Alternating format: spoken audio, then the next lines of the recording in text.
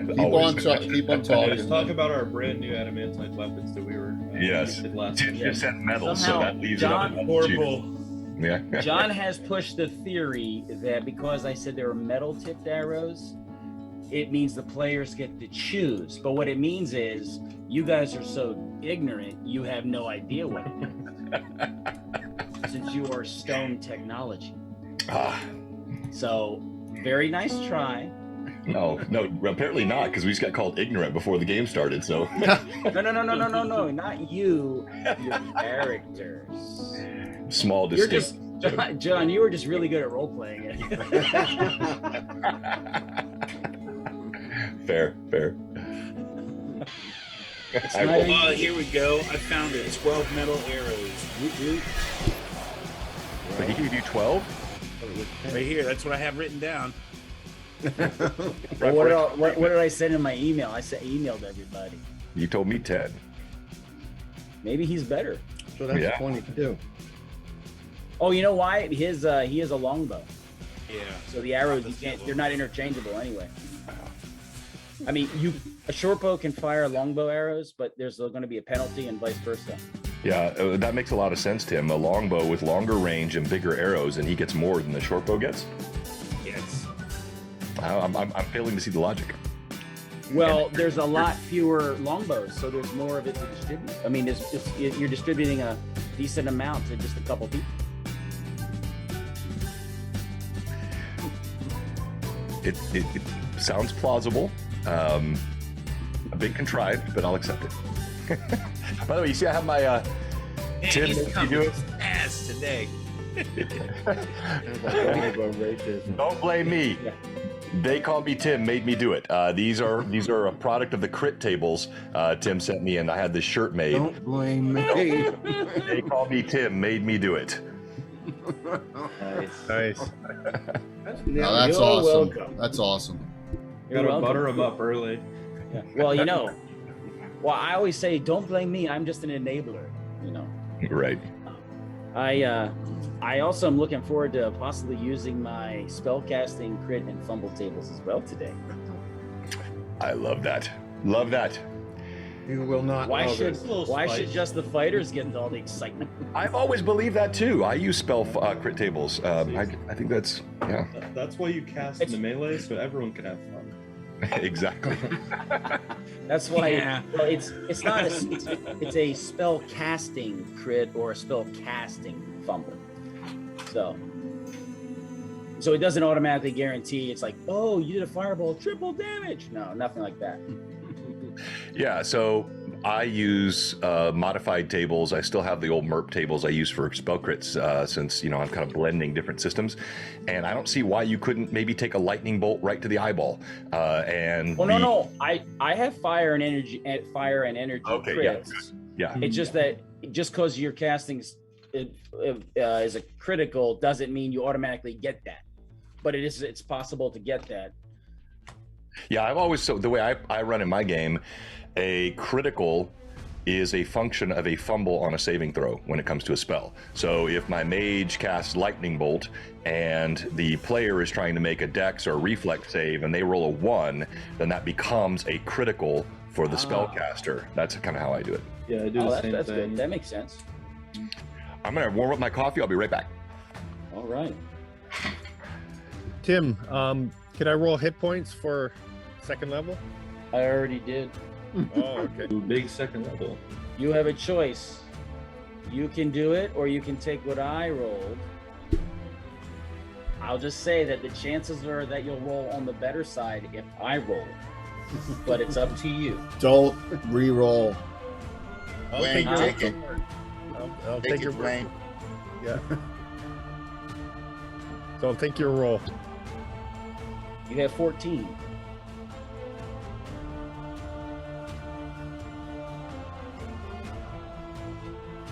There's a 75% chance you wouldn't roll better.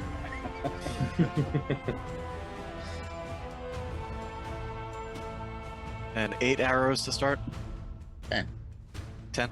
Alex, yes, you have 8 arrows. Oh. Stone tipped arrows. Oh. Noob.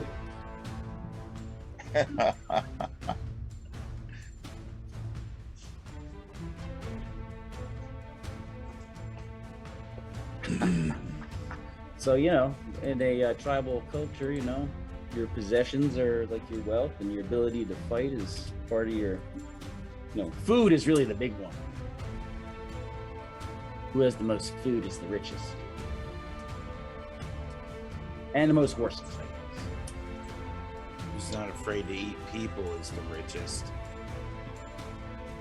That's true. But then there's that whole brain wasting disease you can get.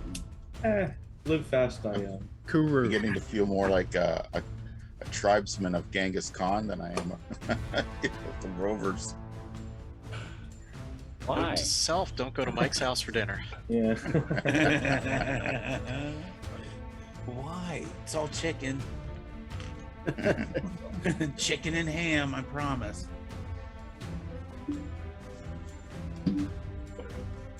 So we're just waiting on. You're not. She's not coming. Oh, she's not? No, I got it. I didn't know if you got the message or not. I got Discord. Who's not coming? Michaela. Caleb.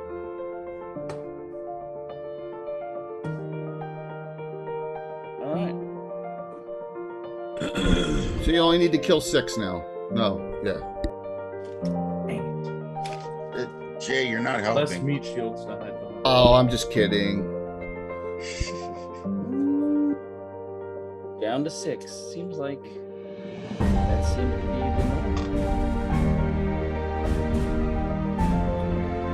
He's around. All right. Yeah, I didn't get any message. So now, you know, anybody?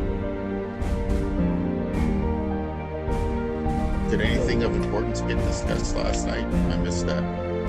Likewise. No, we're all here. All right. Did anything important get discussed? Yes. I don't think so.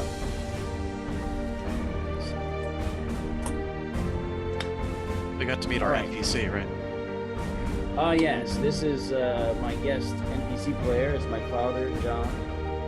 They call me John. Call me John. They call me John. Mr. John, actually. They call me Mr. John. Yeah, Mr. John, you got it. Yes, he'll be playing an NPC for me today, and helping me with the bad guys in case I forget something. So, last time we played, which after reviewing the notes was, when was that, Daniel? That was July 31st.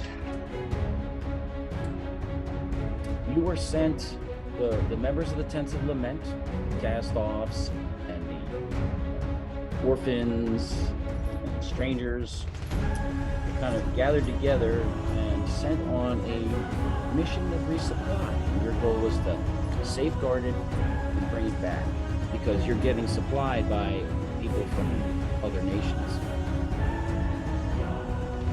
And you did so with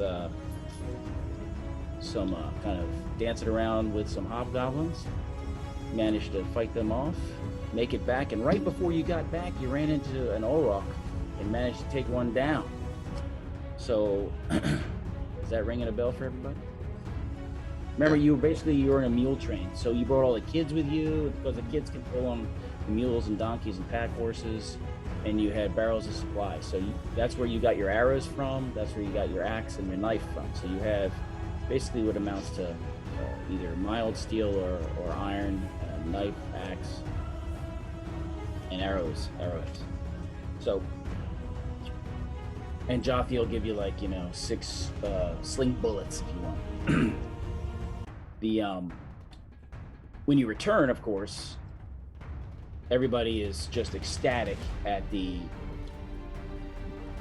Orok you took down, because that has probably has 800 meals in it, basically, if you look at all the meat and everything on it. So you've been feeding them up good. You've been if you remember the old lady, remember Rain, the old lady? Yeah, the one that yeah. And well, she's basically come alive. and she is bossing around all the other people there, telling them how to dry it, telling them how to butcher it, getting everything organized, getting people ready to pack it. She can't really do any of it, but she is very vociferous in issuing instructions and orders to very, very detailed manner. Passing on that good knowledge. So that's basically what this has been going on for the past week or so since you have returned. There's been lots to do as the tribe is gearing up, finishing up their last minute tasks before they continue moving to their winter camp, which is they're about to do that. Let's see, anything else there? That's generally about it. So if there's anything in the last week, the last day or so that you want to do or say or interact with your characters, we're going to cover that. And as we do that, we're going to introduce each of the players and characters, all right? Starting with Daniel. Alrighty. Hello. I'm Daniel. I'm playing Elytron, who's an elementalist. Yeah. But no one knows that. But no one knows that. Yeah. As far as you guys aware, I'm just kind of standoffish and a little weird. Yeah. Well, actually, some people do know that. They saw the my little special fire friend that I keep tucked away in my robes. But yeah, we don't really need to discuss that. They don't really know you're sorceress as opposed to being a shaman, because they don't really realize it. John is not back yet. We are live, dude. So welcome. Good morning, everyone. I'll be quiet for the most part. All right, Mike. Yes, I am playing Heath Stag, who is a priest shaman of the tribe of the Elk.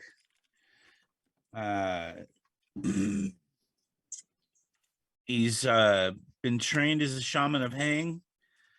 In a desperate escape from an attack from a horde of fanged ones, Heath Stag now remains the only living member of his tribe. Seeking revenge on Ayuz, Heath Stag has joined the Palu tribe to exact it.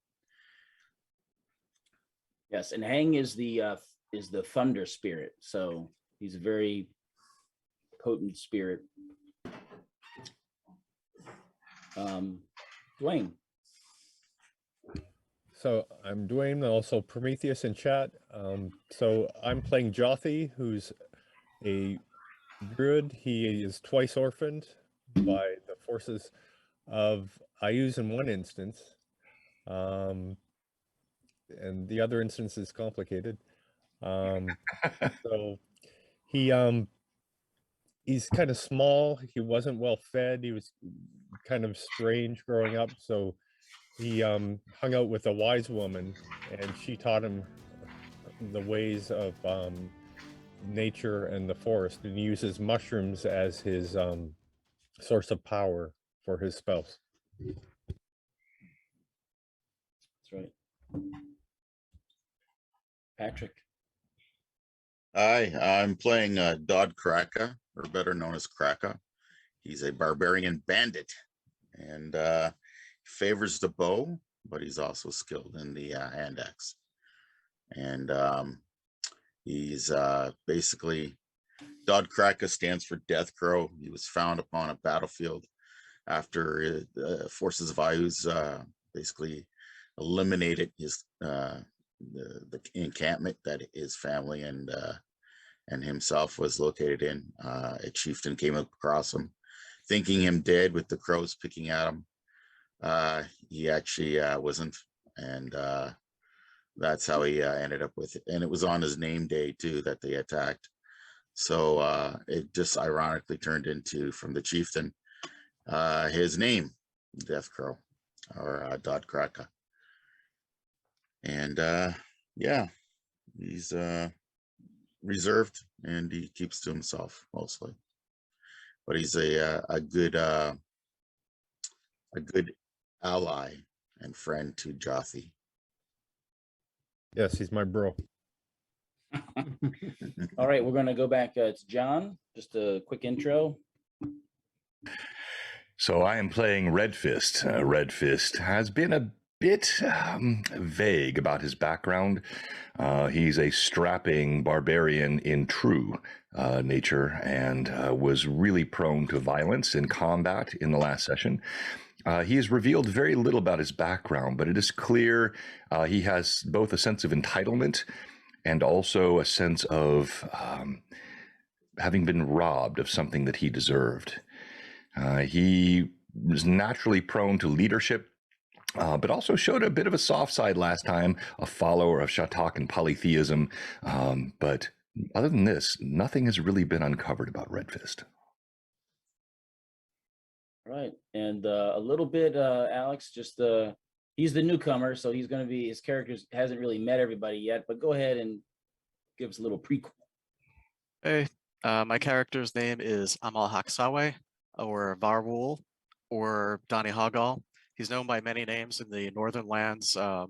His father was a stone fist who had found his way into the Pelu. He was kidnapped at one point. Pelu rescued him. A lot more going on with the backstory there. He looks more like a horror version of Dee Snider. He does tend to wear an eye patch over one eye, which the group, as you meet, will notice. He varies how he positions that eye patch. So it's not because of damage. He's using it for a strategic purpose of some sort. Other than that, he's tall, lanky, scraggly hair, blonde, gray, streaking, tends to have many sticks and twigs in his hair, walks around with a nervous tension, and often grabs his wrists and hands, you notice.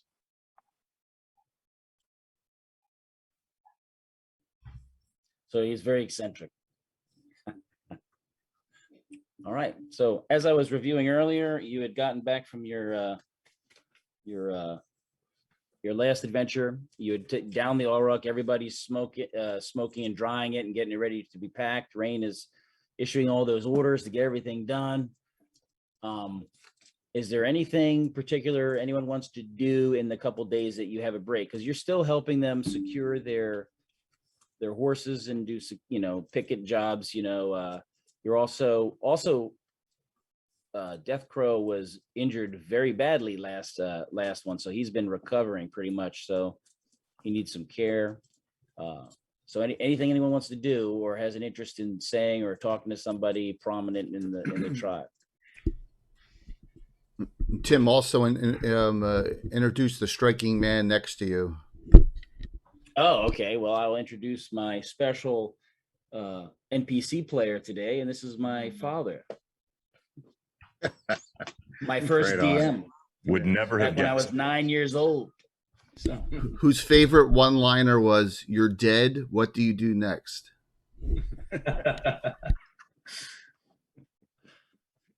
yes. I heard that a lot. So I don't remember killing people off too much. you didn't kill him off, but you did say that a lot. Yeah, well, it's funny. Yeah. So anybody going once? Well, I'm going to look after Kraka, help him, and then also Right. check in with the wise men and shamans about how the food situation is and how we're set for the winter. Most people with families, they're okay. And there is a supply for those that are out doing, patrolling and combative operations. So all the warriors who are involved in fighting are being taken care of as far as foodstuffs. It looks like they have enough. It looks like it may be a little rough for some families, and for you guys, it looks like it's going to be downright lethal, because you guys, all you have is basically that Auroch you took down. Red Fist is just walking around the encampment. You see he tends to linger around the leadership tents, not exactly eavesdropping, but clearly trying to pay attention to what's being discussed. He shows signs of mistrust whenever he encounters any of the tribal leaders, but he's definitely eyes and ears on everything that's happening in terms of decision making and discussion. All right. Eavesdrop. Eavesdropping. Most of the discussion is moving to the winter camp, the winter site, and so it's already been surveyed, if you will, for where they're going. So they're going to be moving in doing another move. They moved already, and they're going to be moving again in these hops, because they need to make sure that everybody who's doing operations knows where they're going to, knows how to find them. Anyone else? Electron's gonna be sort of adjacent to the rest of the group. And any time that Heafstag goes off on his own, he's gonna try and approach him for a discussion. Well, I was going to spend my time in reflection and prayer. I'm just gonna. Yeah. I'm just going to relax and heal and tend to my equipment, make sure it's all good. Anything that needs mending or anything like that I can do. All right. Am I with the group yet? You gonna are going introduce to be me later? arriving in a second. Got it. Okay. Ilawi is actually preparing medicinal herbs. She's gathered up herbs, and she's doing some of her totemic magic on them. Basically making poultices and things that can be used for injury, stuff that helps seal up bleeding wounds and reducing pain, etc. So she's preparing some of those.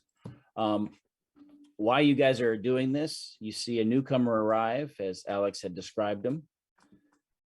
And he's not 100% total stranger, because people have seen him before at different tribal councils, in the past. So it wasn't like he was just some 100% total stranger.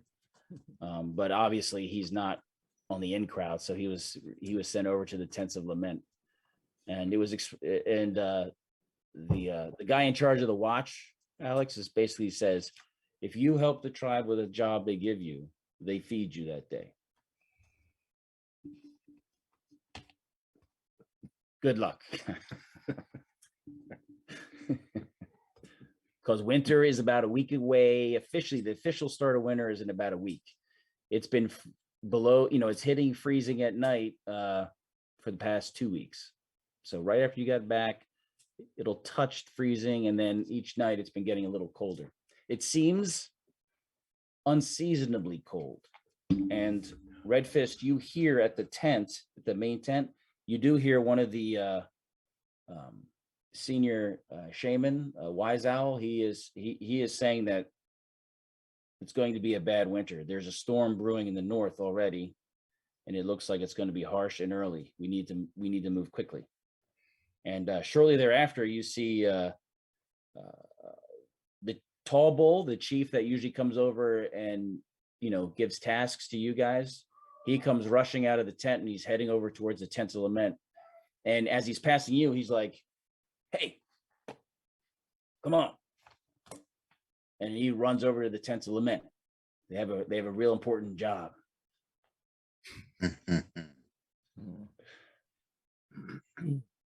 You go with him? Yes, I'll go with them. No. What do you mean? No, I was demonstrating. You were just a mannequin at that point. Okay, all right. Sorry. Oh, you'll have time. Ignore what I say. I'm not important. Well, it's the confusing. You'll be Mr. John. Mr. John. So that'll be, or I'll say Red Fist. How's that? Okay. Does Red Fist go with him? All right. He does indeed.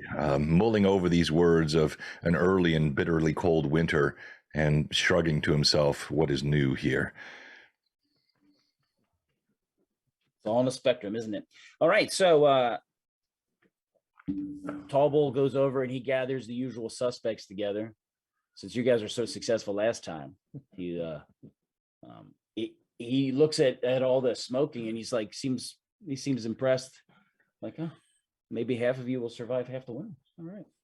So he gathers you all. So, and Alex, that includes you too. He's like, yeah, get over here.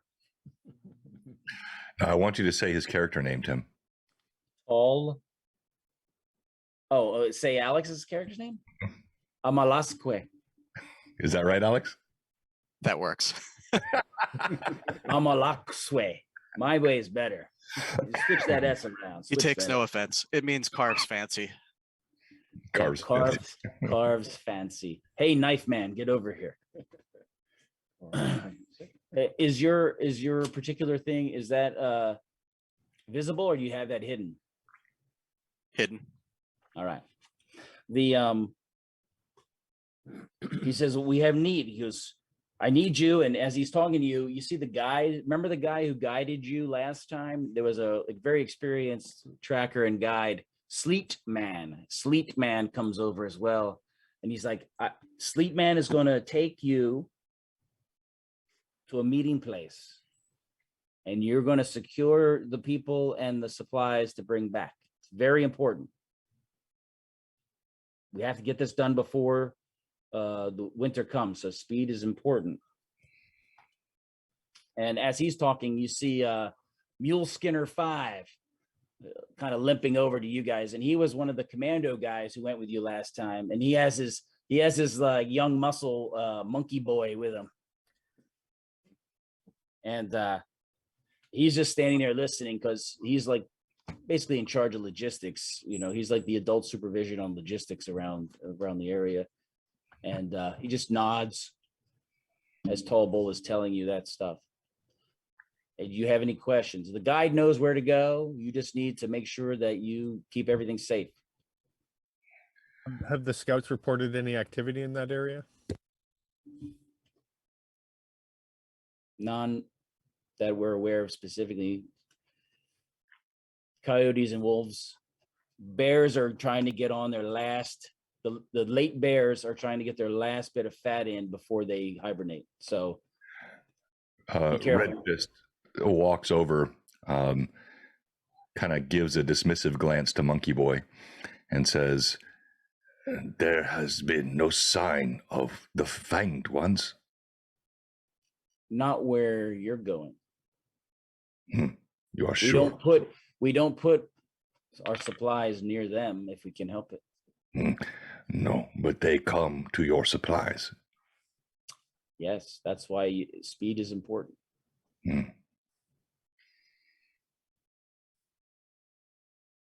What manner of supplies are we looking to retrieve? Good question. I think you'll find out. You will not need to take pack horses with you or mules.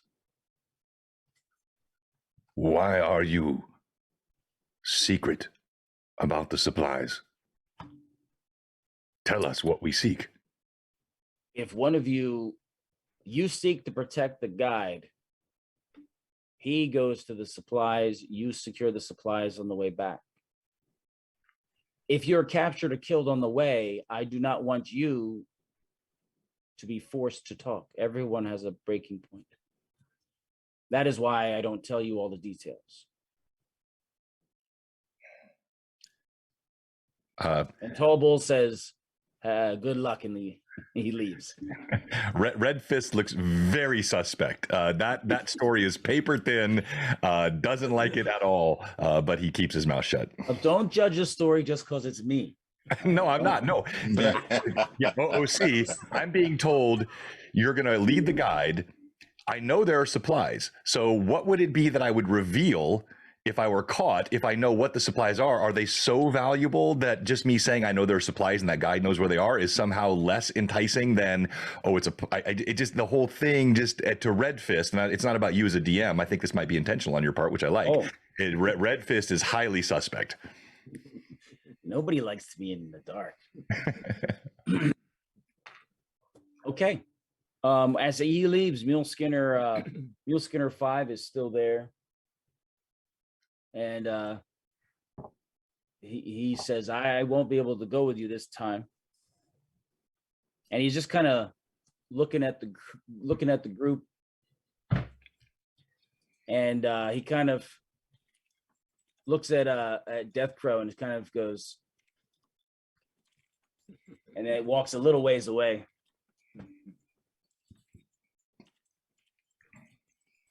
Does Death Crow go over there? Does Crocker Yes. go with him?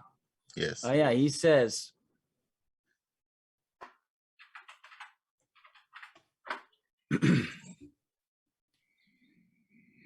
all of these warriors are very smart, and they know the things that they want, and they plan for them, which is what they're doing. But I know what they don't want now, but will want later. So I have a little extra side task while you're out there. Near your point where you're meeting the supplies, there are some other supplies. They will signal from a distance using smoke during the day and using fire at night.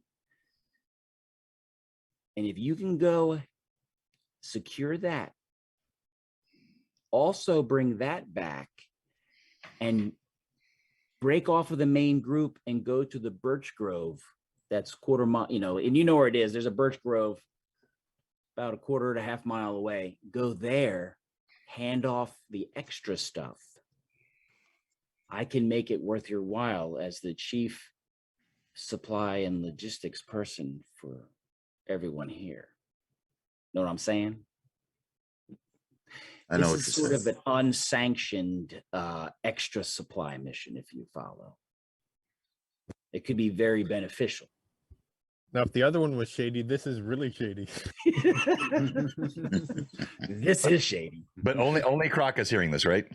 Yeah. Croco, yeah, and he's like,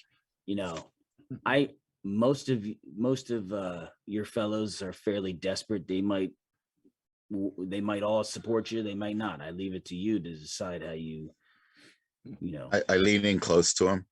Yeah. Enough to where he can like smell my breath. And I go, this better not jeopardize the other mission. I wouldn't do that. Okay. Then I'll try. I will seriously make the effort. I'm sure it'll be in your benefit. I'll make it worth your while. Our while. I'll make it worth everyone who helps you. I'll make it worth their while. Even those who don't help you, if you want. Okay. Right. Thank you for your time, bro. And he No, I limps have off. no time for any mules. I'll get a mule when I return from this submission. All right. And then he walks off with Monkey Boy. All right. The guide is like, once I fill my water bottle, my water skin, I'll be ready to go. Be ready. And then he goes off to fill his water skin.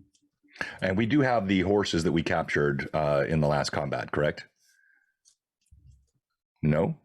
They're not yours.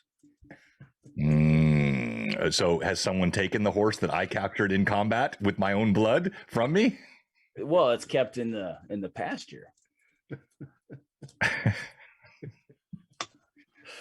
have to requisition it. Is Red Fist like determined? It's my horse. You don't even have a tent to live in, or you don't have anywhere to graze it. Which is all the more reason he needs a horse. So I mean, the spoils of war. You can go to there and say, "I came to get my horse," and see if it's there. I will go there and say, Right. I have come for my horse. Give it me now. Earned with my blood it was. All right, I did a DM niceness roll, and you see that horse is there, and you're very you're very imposing to them, and they're like, oh, I mean, what's you have 17 charisma, so you're very. Mhm. And they're like, I believe that's it right there. I nod He with doesn't little seem like a thanks. loser at all. More expectation, less thanks, and I lead the horse away, and strap everything up, and return to my comrades. All right. So the horse basically has reins. I don't think doesn't really have much of a saddle. Oh, saddles are for sissies. Yeah. I don't want a saddle. But it's got reins and the tribal way of a bridle on it. Mm-hmm. You'll say that Right. if you get shot in the ass. All right. Anyone else trying to steal a horse? Just kidding. All right. The guide comes back. I assume everyone got water or something. Make sure they have something to carry. A little bit of rations with him, and he's like, some water, some food. Yep. Yeah, So make they sure should everything's good for travel. All Right, the sort of basic rations I had on my character sheet. That's all I want. All right. Did anybody ask how far they're going? Oh, I told him it's a Just couple about days. to- Yes. I'm removing variables by providing a map, so that way we don't derail the wilderness of pain. So I know it's contrived, my apologies. So you head out. You can have any number of security. There's really not much else. It is cold out. A lot of marauders are trying to find a spot to hole up for the winter. They're not running around too crazy right now. So you really do not run into much other than other tribal people trying to hunt. You run into a number of them. Some of them are annoyed because they blame you for spooking their game, and couldn't be their bad hunting or something, or their lack of luck. But Is that bear skin cured? No, like it's been what, like God, at least 4 days. Remember the bear that attacked the camp when we were there, and I took its skin. Mm-hmm. Yeah. So It's still in processing. Okay. All right. So you go for a full day. It looks like it's getting near night. As we ride, I look over at Heath Stag. Let's say this. The we. As I ride, you're the only one on a horse. I look down at Heath Stag. My friend, your bow was true. Now these metal arrows, I cannot wait to see. You will be a fearsome foe. Thank you, my friend, very much. Your horse is very nice. This is my steed, the one we stole, earned, won, and wrested from the grasp. I call him Brandon, and I stroke his neck. Brandon will make a good meal should we go hungry. That's what I was thinking. Hungry winter. We have to attack later, thankfully. It's his battle cry. Let's go, Brandon. No, I don't know. Start sharpening my knife. Could be. So you took your knife out, Alex? So you see that he's got a knife that is metal. It looks very old. It looks way nicer than all the knives you have, and it's a little bit larger as well. So It's not the size of the knife that matters. I just want you all to remember that. This is what all those with small knives say. So are you going to stop for the night, or are you going to continue marching into the dark? The guide is like, it's good to rest, but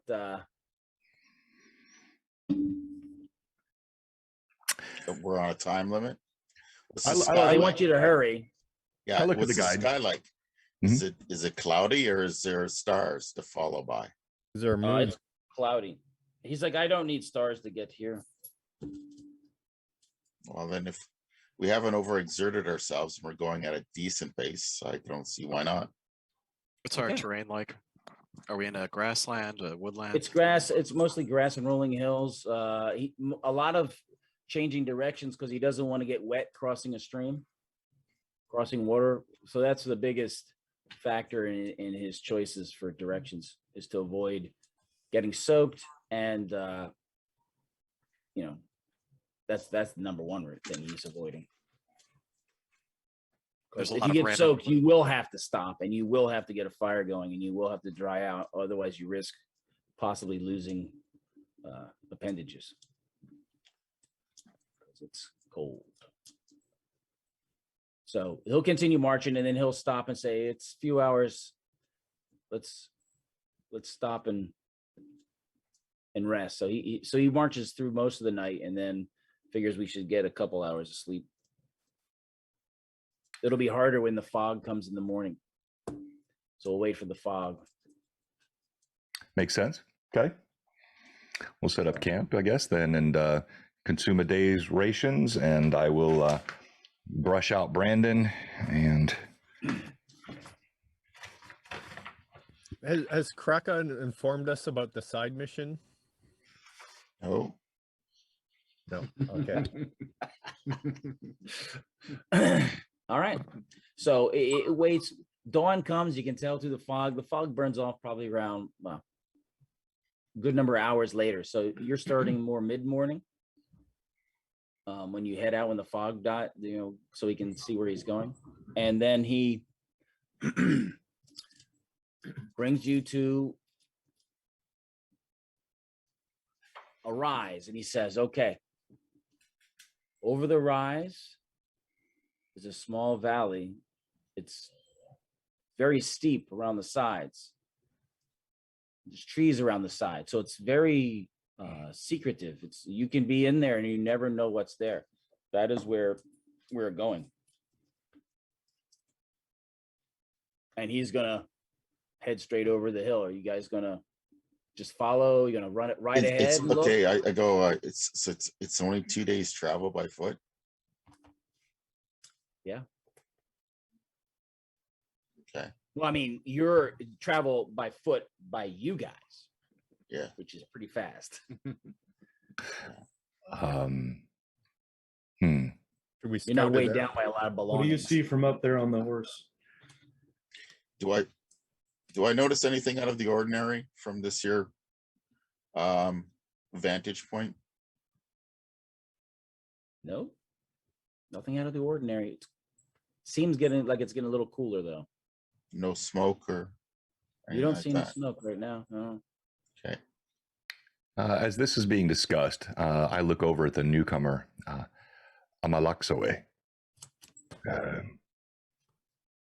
Tell me of your coming here and what skill you bring to us. I bring my blade, and that is all you need to know.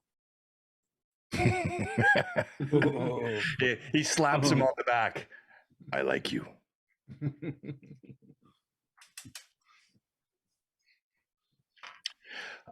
So, I'll kind of look around. I'm trying to remember from the last time who among us was the most stealthy. I remember Heafstag's character well, Kraka. I'm trying to remember Elytron. Okay. Decently stealthy. Yeah. So I'll walk over to Elytron and I'll look at the guide. Should we send the sneak up to the hill to look and scout?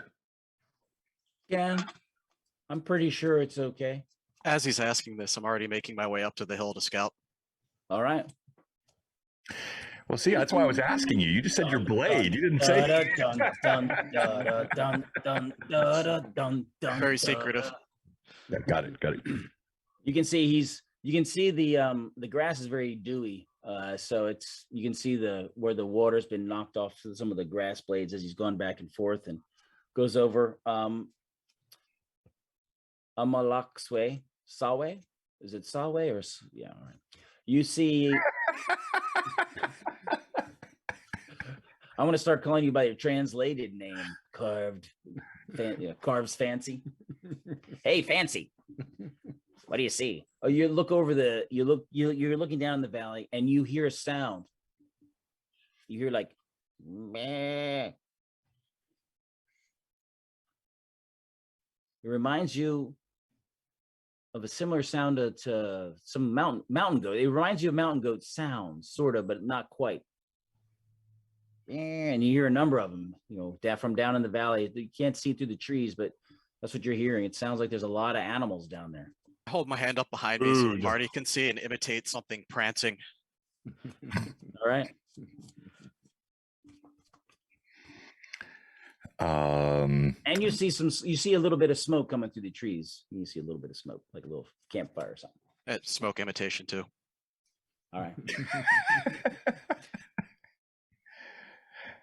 All right. I will sneak up quietly behind Fancy Carver. So where do you put your horse? No, I'm gonna tether him. Sneaky horse.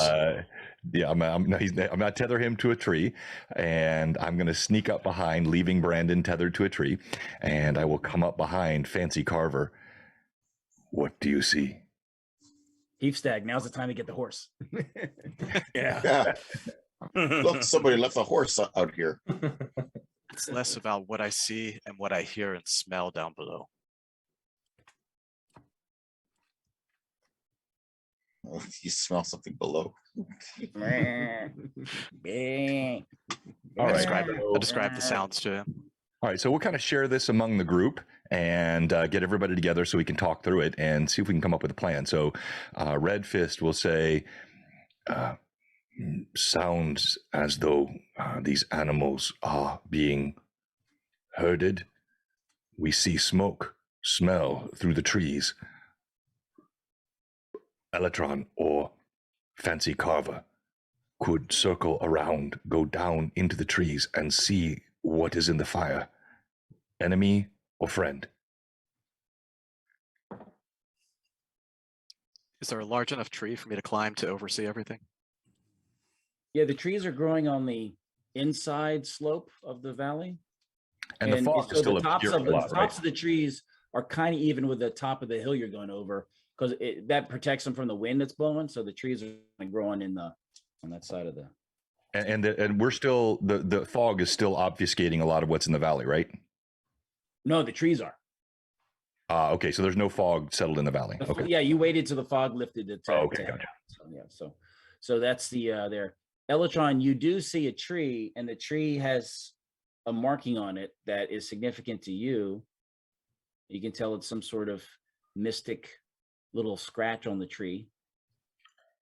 I'll sneak over and go and investigate to see exactly what that is. Right. And I will say, Jothy, you notice it as well. It seems like it's some sort of elemental sort of symbol that's been just scratched in the tree. It's kind of old, so the bark has been healing, Yeah. I'll walk over to it and I'll put one hand in one of the deep pockets in my leather jerkin there and touch spark, and then with my other hand I'll trace the rune and try and figure out what it is. Okay. Do I get any indication as to? No, it's a symbol that basically incorporates all four of the elements in the actual symbol itself. Can we see him doing this? Well, not you. Everyone's kind of watching out. Heath Stag probably sees.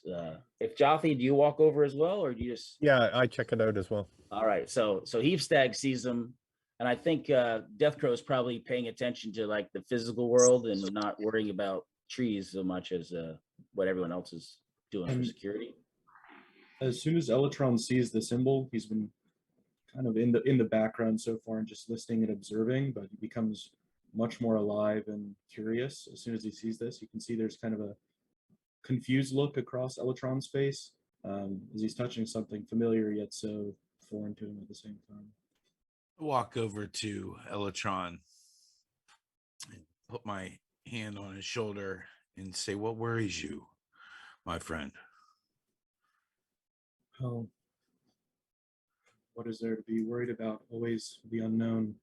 And it's curious that this symbol here, I never would have expected to see somewhere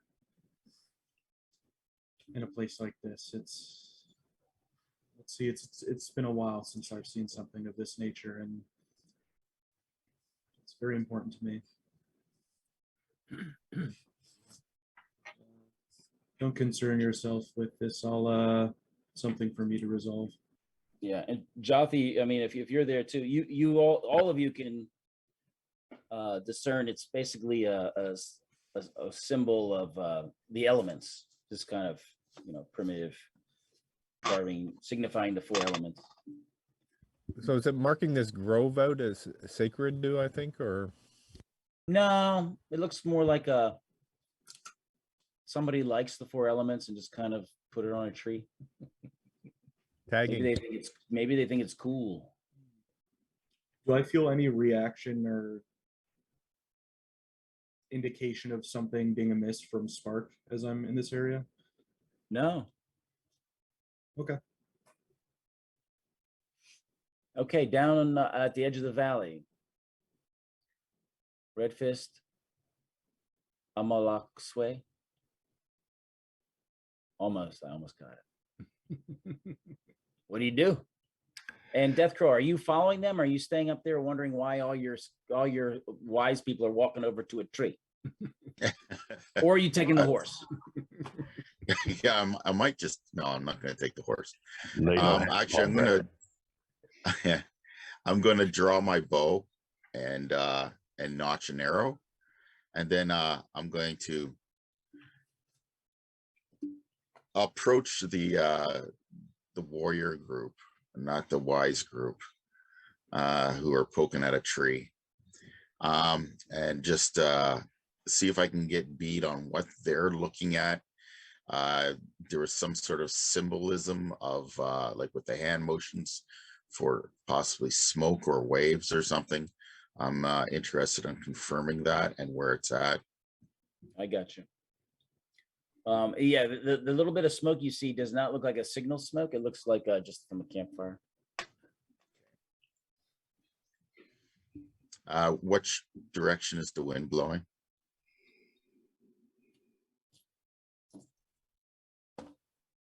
It's blowing from the north. So the smoke, and we're approaching from the south, or? I think so, right? Approaching, yeah. So it's really blowing into us. Yeah. From So where you're positioned right now, yes. Right. Yeah. Okay. So that could be a good thing, especially if there's animals ahead of us. They won't catch our scent. And be able to sneak up on them easier. I suggest we start moving forward until we encounter something visually. I'm suggesting this. Notice Kraka moving off, and then I'm going to trail along, keep an eye on him. Sleep Man says, that sound and the smoke. He goes, that's a good sign. A good sign of what? Oh, they're ready that they're there, that they're okay. If it was silent here, I would be afraid.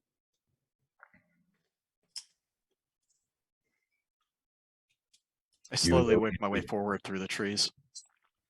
Okay. You can see that there's the remnants of a fire that's dying out. There's a small group of people. They're obviously not. They look like they're outdoorsmen, so they're sort of warrior-esque, but they don't look like they're hardened warriors as such. But you see a number of them there standing around the fire and packing up their stuff. And then as you go down, you see there's a number of them kind of around the valleys, kind of around, and you see these four-limbed creatures that do remind you of goats, except they're smaller, but they seem puffy, like very fluffy looking, and they're very light in color. There's some dark colored ones there too, and some brown ones, but mostly light colored. And how many men do we see scattered through the trees? You see probably about 8 to 10. You also hear a dog though. You hear a dog bark. And you think you hear an answering bark, so it sounds like there's a couple dogs. Do we recognize any tribal markings, symbolism? They are distinctively Outlanders. They are not tribals. They look too well armed to be herders too, don't they? They're no, I think herders is probably exactly right. I lean over to Death Crow. We could return with more supplies than anticipated. These are weak, soft Outlanders. Oh, These strange animals look like good feeding. Maybe we can either trade or barter with them first for some of their animals, vice just killing them and taking them. You see, Redfist is confused by these words. So, Sleep Man comes up and he says, "This is the supply point." This is the supplies you wish us to bring back. This is the supply point. Supply. Look at all that. And you're right. It is good feeding. Yeah. So it's pretty clear. Like this is, yeah, I get it now. This is not a supply run. This is a raid. This was the. It's. Well, no, one of the. He's like, no, we have to escort them back. So we're here to guide these noisy creatures back to camp. With all of these men. You got to secure them. we can eat them. And at some point, if you make yourselves known, that someone will come over and be like, "There's one guy who can speak your language." Redfist will just thank you, Taryn. Redfist will just stand and glower and play with the edge of his axe blade and let the others do the talking. Dang. No blood for you today, Bloodfist. Red Fist. Oh, so close. While everyone's caught up with the herding dilemma, Elytron's going to wander off on his own to see if he can see any more elemental symbols in the area. You're looking at the symbols. These guys are like, "Hey, we're pretty much ready to go. We'll guide." Where's is this plume of smoke? Is this the smoke that was theirs? Fire, yeah. You don't see anything there. They're saying it's going to take us a while to get them oriented and moving. We'll put the marker on the lead. These are called sheep, and their meat is good. And their fur is exceedingly warm. Some of the warmest. And he says, "Well, we also have dogs that help us herd them. And we can cover a lot of ground if we push. And that is my understanding what we need to do." I ask him, out of curiosity, what is our tribe traded for these valuable creatures? These are, he says, well, we're on contract to bring these to the, well, I have a point of contact. I was told there's a man here that will take possession of these, and we're under contract to that group. Mule Skinner 5 is what we're told was the name. Oh yeah. And I don't ask why they need them, but they are giving us a hazard duty bonus. So you speak like an Outlander. Contract, hazard. He is an Outlander. You mean oath pack and danger. Speak like a man. I have promised to bring these, and I am bringing them. And I have been promised the reward for bringing them. Ah, that makes more sense. All right, then let's start getting these All these before we do that, animals on our way. do all these creatures look healthy? You may need to put out a picket. Oh, good. You have somebody with a horse. That'd be great for securing I the. haven't seen my horse yet. Brandon's still tethered to the tree down that hill. I'm just projecting the future. In a few minutes, Okay, he's all going right. to say, "Oh, good, you have a horse." So Fair, as they're getting ready, and you come up over the hill, Death Crow, you actually do see a little ways away. You see a puff of smoke come out of some trees, and by itself. Okay. And And then a is little there while later, another puff. and they're still preparing things? Yep. Okay. I'll turn to Jothi. I'll just be a moment. I'm going to check out this here puff of smoke off to the side here. I shouldn't be long. If I am, let the others know. Until then, Are you sure you should go alone? yes, I think so. And I leave and head towards the puff of smoke. Okay. Is that me? No. So do we all see the puffs of smoke, or did only Death Crow see this? Well, he was looking for it. It's a little bit in the distance. So do you want to see it? Well, I guess, yeah. Do we note him looking at it? If so, Well, you notice he's talking to Jothi, and he walks off, and in the direction he's walking off, you do see a puff of smoke come out of some trees for a little bit of ways. as I see these puffs, does it look to me like I would have seen smoke signaling before? It's definitely a signal. And can I at all tell if there's a message? Is it just simply a binary signal, no signal, or is there some sort of further information that can be gleaned from the pace and the amount of smoke? It's more like looks like somebody is just breaking something up to identify a location. It doesn't seem like there's any specific message. You're not seeing a pattern other than intermittent puffs. Great. That's what I was asking. Thank you. All right. Well, I'll just kind of gently nudge Brandon closer, but I will stay amply back from Death Crow to allow him silence and sneak. Okay. So Death Crow, you you start going into the trees where you're at, and you can kind of make out what it looks like. It looks like there's been some ropes kind of tied between trees, almost like a fence or pen. You've seen sometimes people have kept horses by doing stuff like that. And that's what you see in the trees. It's kind of dark. They picked an area that's really quite thick and undergrowth, but you're pretty sure you kind of hear things moving. It sounds similar to a horse moving around, but different. So yeah. I'll just give a moment for my eyes to adjust.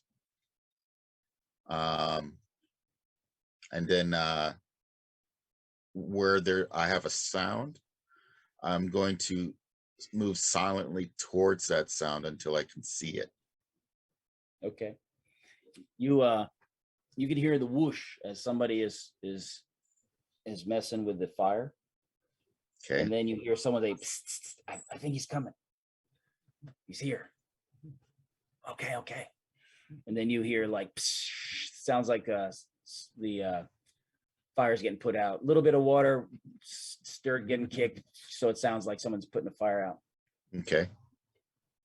I'll no sense if my cover is blown, then I'll utilizing cover, not so much for protection, but more for concealment. I make my way towards them. Okay.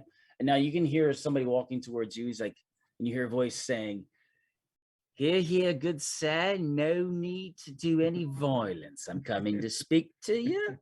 And you see a guy come out, and he's definitely an outworlder.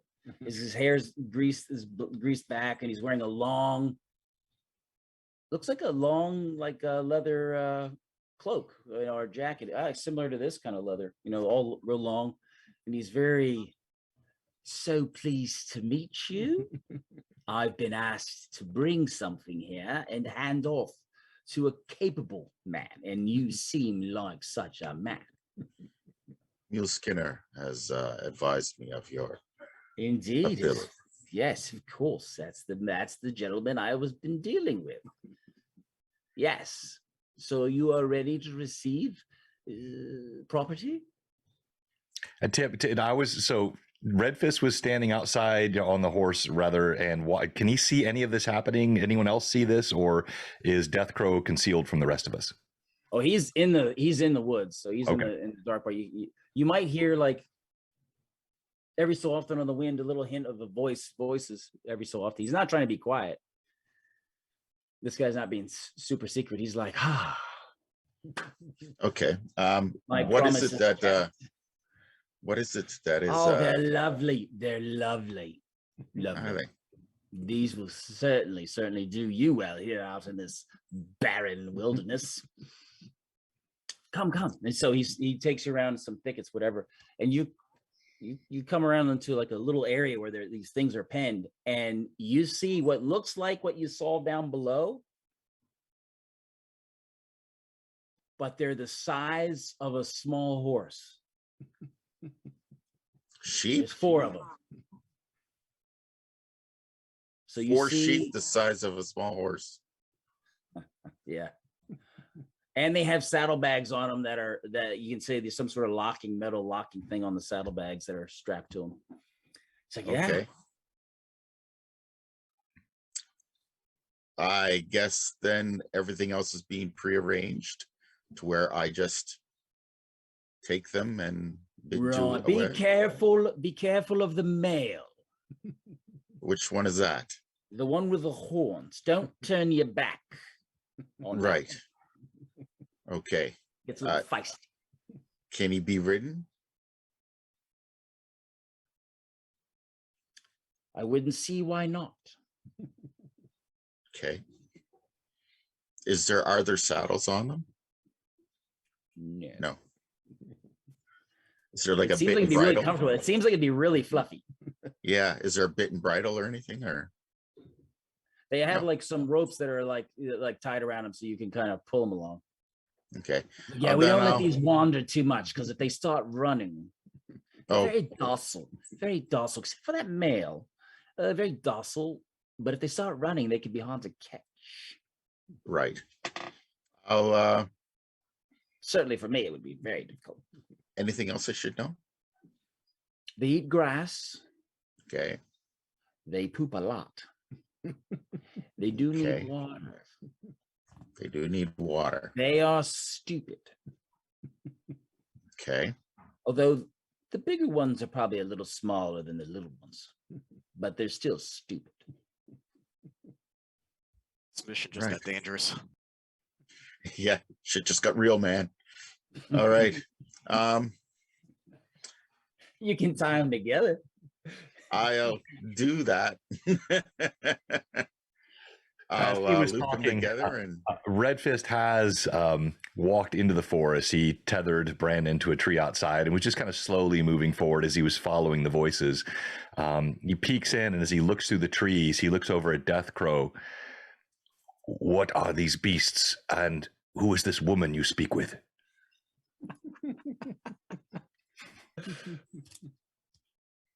I take another look at the guy, make sure it's not a woman. It's not. Okay. He's a salesman, can't you tell? Yes. Too smooth and oily, and it doesn't look anything like we hairy northerners. So it's a bit of a bonus for us. I was keeping it as a surprise. The beasts. Right, I'm gonna go with my guides now. Yeah. Handing off to you. Good luck. Thank you. And I'll collectively, with them roped together, I collectively gather the ropes. They leave the ropes penning, so you can take those if you want, because they're not. Once they hand off to you, yeah, they're ready. I'll take the penning ropes off. too. I'll take the penning ropes too, and just like throw them over one of them to carry, and start making my way back to the main group. All right. Are you going to grab the male by the horn or around his neck, the rope around his neck? Or what are you gonna? Yeah, I'm gonna grab the male by the neck there. All right. And all right, so you're bringing them out. That's what's going on there. Over at the other spot, the herders tell you. I'll talk to Blood Fist here as we traverse back to the. Did you say blood fist or lead fist? That's the second time he's called me Blood Fist. I think that might stick. Anyway, go ahead. Blood is red. That was the idea originally, but maybe I should just be more blunt. So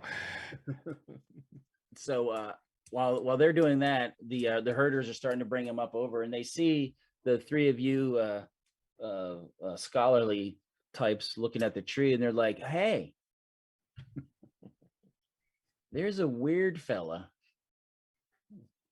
who carves this stuff. It's kind of around here, and he's right over down there. He's real close to this place, but he doesn't seem to do much but sit around, and he's talking all the time. He's talking. Sometimes he sings and he hums, and we did ask him what's going on, and he says he's just taking care of the spirits. But he's the one who did this.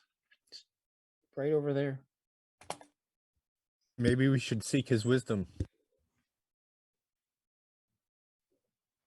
Eltron nods and says, Do you think, Heapstag? yes.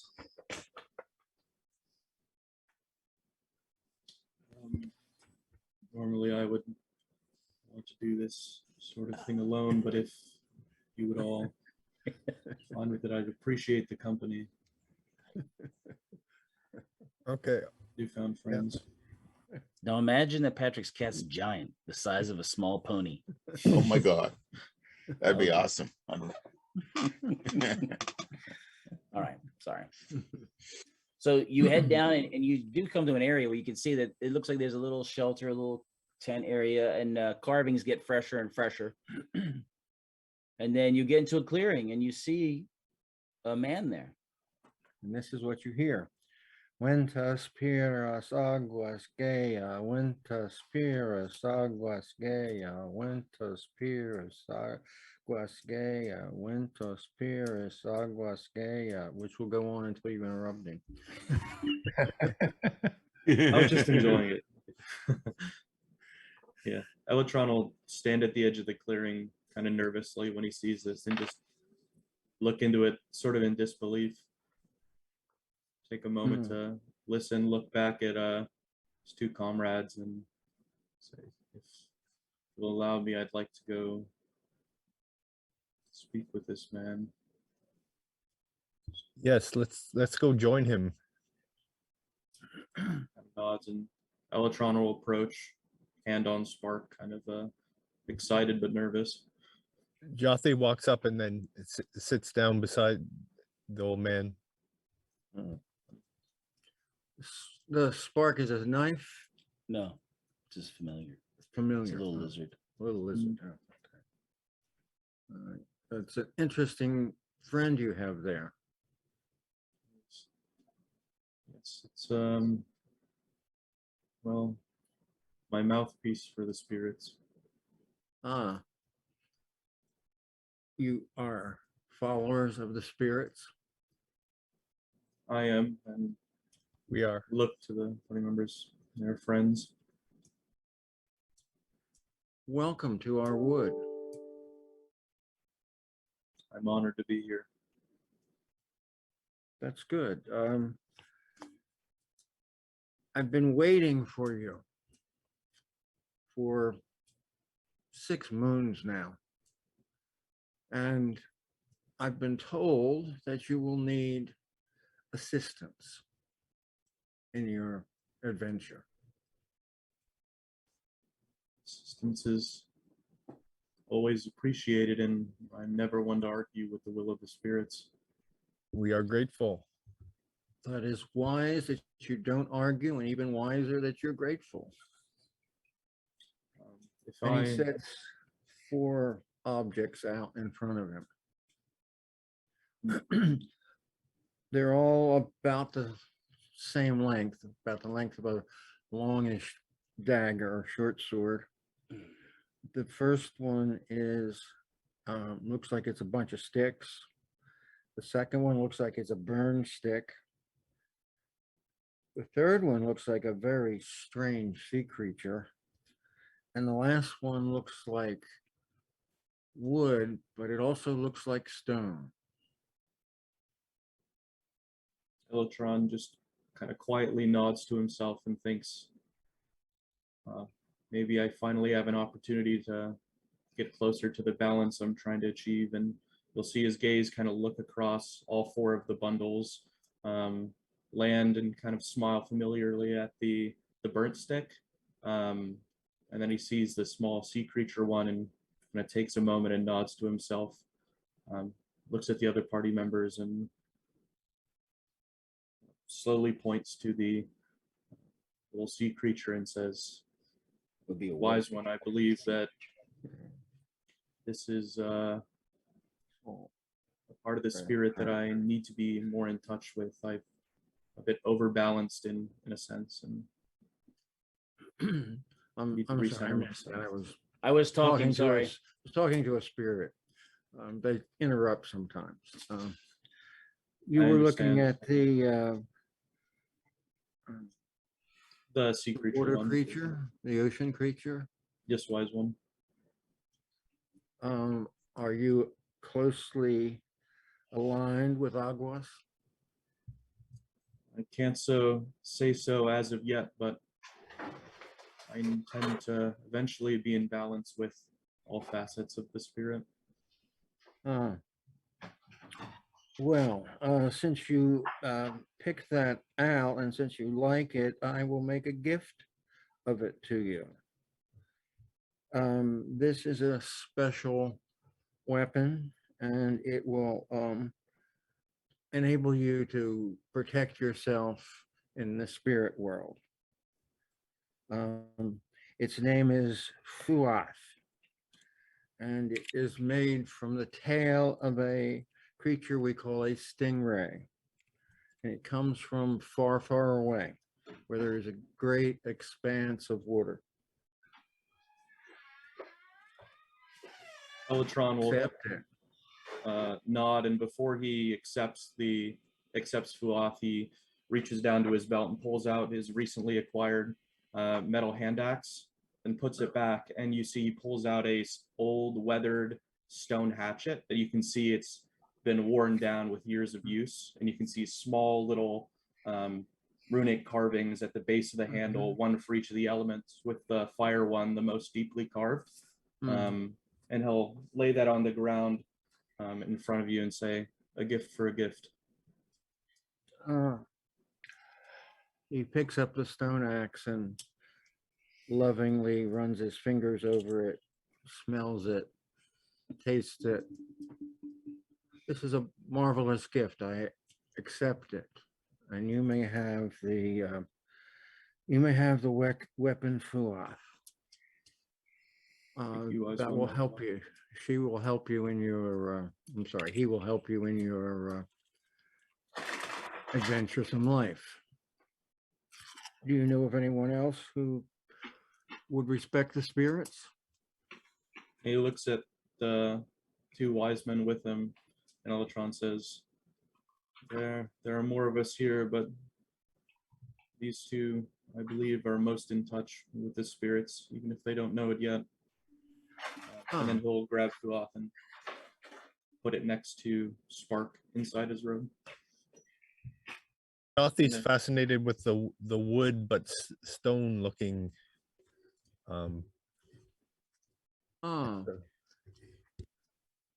Yes, that is a wonderful, wonderful object.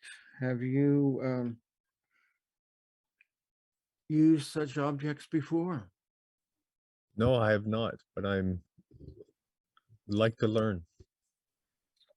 Oh, wonderful. You have a very good attitude. The weapon's name is Ilana. And she is made from wood that once was, but now is stone. It has been transmuted by Gaia, the Earth Mother. Do you appreciate women? Yes, I do. very, very well, because Ilana is female. And like many females, has different moods. And if you are not ready to adjust to her moods, it will be bad for you. Are you ready? I believe so. I was trained by a wise woman, so I am. Ah, wonderful. Then you understand. So he picks up the sword dagger made out of petrified wood and presents it to you. Thank you. And in return, and then Jothi reaches into his medicine pouch and pulls out a wolverine claw that he's been holding for years, and sets it down. Oh, the spirits thank you. Gaia thanks you. Use the gift well. Thank you. Elytron will pat Jothi on the shoulder and kind of smile at him when he grabs the dagger and look over at Hugstag. Jothi nods to Elytron and looks expectantly at Heefstag.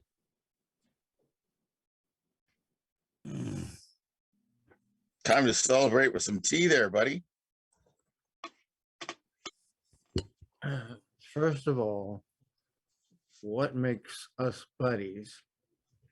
Oh, not Oh, me. he's I not was- there. Oh. He's not there. Oh, He's okay. he's talking to Dwayne. Dwayne's character always makes tea. That's fine. So it's out of character. Yeah, so I'll start up a brew of mushroom tea on the. There's a fire there. Yes. Yeah, so I'll start up brewing up some mushroom tea. Ah, all right. Thank you. Heefstag? Is there anybody else? Yeah, there? yeah, Heefstag. Okay. The great bearded A one. bearded one. Yes. What's There's sticks or burned sticks left. Yeah, there's the burned one and then the rocky one, I believe. I will go with the burned one, the one that looks like it has been damaged by some kind of electrical, maybe fire. Ah, this is Alish, and it is a special piece of wood that has been, shall we say, infused or friendly with the fire spirits. So if you wish him, you may take him. Use him well. Infused with the fire spirits. Mm-hmm. What could I offer you in return for such a nice gift? You want to tell him about the other one? Would you like to hear about the last one? Yes, please. His name is Alizeth. And it is modestly looking, but he picks it up and it looks like a bundle of reeds tied around something stiff. And he separates the reeds, and you see underneath is a blue stone knife. And this too is a wonderful weapon. It will move like the wind. It will cut like the wind. It's also fragile like the wind. It may break like the wind. Yeah. We were all thinking of it. Mike Without had the to say side it. effects. Without the side effects. All the rest of us could keep it in. Mike had to say it.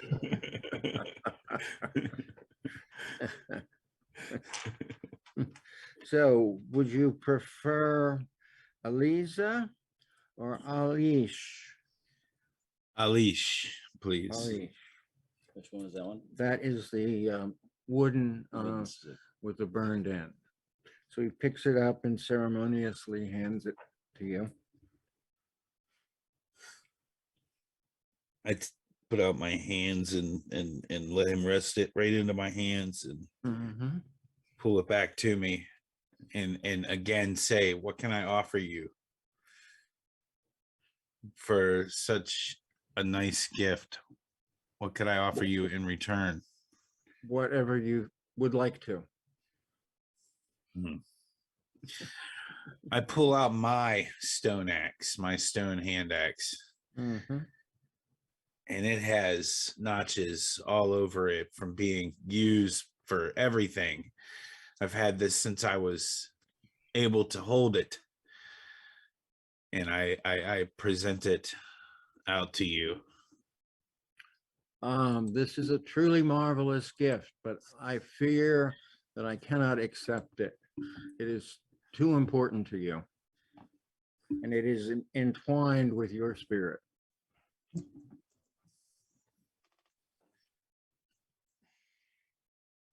Okay. I guess it's the thought that counts. Yes. I take and put my stone axe back in my. Could you maybe want one of these metal ones I have? May I see it? Yes, I pull out one of the two that I have and place it in front of me.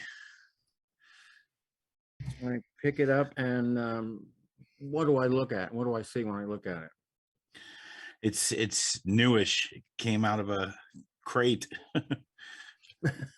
Came out of a Yeah, crate. yeah, Great it's new. fresh. PSA 10. It's munitions grade. Okay. This is a strange new thing. I have never seen such a thing before. I will accept this as something new and something with magic and wisdom in it that I do not understand yet. All right. I will mark that off my list. Well, that's good because I'm just getting more and more upset. OOC, not only did you get 12 arrows and I got 10, I got one hand axe and you got two. So glad you're parting with one. Tim and I are going to have words after this stream. Carry on. My got your name's horse Mike back. Disney. Thank you. You got a horse. You got Brandon. Because I wrested it from his hands. He didn't give it to me.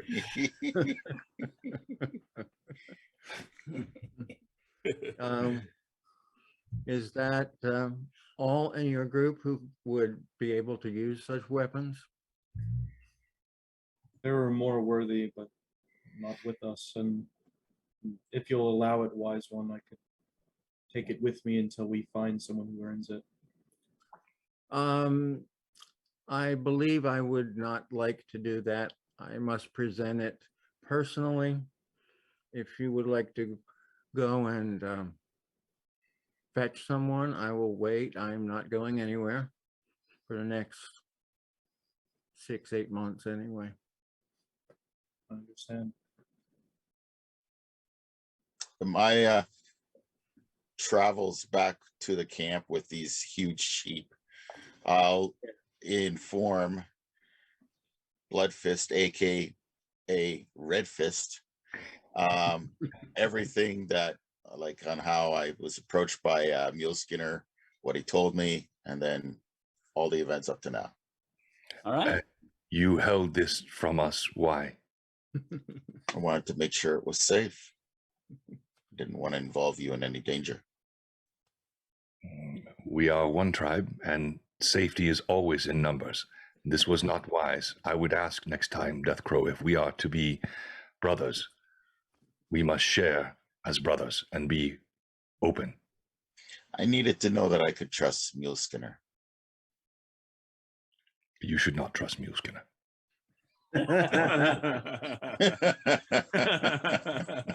Wow.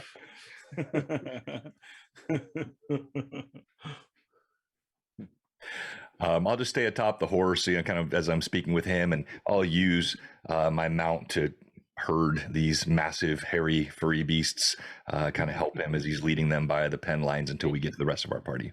They do seem like they follow the one with the horns. The other ones seem to kind of stick kind of close to him. And you can tell every so often he gets tense, like he's going to try to buck. So if you let go of that rope, Not letting sensing go of that it. you're gonna catch a butt. That from, sucker is solid. I'm not letting him go.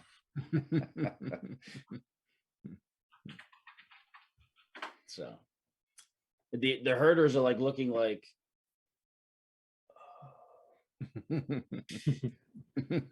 maybe you should go in front.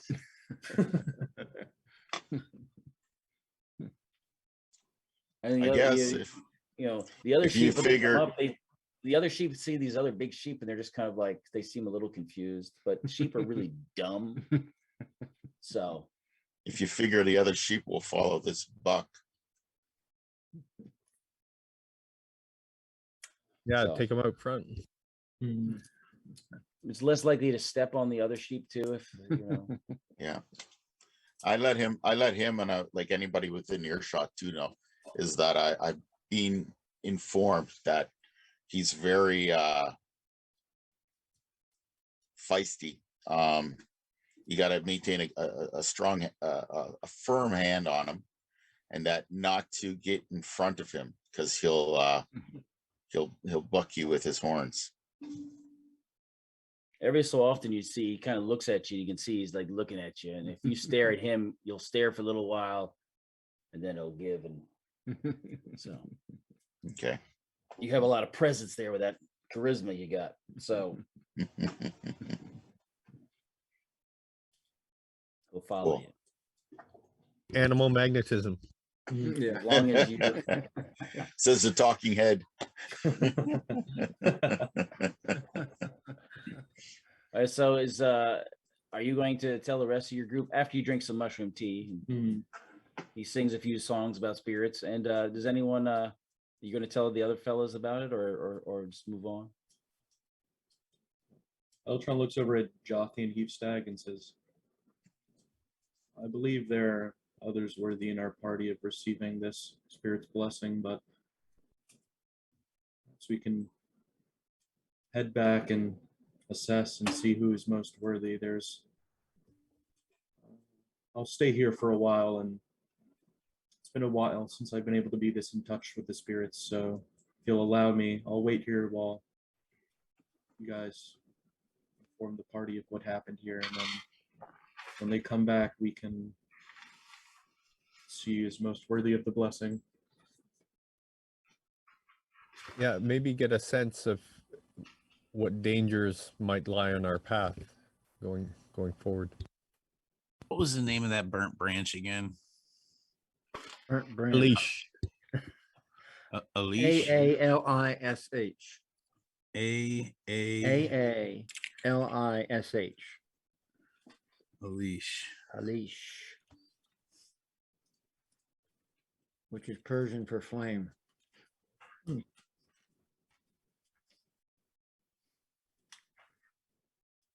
Okay, That explains a lot.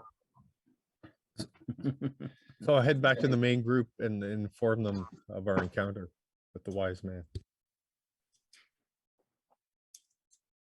And look at surprise at Kraka leading this giant horned sheep.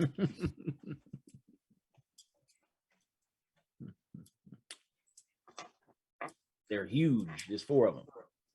1 ram and 3 ewes. No, 3 me's.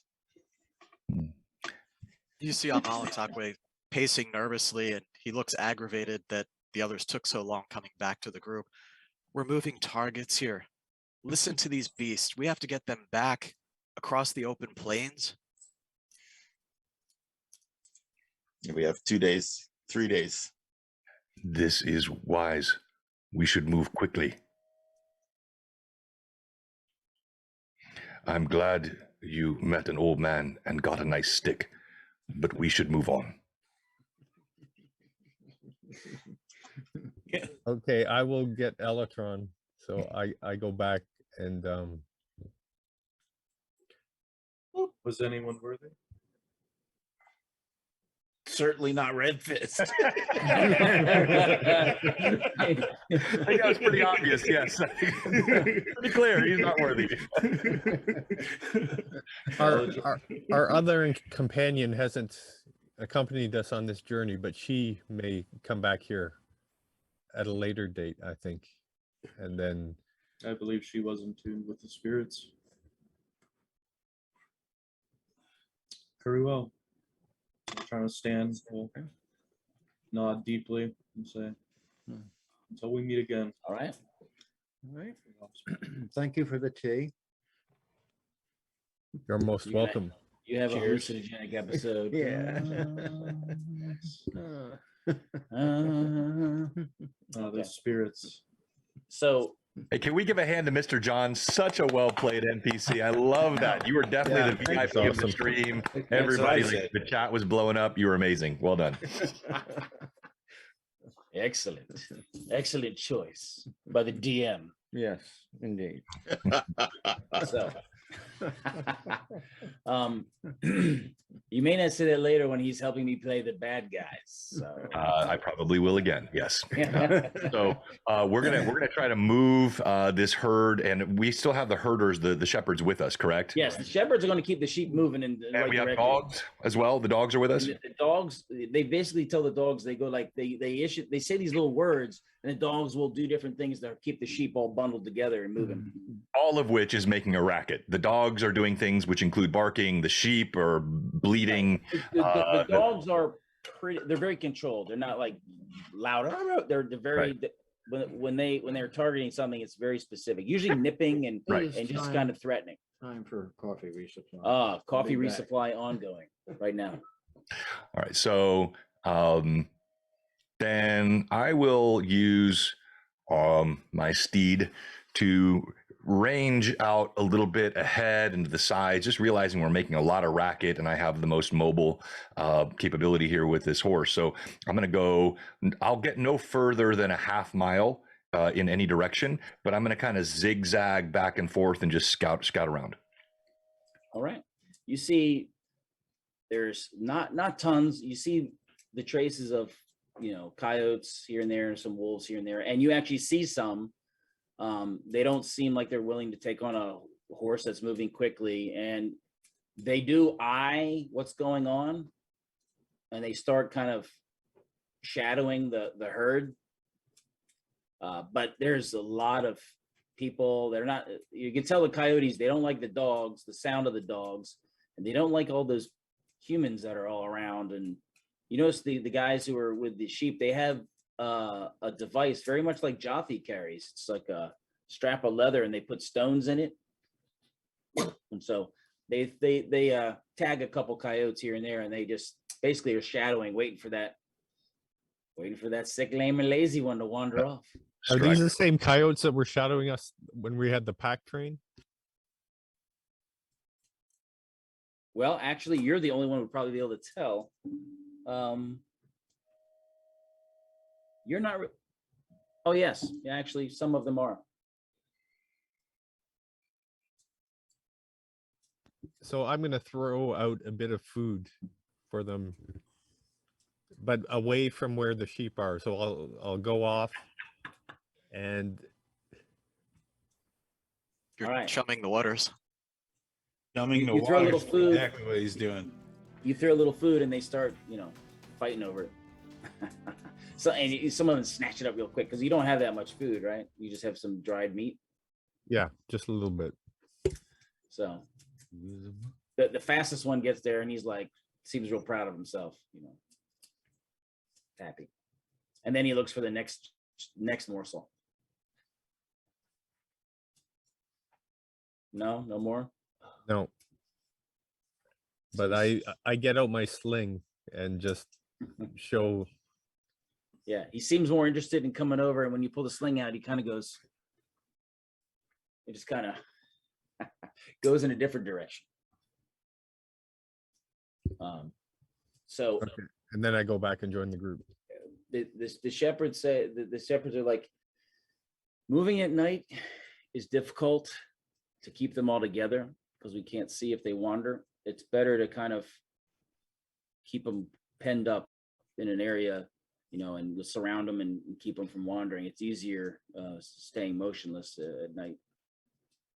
So you'll move for the rest of the day into the evening, and then Sleep Man will find a nice kind of sheltered little low area. So you have to actually get right up on it to see into it, and they all kind of, form a little circle around it. They want the big ones a little further away. They're because the dogs, the sheepdogs are still scared of the big ones, and but they're pretty docile as long as there's plenty of grass to munch on. You notice that the shepherds they're not wearing, they have leather, but they're wearing some sort of outlander clothing, and they seem quite comfortable. When the temperature drops and gets to freezing, it is uncomfortable. You all are not fitted with your typical winter attire. You haven't had a family to make it for you, and you haven't had the means to have that. So it's quite chilly for you guys at night. It's staying near a fire every so often, warming the feet up is something you have to do to avoid getting injured as it's dropping past freezing. But they seem quite comfortable. They just kind of put on they have a few things they just cover themselves with, and they seem very, very warm. I asked them about their clothes and how they keep them so warm. These clothes are made from sheep hair. It has magical properties? I do love wool, but I'm wearing wool socks right now, and this is wool. No, we cut their hair and it grows back, and they twist it into threads, and they put it on a loom. You know a loom? They make fabric. No. Is it a magic device? Yep, it sure is. Similar to now, you have seen them weave baskets, and they have weaved like some throw like rug or mats so you've seen that. And so he'll say it's like weaving a basket, but it's weaving the threads made of their hair. Oh, so these are not just good food, they give fiber too. Yes, they are. That is why the advisors have ordered them to come. Very, very useful, but obviously weak. They would never survive without us here. And we would never survive here without you. So thank you. Give us a The blanket. wisdom of the chiefs becomes more clear. So if you guys just maintain your security, there are some things that are creeping and crawling, but the appearance of as many people as you do have, plus a little bit of fire and so the sound of the dogs, there's not a lot of things wanting to come at a group that large and so strange. They want to eat what you have, but there's just such a large group, and it seems unusual and weird. And they get hit with stones when they get too close. So they're, the coyotes aren't quite there yet. So before we go to bed, I will walk over to the one that was being spoken to earlier and explain wool to Jothi, and I will say, Outlander, you have strange speech. Where are you from? Far to the south. You think I'm too stupid to know names? Far to the south is not a place. Where are you from? I am from Ulick.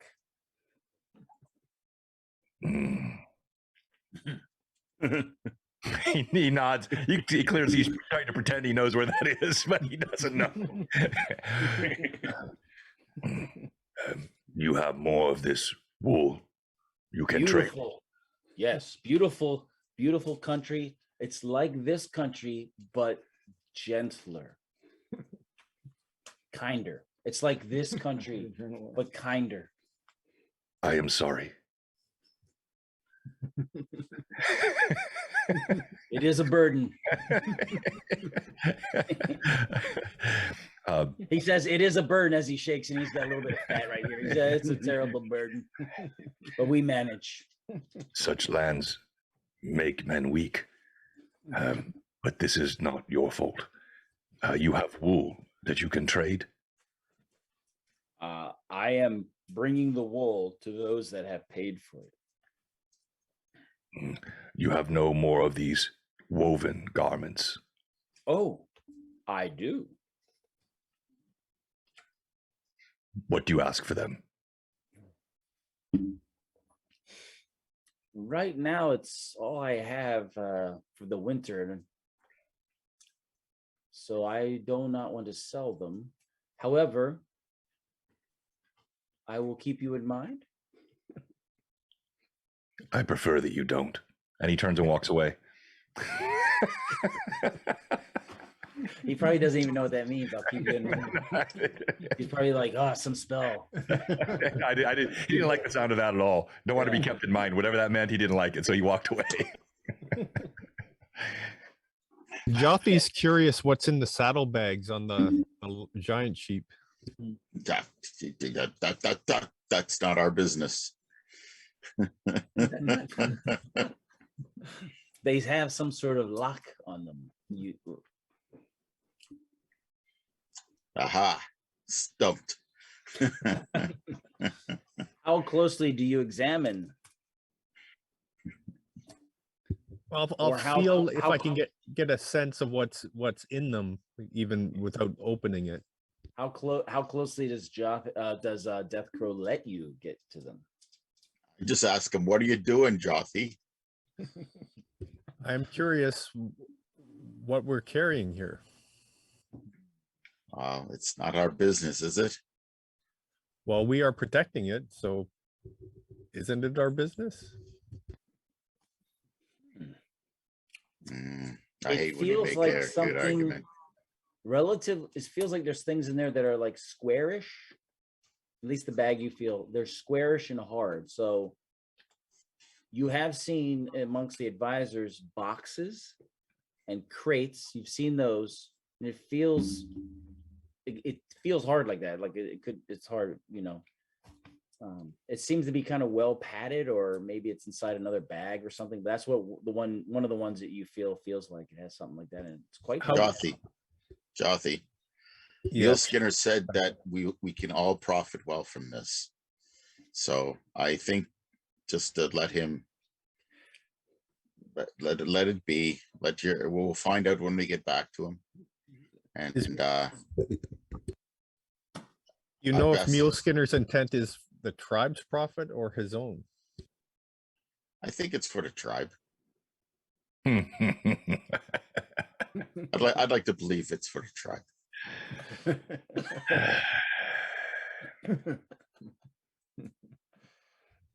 As they're having this conversation, I go to one of the giant sheep and I lay down and bed down on top of it with my knife in hand.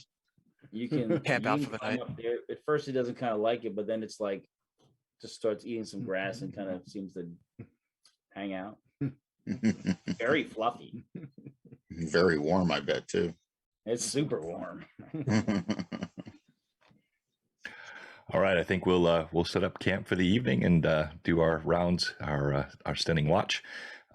Make sure we maintain some sort of vigil throughout the evening. And it passes pretty swiftly, as does your next day's journey. Are you going to peel off at the birch grove there, Death Crow? Yes, I am. So when you get to the birch grove, you see there's a couple people waiting in there. They're not hiding. They kind of see you. When you get over there, you see Monkey Boy is there. He's like, Mule Skinner 5 would like to be here. And he goes and he looks at him. He looks at the saddlebags first and checks their.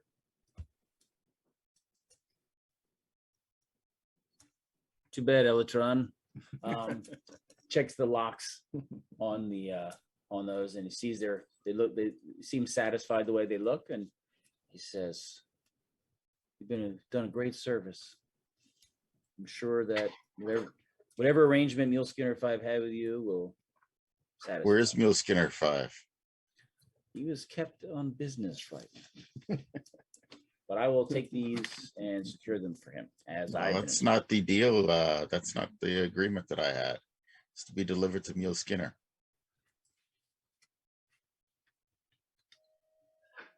I am here on his behalf. He's not able to come. And I'm sorry, I was He confused. limps. Is this just Death Crow? Did he peel off away from all of us, or are we all with him? He peeled off because he had to deliver these guys before you get back to camp. But we can't miss Like- a bunch of giant sheep Yeah, moving he's across So the did you terrain. peel off with Yeah, him you guys or won't miss it. alone? Well, I mean, it's rolling hills. It's just like in an ocean, you know, if you don't see what's over the next swell. So I have specific instructions. He is where the other sheep are going. So why don't we go with where the other sheep are then? He had a special arrangement for this, I believe he mentioned. It's not really, he's looking out for everybody, even further out than the War Sages, because he understands the needs and requirements more than they do. He does he? Oh, yeah. So what's in the bags? Whatever he's requested, I think. He wouldn't be specific and tell me myself. You were very astute in checking to ensure that they were still secure. Yes, to see if they're locked. Yes, he told me to do so.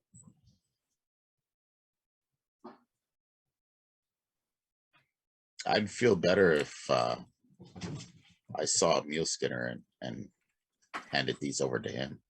Then wait here.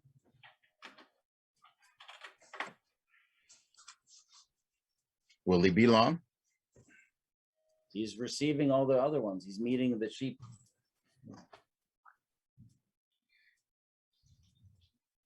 I shall then. That's Mule Skinner's alibi, is being at the other meeting.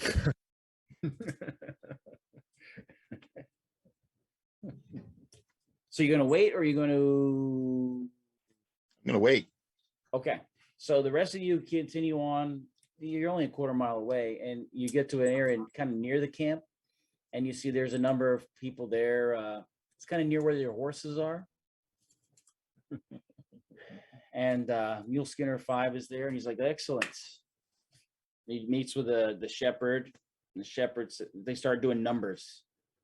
He's like, how many you got? And so how old are they? Whatever. And so, you know, there's some sort of, looks like leather, soft leather material, and they have these things that they're making scratch marks on the material, and they exchange them.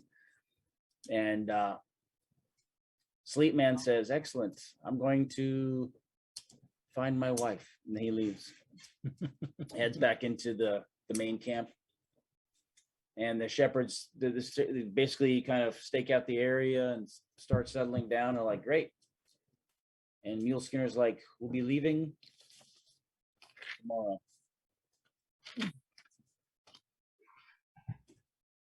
Leaving for where? Winter encampment. Well, some people will leave tomorrow. It'll probably be in 2 or 3 stages, 2 or 3 days stages.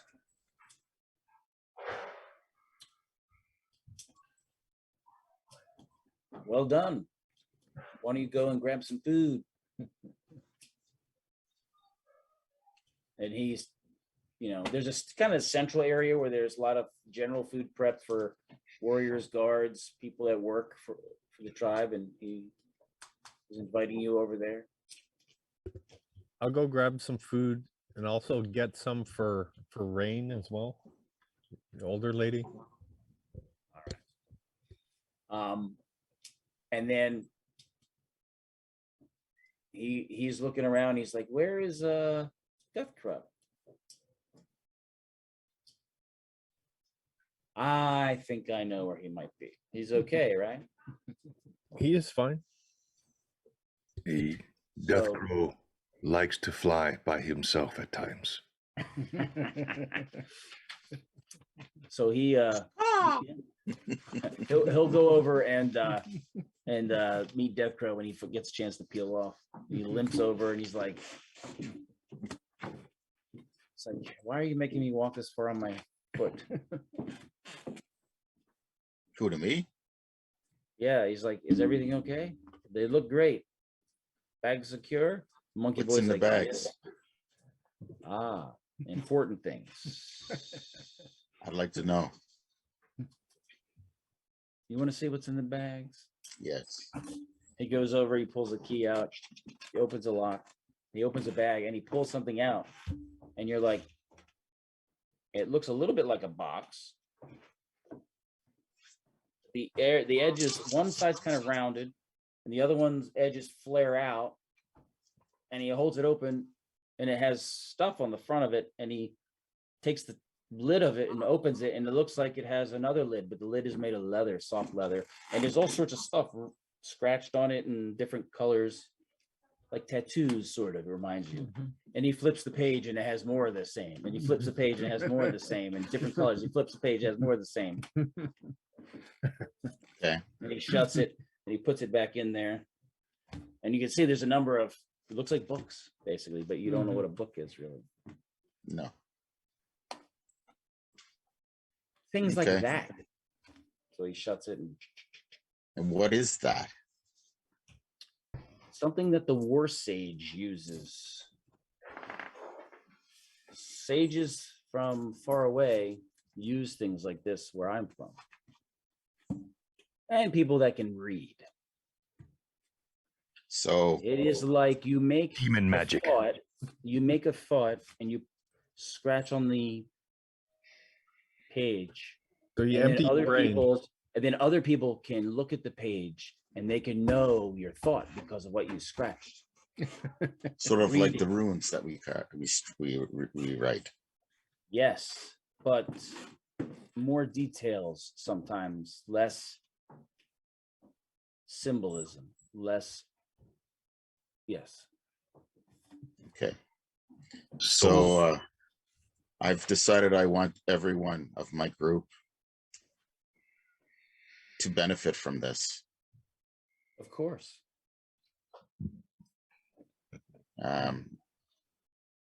When can it be expected?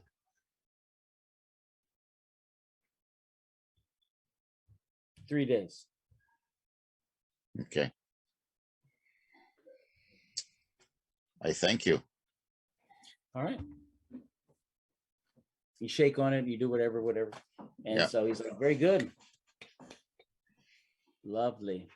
And I might make my way towards the group. All right, you're eating. We're going to pause right here. I want to take a 2-minute bio break. And I shall return. All right. Good stuff. Thank you, chatters. You guys are awesome. Yes, thank you. I don't keep it open, so I don't know what's going on. I'll get too distracted from these troublemakers. They're all just talking about how amazing your dad is.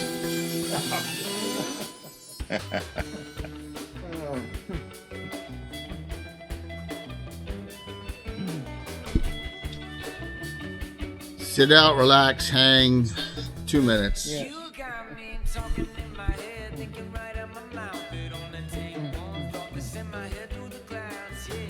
I mailed you a parcel yesterday there, Jay. Very cool, man. Very, very cool. I appreciate it. So in Awesome. about a week and a half, you should have it. Fantastic.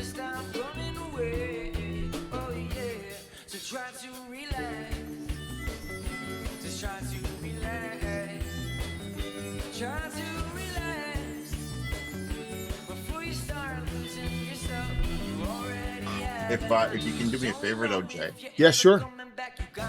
when you do get the parcel, Yes. can you try and open it with as many of the guys that you got there? Oh, okay. So the next package I get from you, wait. All right. Everybody's sending Jay parcels and stuff. We can do that.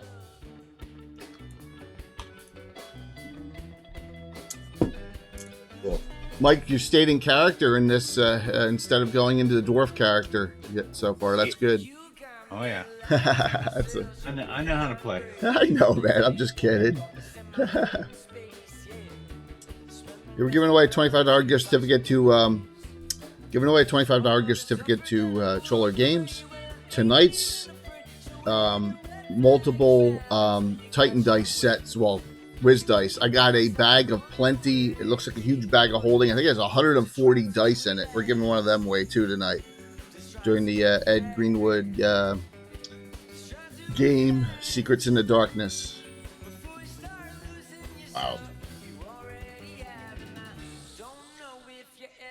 See if I hit the right button here.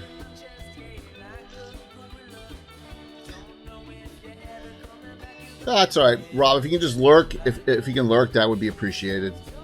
It's going to run from 6 to 11 too. So, thank you. Yeah, exactly. So that's going to be it. We may give away some other things too. So, I mean, I don't even know what's going to happen with Ed Greenwood and Eric Mona in the same game together. Oh my god. Absolute chaos. I don't even want to know. So it's gonna be unbelievable. So, John, how you doing? They'll probably run away with your game, Jay. How you doing, John? I'm doing great, thank you. Good to hear it. This is fun. This is a lot better than what I see when I try to log in. Yeah. From this position, yeah, it's tough, man. It's tough. So, yeah.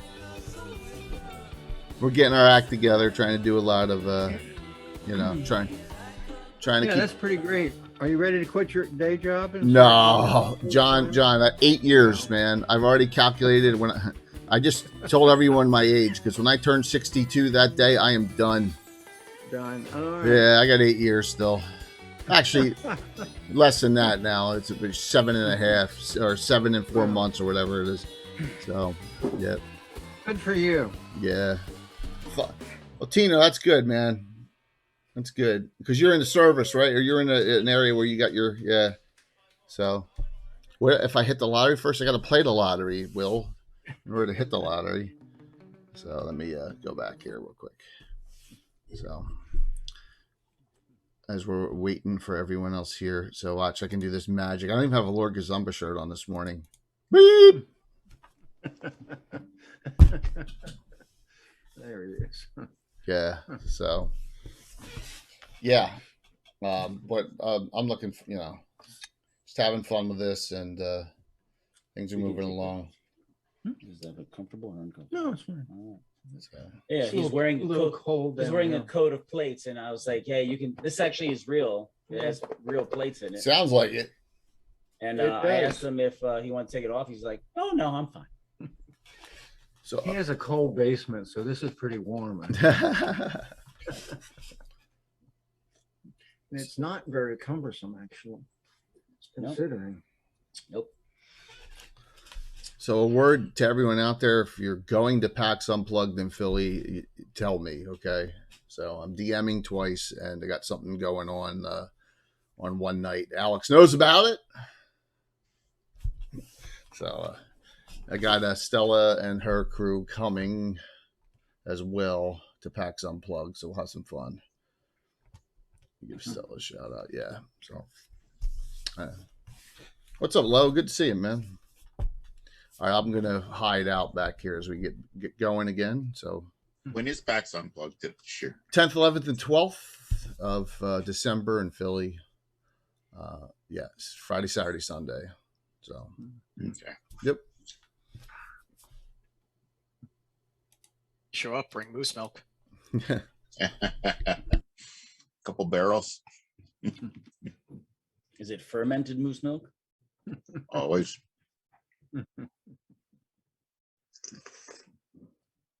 That's the only kind of moose milk you really want to be drinking.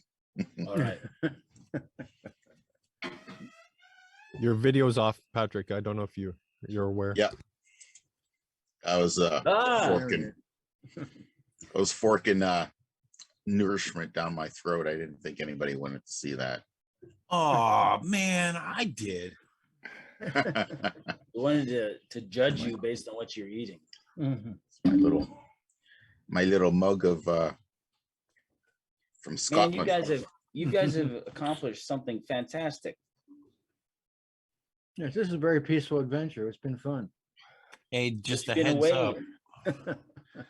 I know this is going over noon and like to 2:00, so I'll be having to scoot for like 2 minutes sometime during that time. Just a couple of minutes, I'll be AFK. All right. I'm So worried you're this saying is a kill you- calm before the storm here. What type of gear does Yeah. Seafstag carry?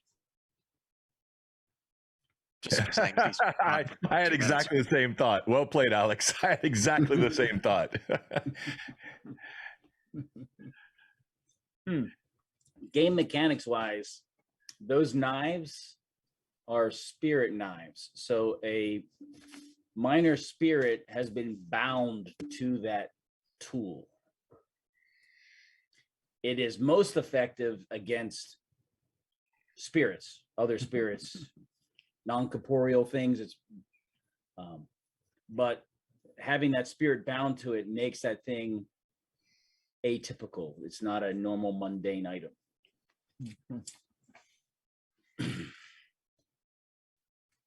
All right, after you guys are done feeding your face, getting that free food,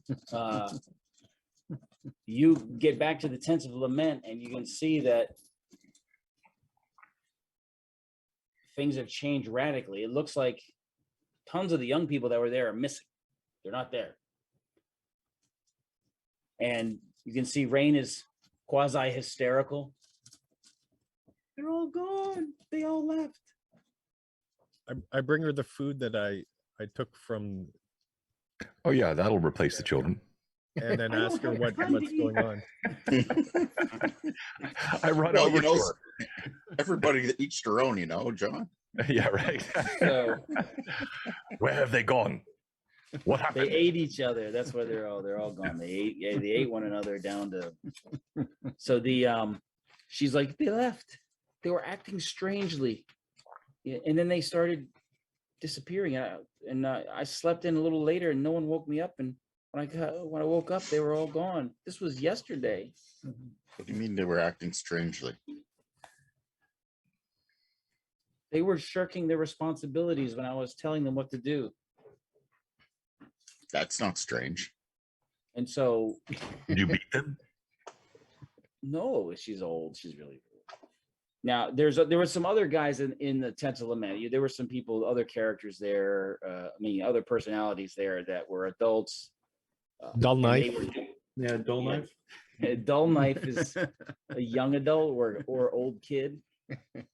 But you had no break. Remember the 4 you had a run in with on the first time? They were supposed to be watching the horses, and they let a horse get stolen, or let 6 horses get stolen. No Braids, who is he's very primitive. He only has furs, and he has bone piercings throughout his body, and he doesn't ride. He uses a stone axe and club. Thunder was a female who she was from a tribe extinct now, but a good rider, and she's got a lot of horsehair embellishments on all her clothing and her weapons and things like that. 4 Bears, and Coughing Fish was one who she would put a lot of mud and other stuff on her face, and so she was very dark, and she used the javelin. Coughing fish. Coughing Fish. Okay, Coughing. you were really scrambling for names. That is a real Indian name. A coughing fish. Wow. Horrible. What does a fish cough? Water or air? It's hard to tell unless you're in the water underwater. It's not complimentary, but I approach Rain and I say, have we sent trackers to find out what happened to these missing children? not yet. Everyone's too busy. Well, those 4 I mentioned, they're doing something else right now, but she does say that Coughing Fish has been missing as well. How old is she? She was one of those 4. She was an adult. She was the one who painted her face up real dark. Dull Knife is there, or Winter Wolf is still around. There's some other kids that are still around, but they were off very busy doing other tasks, washing the horses, running here and there, gathering wood. Rain, what are the elders doing? The whole camp is getting ready to move. People with families are all taking care of their families and packing and getting the tents down and so You there's said the not much children to were spare. gone yesterday. Yesterday. Children from the tents of lament, meaning children with no families, except for you. And yet children.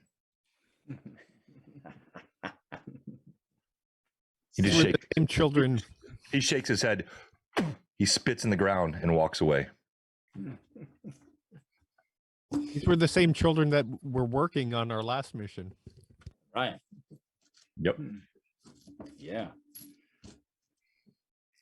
And you noted last time Red Fist had some particular affinity for these children. So this is deplorable to him to see the sort of casual nature in which, of course, Red Fist can't articulate it that way, but that's what you're conveying. I see on his face. Yeah. It's not so much casual as in there's too much to do and not enough time. And setting up your winter camp late could mean more people die. So it's like, I'm so calling it casual. Nope. Kids wandering off all by themselves, and you might be cold for an extra I night. really like it the way John's so judgmental. It's perfect. It's like, no, you disagree, you're wrong. Pelu are like the 70s for children. It's very Red Fist. Very Red It's Red Fist. It's not John. It's Red Fist. The I will say this: typically, when tribes would raid each other, historically, when they would raid, they would go in and kill off all the men, and they would sometimes take the women. Sometimes they would kill the infants, and they'd kill the kids that were like older than 8 or 9 or 10, 11. Kill them, anyone older than that, and just keep the kids who were in that range of young enough to be retrained and brought into the tribe and old enough to be able to not have to be carried and fed so they could actually do something. I fully get all That's that. legit. But I mean, that's you also legit. know Red Fist's background and like what happened to him, and like so this is all part of his character. I fully get what you're saying, Tim. You're playing. I wanted the audience to know that it's not Yeah. just some sort of thing. I'm like being, whatever. But yeah, but it's important to you guys because you actually care about them and they were nice and helpful. So where did they go? So who can track? Anybody see what direction they went? You all can track practically. Yes, you can follow. You can see where a lot of them have moved off in a direction. Who's the most suspicious of you and subtle? Well, I'm most suspicious, but definitely not the most subtle. So Yeah. I think. Well, you Give her a wouldn't twitchy necessarily. friend. Alex, your guy wouldn't know. So I think Elytron and Heathstag roll an intelligence check. So remember, intelligence times 4 on percentile dice. And you have to get below that, yeah? Yes. That's cocked die. Roll. 55. Tim, you said we roll that on percentile dice. Right. So it's your intelligence times 4 on percentile dice.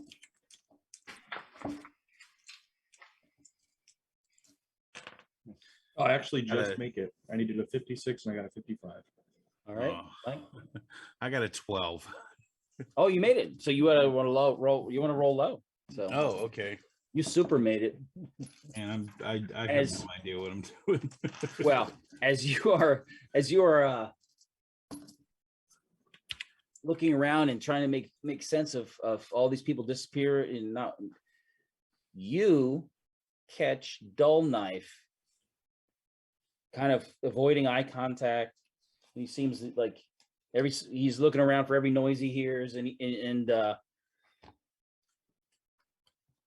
he just Seems mean, very jumpy. he stayed away from you guys in general because you never took any of his stuff, but he seems extra, like he's trying to slink off, We Do we who both sees notice this? that? Who notices it? Elotron and Heafstag see it. Okay. Heafstag recognized him from before. He had known him from before from other, and that's how Heafstag is the one that outed him with his real name, Dull Knife. I walk over to Dull Knife and ask him what is troubling him. I'm not doing anything. And Elotron will walk over to Red Fist and kind of Not tap him doing on the anything. shoulder and nod Not over Yeah, at you said, what am I Heafstag and doing? walk I'm not that doing way. anything. I didn't do anything. I didn't ask you what you were doing. I asked you what was troubling you. As Elatron tapped Red Fist, Red Fist's head swivels over. He sees Dull Knife, and the most derisive sneer you have ever seen in your life erupts across his face, and he turns and slowly begins walking over as he taps Elatron. Then Elotron just backs off and it's like, I'll let that play out. Tim, what did So- Tim? What did he say to me? He's like, I haven't done anything. Well, why are you didn't- talking to me? I didn't ask you if you did anything. I could just tell that something's bothering you, and I asked you what's bothering you Why do you think something's bothering me? because of the way you're acting. I'm not acting anyway. You guys are just coming over here and you're pressuring me. And look, what is? You stay back. I see his reaction. And I slink right behind him. Look, Dull Knife, He's like, it's not my fault. you need to tell us now I what's didn't- going on. I had get no very choice. close to him. I don't say a word. I let Heafstag do all the talking. I just stare limp knife right in the eyes. Lip knife. Well, he's not looking at you in the eyes. He's like looking around. He's like, okay. Sip some mushroom tea. Speak to us. I slowly whisper, I wonder which organ I should remove first. He says, look, One of the kidneys. I won't be 100 with you. Oh gosh, I kill him right then. No, I'm kidding. He doesn't I'm say gonna keep it a that. buck 100 50. with you. I'm I'm gonna gonna keep it be a all buck. right. All he right. says, I've been with Coughing Fish for a week or two. We've been together. But what happened was I just happened to be at the stream when she was happening to be there to wash. And then I noticed her face paint was off and she had an Agavul tattoo on her chin. And she saw me, caught me, and was going to kill me if I said anything.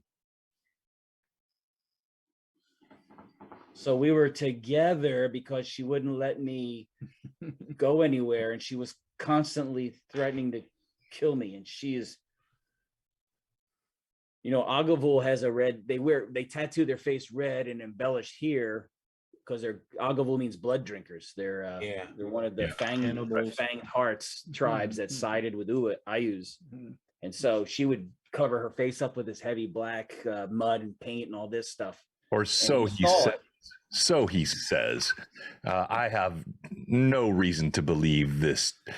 But he says she would have us talk to some of the others, and we would go and we would meet the white ladies, and they would talk and they were so happy. Then we would come back and we just did that. That's all. I just introduced them. I just got them to come meet the white ladies. Have we ever heard of these white ladies before? Does that ring any bells?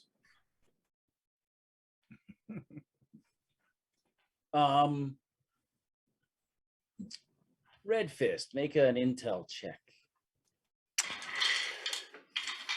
Uh-oh, there we go. Oh gosh, miserable 96 on the die. Nope, not ringing a bell. Wait, wait a minute. Not ringing a bell there. Not ringing a bell. Man, I need that on my crit rolls. What the heck was that? You're so angry at him. You're like, don't even remember anything at all. You're like, so that's what he says, and he's like, the path you can see, and he's pointing kind of where other side of the stream. You can see where the kids play and they run around, whatever, and you can see where a number of them have walked. So you see the way the grass is pushed down. The ground is kind of wet here. You can see that definitely there's been kids coming and going, and it looks like a lot of them went and haven't come back. Sounds like Dalknife has volunteered as our guide. Yes. Yep. I'll show you, but you have to protect me from coughing fish. Protect you.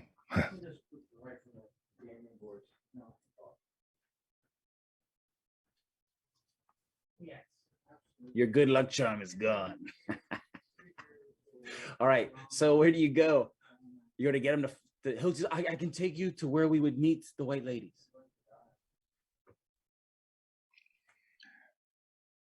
They're not far. Ultron kind of Somebody's says, got "What if noise the in the children background. are-" Somebody might want to mute. I can hear a voice. That might be my dad talking. He's on the phone. Oh, all right. Well, never mind then. So I look to Heath Stag and Elatron and Jothi and Alamahasquai and to Death Crow. I shrug. You can see the disdain I have for Dull Knife has dulled my wits, and so I am. Nice play. I am just allowing the party to choose what we do next. We if should it's- go. If but it's we for the need to be children careful. that Yeah, there's no mention of the children. son of a get away, kitty. Oh, that hurt. Sneak attack. Sneak attack. Yeah. The claws. Yeah, like needles. The children's safety, their welfare is dependent upon us. We know what we know. He never mentioned Uh, the children. We still don't know if Yeah, he took them didn't with mention them. the children. He just Wait, he put led them the there. children to the No, white he women. led the children to the white ladies. That's right. Oh, okay. Him and coughing fish would get him to come over, and they were happy. They were nice. We need to entreat the elders with this information and let them know that we are not going to be here for the camp because we're going to be going to Okay. to You seek can out get the a hold children. of you can get a hold of a Red Shield, and Tall Bull will come over. He's one of the Yeah. chiefs. He'll come over, and he seems very, very concerned. You give them the gist of this, he and says, yes, you must go and rescue and or avenge this Yeah, horrible deed. And we tell him these children have been led to the Karens, and we must seek them out. yeah, He supports we you. can't let them fall to that faith. And this, what's her name? Rain. No, Coughing fish. Coughing fish. Oh, coughing fish. This coughing fish, I want her head. She's mine. Mm. This is the You all second have time. to. You will all have to decide who gets her head, but don't bring her back alive. She won't be. I lay a hand on Death Crow's shoulder. If she is a blood drinker, we will do as you say, but I do not trust this fool. And he nods toward Dull Knife. He was spying on her to look upon her nakedness. He tells a story I do not believe. Let us use our eyes and not rely upon the words of this coward. I agree. Such fools can weave truth into their being for self-preservation. Internals term. internal tribal turmoil is so painful, and now you've come to the total core of this whole wilderness of pain. Is just this internal turmoil. That's it. Let's be on You our did way. it. Let's You go. did it. Let's move. All right.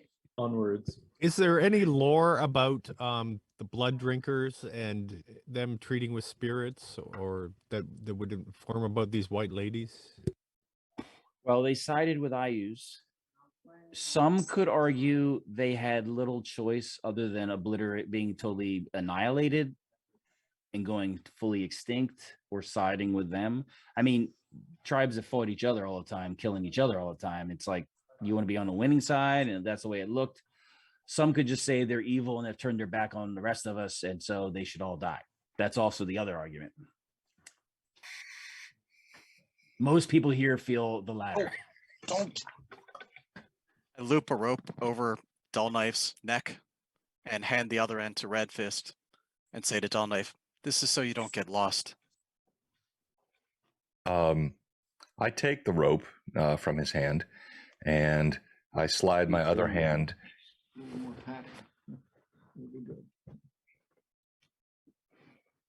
And I ensure the rope is cinched properly, and nod. He's like, I'm not going to run. I have nowhere to go. You're right. Nowhere to go. I can't be hard when you keep showing that cat, Patrick. Like that thing is just so Sorry, cute. man. It's You're either messing up my that or it mojo. bites my feet, okay?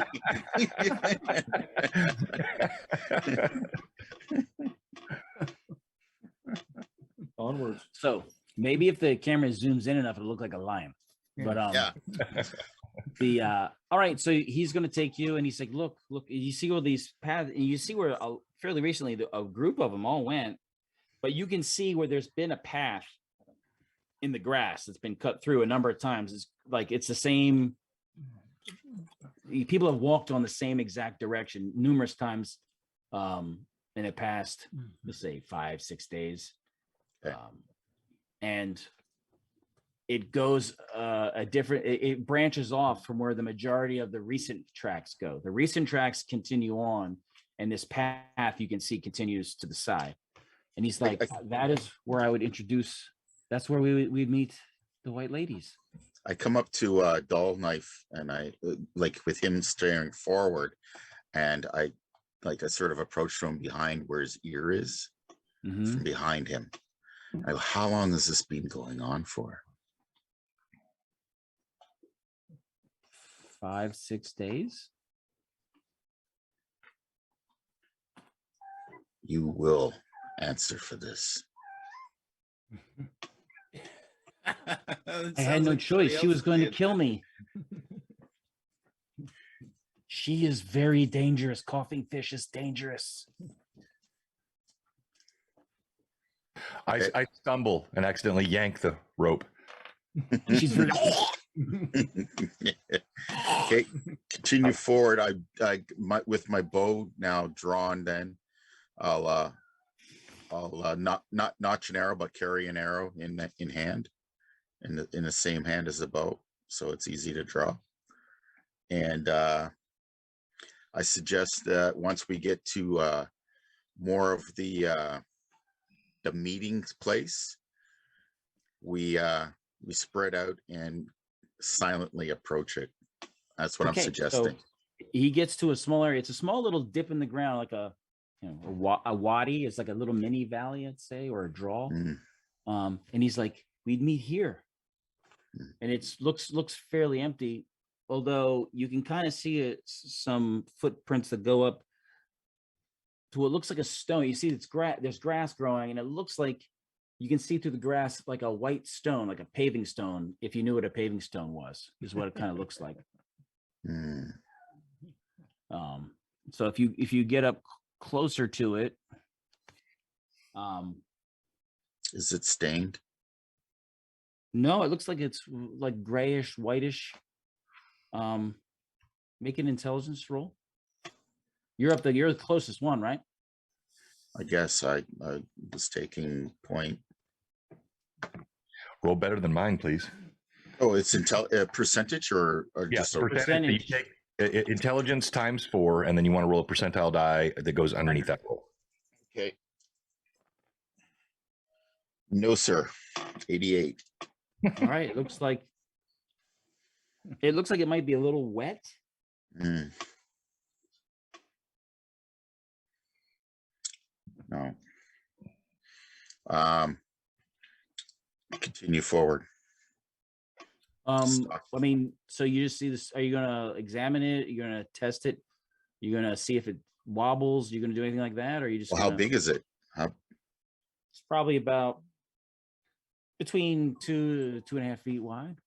Oh, okay. Now the grass kind of overhangs the edges of it, so it's not immediately apparent that it's that size, but it's what it looks like on close scrutiny.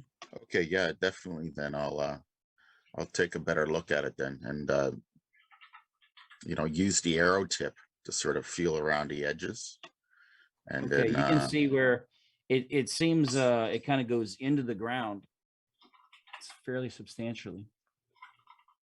like a pillar or something, or an Doorway. altar, Not really sure. doorway. A grave. You do notice that on the tip of your arrow, a little bit of the material flakes off, and when you pull it away, you see that what looked like a flake of that stone just starts to melt, and you see it looks like it's ice. Oh, really? Okay.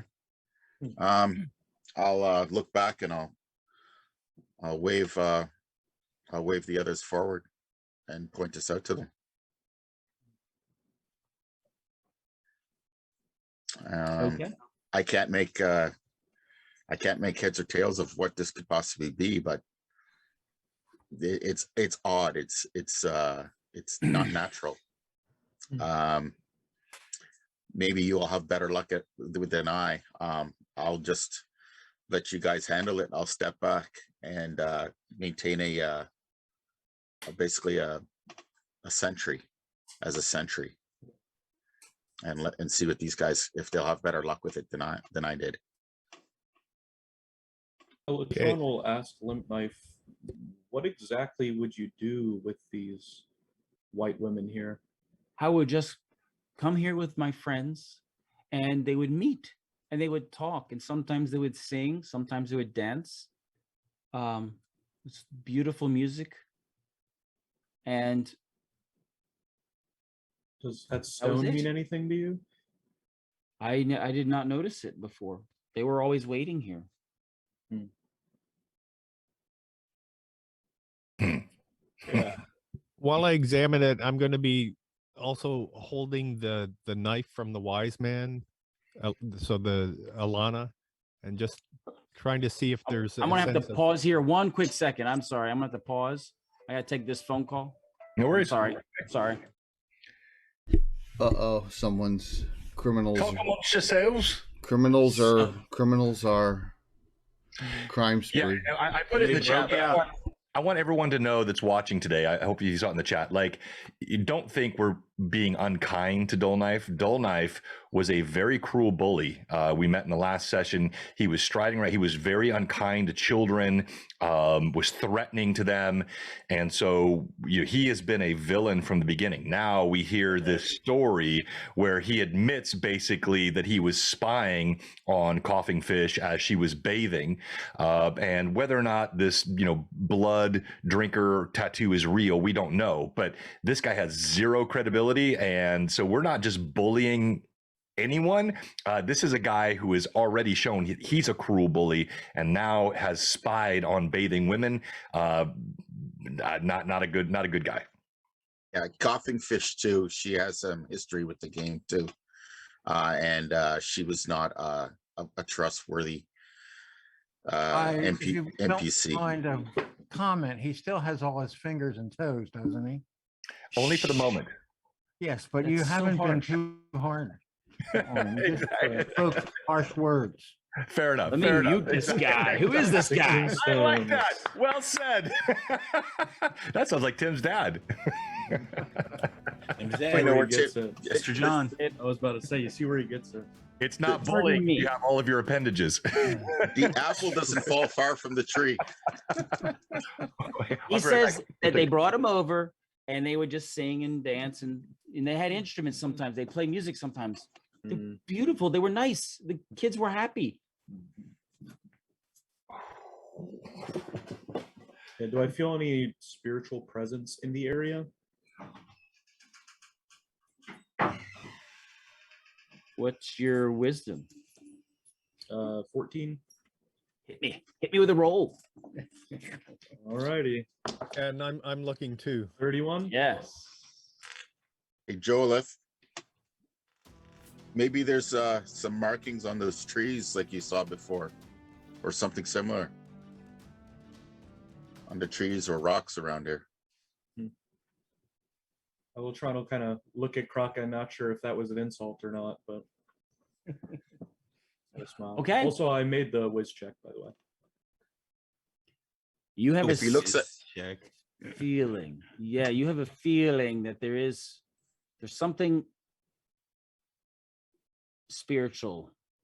Something's you can't put your finger on it, but there's something here. All of you religious types all have some sort of feeling that something's. How was your roll, Jati? Yeah, I made it. I had 42. The feeling you have is particularly fey in nature. for Or for Faye's sake. for faith's sake. Yes, spirits are. Our weapons may come in handy from the wise man. Well, we know who's going to be front line now. Yeah, Electron will walk over to the little block of ice. With the water spirit knife out, and gonna touch it to the ice block and see if there's any reaction or feeling something. Seems very, very hard ice. You put a little teeny hairline scratch in it. I mean, that's it. The base, very hardly anything. Okay. It just comes to me. It's just coming to me. Can you lift it up? Can you move it? That's what I was thinking too. That it's some kind of a door. Somebody grab it. Electron looks at the larger individuals in the party and is like, help Red yourself. Fist I'll is give it looking- an attempt. I'll give it an attempt to lift it All right, up. you get down and you're gonna grab it on the edges, or are you gonna stomp on it, or are you gonna describe what you're gonna do with the? Grab it on the edges and try to pry it up. All right, so as you grab your hands here, all of a sudden, you know how like when you touch something metal in the winter, your skin freezes to it, kind of. Yes. It feels like that, except it now seems like the ice, although it's hard and rigid, is now swirling like a whirlpool, and your arms are pulled in and your head is pulled into the ice. And basically everyone's sitting there looking at you as this whirlpool of ice is sucking you down into the ground Fantastic. until your feet disappear. Fantastic. And Wait, so you got sucked in all the Yeah, way? I got sucked in all the way Like a toilet bowl. Look. because I just had to go and lift it up. I just had to. all right, time's ticking. Ooh. Okay, this is a conundrum. Heafstag is Redfist's favorite member of the party from the last session because he showed his prowess in combat more than any other. But he hates magic. Despite like this would. Hang on here. Gothi's gonna jump in. Do I see anything? Electron will follow. Electron's You gonna jump in? dive. Yes. You hit your head. Jothy jumps in. Red right, Fist you're will like- move forward. You're pulled in the same way. It's cold, Holy cow. Red Fist does. crushing. Do I see You Heath sense Stag another anywhere? presence with you, like Heath Stag. That's all I'm going to say right this moment. That's I was asking what I saw. Right, we had to wait for Anybody that. else, I would have stayed Yeah. outside. Only Heafstag could have lured me in here, you jerk. Sorry. Electron's gonna look at the ice now that two people have been sucked into it and see if there's any noticeable change. Like, does Oh, he see it anything in actually the levels ice? out and looks just pristine and beautiful and curious as before. Weird. But no discernible difference from before they touched it. Like, don't see any like shrunken down versions of the party members inside or anything like that. No, you can't really see through. You think you might make out somebody's foot. That's 2 rounds. I start looking around the area quickly to see if there's any other of these ice stones around. All right. Who else is looking? Anybody? Well, first, was Red Fist still holding the rope that had Dull Knife when he went in there? Yeah, I dragged that rope with me when I went through. Like, I never let go of it. Oh, did you jump in? Oh, I did. Yes, I said Heavestag's the only one that could have drawn. Oh, like, okay. so you're I sucked kept- in as well. You and are I'm sucked pull- in as I'm- well. and I'm pulling the rope with Dull Knife with me. All right. That's 3 rounds. So you're searching, Death Crow's searching. The only people left outside are Elatron and Red Fist, right? Kraken. Oh, and Kraken. Almalasque. have No, a- A12 there is out with us too. Huh? A12. AMALH. Oh, yeah. I said Almalasque. Almalasque. I'm just calling him A12. All right. So you two are hurriedly searching through the area, right?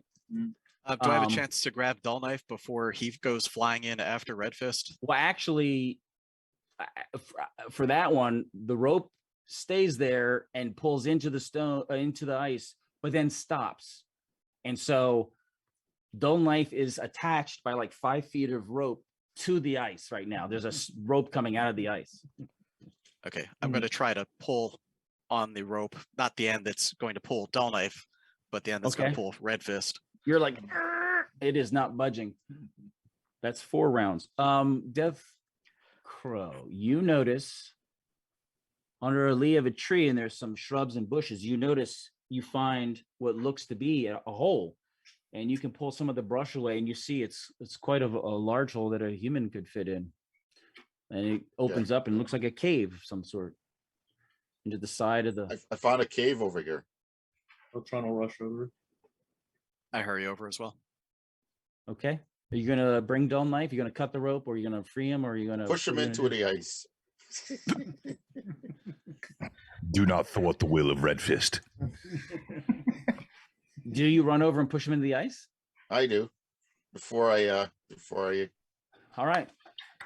You push him in, and his same thing happens to him. okay, Um, go over Okay. to the hole. you're going down the hole now. You going in? Yeah. It's dark, but you go in. I'll light a little flame in my hand with magic flame. Show off. Roll your Oh. casting roll. Die 20. Oh jeez. All right. It's a Oh, 2. Not a fumble. hurts. No, what? No. Window. All right. So he's got light, and you're going down. You notice it is getting colder, and it goes down. And then you hit a point where it turns and then goes back down towards where the ice was that you recall. Okay. And Elatron, you're right behind him. Alex, Yeah. you behind him. Bring up the rear. Yeah, All I'll right. bring, as we're rushing down, I'll bring Spark out into the neck of my little cloak there. So little fire newt scrambles up my body and is All looking out right. there glowing. You get down and it opens into a chamber. Pause here. I'm going back to Heath Stag. You are grabbing this and you're violently sucked down into this. Initially, you're thinking like water, but it's hard and immobile and won't let you move. And you end up sitting there. You can tell you're upside down, but you cannot breathe. You're encased in ice and you're just there, unable to move. And you feel like you are getting colder. You're like, uh-oh. Totally unable to move. And it doesn't feel like you're melting the ice. Correct it. Well, you have whatever breaths you in your lungs, and you're not breathing. There's no air to suck in. You're encased entirely in ice. And you can feel that it's not melting, but you are getting colder. And then while you're there, you feel violently moved around. And you can perceive that maybe somebody else near you. And then you move around again. and then you, and at some point you feel like your arm is not in ice anymore, but the rest of your body is in ice. So, and the rest of you have variations of that, but just not as long as his. Oh, you're not gonna like what I'm gonna suggest if it's what I think it is.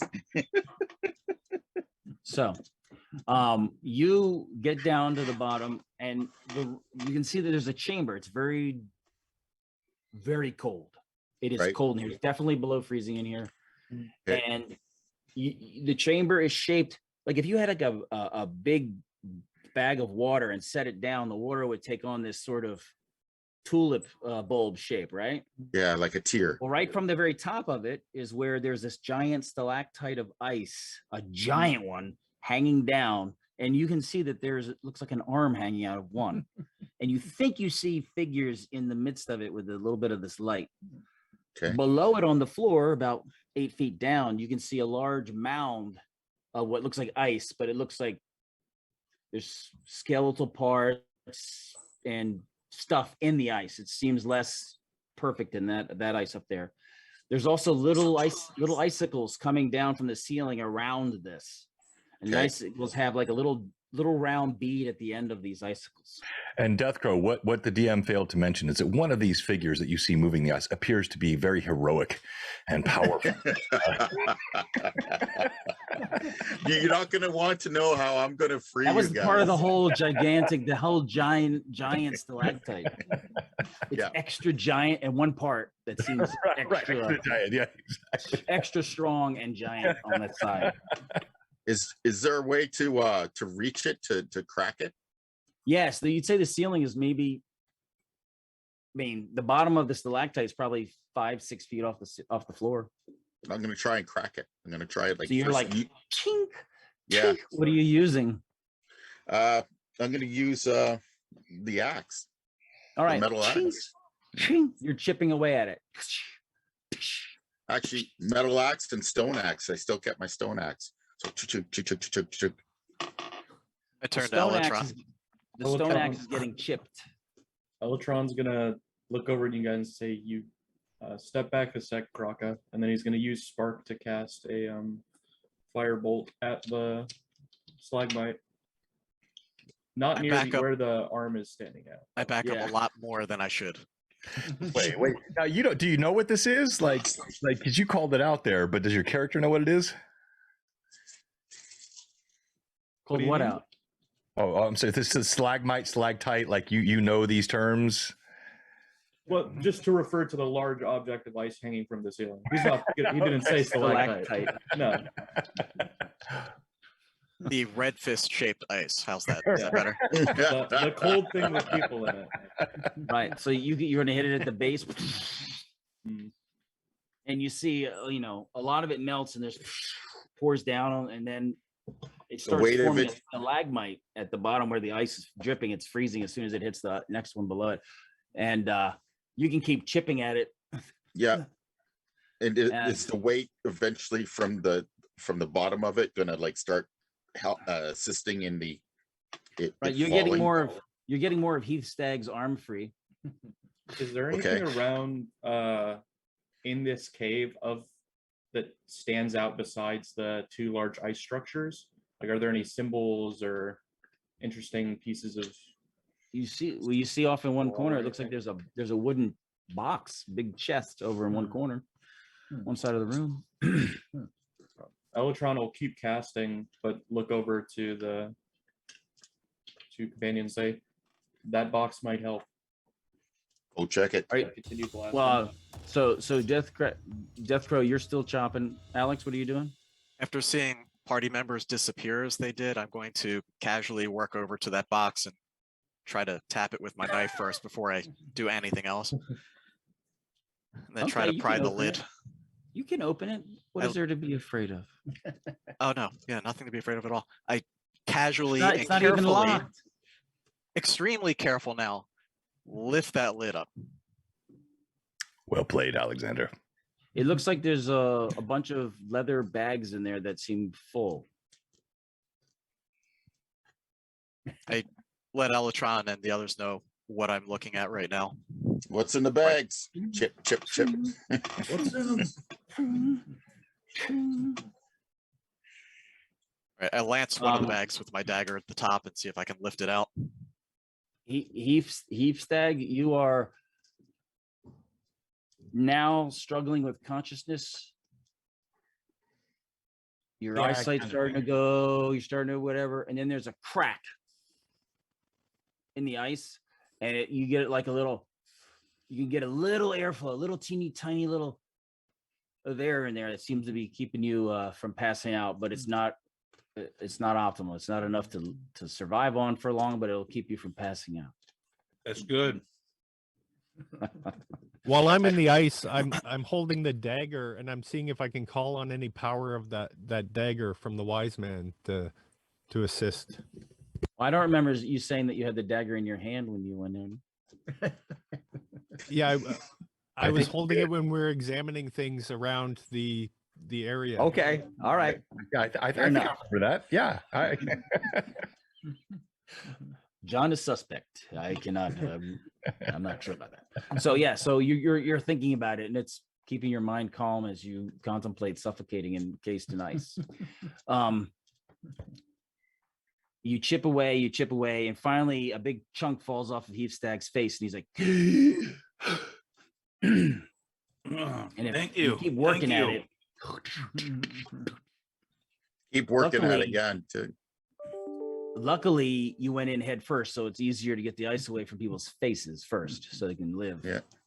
And eventually, you chip away, and keep everyone from dying. But it's very cold. They're shivering. Ice. And then Ice. Maybe. I knew that was coming. I said maybe. I said maybe. I said maybe. I knew it. Ice, baby. I remember in Maybe. the army. When I was in the infantry school, we had to do a swim test just to show we could not drown, and we did it in an outdoor pool in November. And I remember you're seeing your breath, and we were in BDUs wearing this, and I remember sitting there, and Vanilla Ice was real big back then. I was like, ice, baby. I was a big hit. For amongst my peers for that. To be clear, I said ice, maybe. Yeah, I said ice. I was quoting the proper lyrics. So you chip them free, and eventually you can get them to drop in, and you got to help them down because they're going to fall on this other big Yep. ball of ice at the bottom. Well, I'll never try to open up an ice door again. Sky guy, I will never leave behind you again. Thank you. That's encouraging. There you go. Did you Okay. see anything with the bags? Is anybody still locked up in ice? No, I'll say you took you a while to chop them out, but you got them out. Okay. Once you clear Because I your was going to airways, say, they were fine. if it was anything, delicate that I would have to worry about. Oh, Dull Knife got pushed in feet first, so his head's still up there, even though his no, feet are- no, he would have went head first in because he was like neck. Yeah, I was His pulling neck my was neck, drawn? he went neck first. right. But I mean, you shoved him in. You had Yeah. to shove him. Oh, okay. No, All right, so he would've went in head first. because I was still pulling that right. Yeah, so he came out head first. Then you Yeah. saved him. Yeah, okay. 'Cause the only reason why I was going to say is like if there's any delicate parts, I could urinate on that to melt the ice away. Yeah. Oh, there's a big ball of ice on the ground. You could just try that. stole a line I had in mind for later in the session, Patrick. Like we gotta sync up before these games. Okay. So you free them. You're in this room. It's very Yeah. cold. There's a big ice ball. It looks like it has remains of things in it. They child-sized remains. You can dig through there. You can see it's got like animals, a coyote remains, even a pigeon, bird, a goblin. There's a human skeleton in the midst of all this as well, and you can kind of dig it out. It's not as hard. This ice down here is more natural, it's not a. Is it Failed. child sized, the human skeleton, or No, it looks like it has equipment with it. There's a bow, Arrows? arrows that are kind of old and cracked from the ice. And a necklace. And there's something familiar about the design on the necklace and on the arrows. You're like, Familiar. Who has a familiarity with Coughing designs? fish? Is it coughing fishes? stuff? No, it reminds you of one you've seen, and then it just dawns on you. It reminds you of some of the family decorations that Alawe uses. Oh,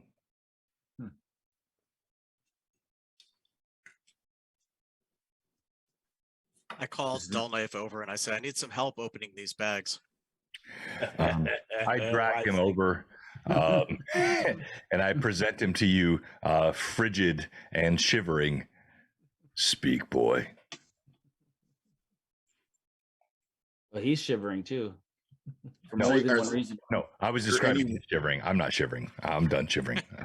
Is there any warm clothing that can be acquired from these other skeletal remains? No, that they're all waterlogged once they fall.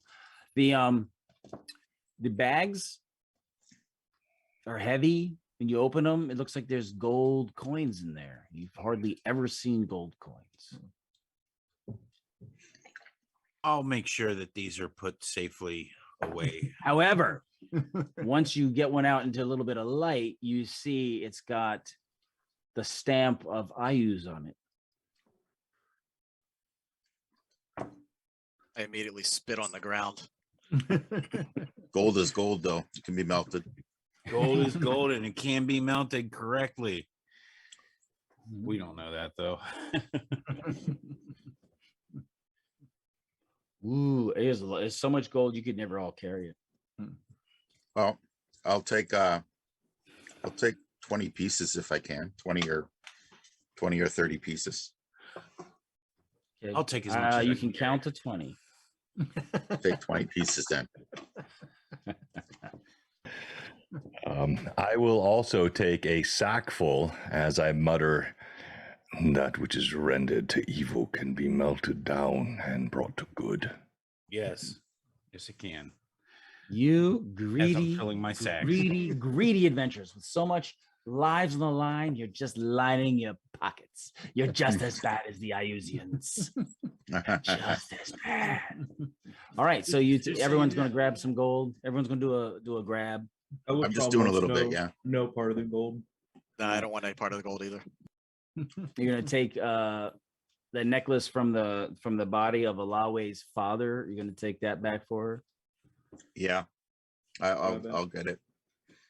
And the Since- arrows, what since- kind of arrows? What kind of arrows are they? Are they They're fit my old and longbow? they're old and kind of broke. They kind of cracked and Oh. broke in the ice. Good What arrow. about the father's been- arrowheads? You can take the arrowheads, yeah. Are they metal or stone? Yeah, that's They're what I was stone. going to ask. They're stone.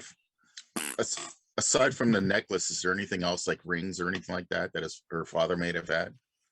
Knife, a Knife. bow, arrows, and necklace. They're all like marked with his particular markings. Okay, then I'll take the knife and the necklace. Those are the two smallest items, and I'll put How those many- into my backpack. How many arrowheads? 12. 12. Do you want any of these, Red Fist? He shakes his head. I thank you, Eavestag, but no, I have these metal arrows now, and those have no value. But we must move forward.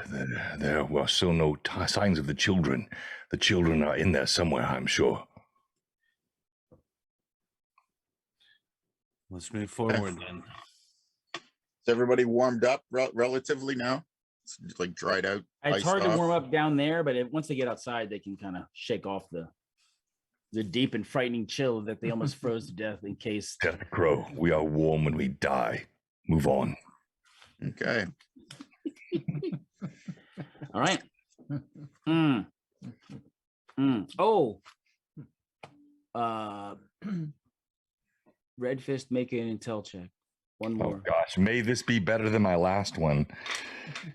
Look at these glorious metal dice. They normally do well for me, but let's see here. Okay, it's a 42. My intelligence is 11 or higher. You're good. I made it. You notice that on the walls, there's something scratched on the wall, and it like, oh. And you see a symbol for Shakak on the wall.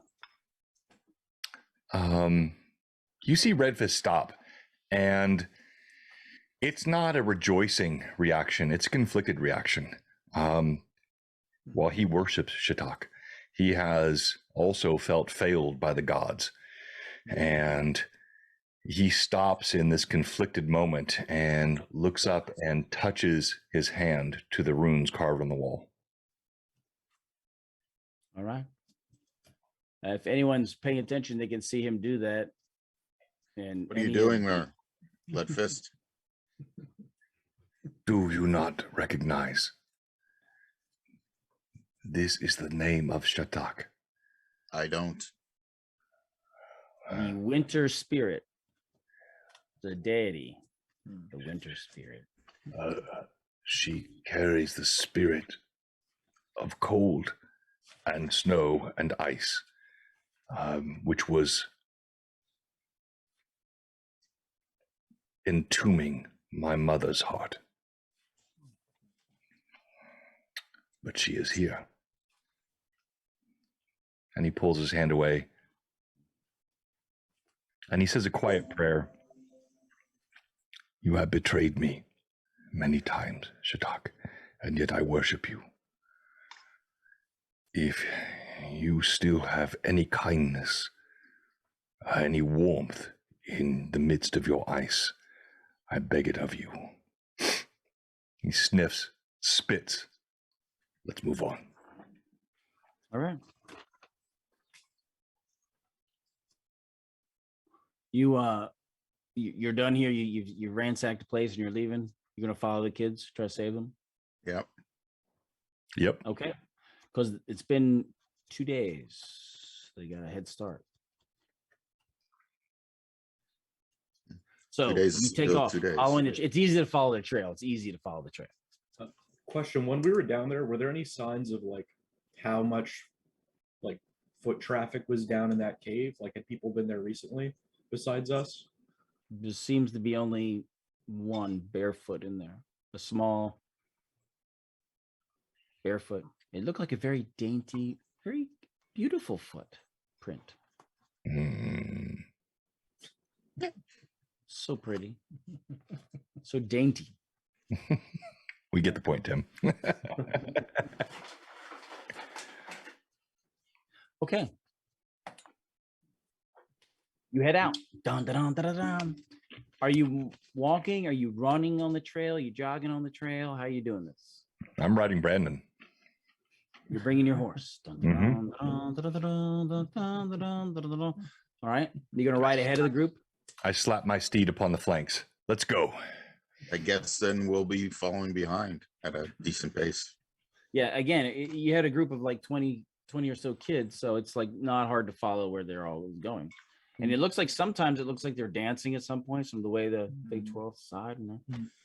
Were there any larger footprints along with all the children? You found some very, if you stop and look, very lovely, dainty footprints. Bare feet, cold, but very attractive footprint. All right, you continue on. Damn, that's a nice footprint. Got a foot fetish going here. We should take a cast of it or something. I do like, yes, Robert's right. The sound of coconuts are clapping together. Yep.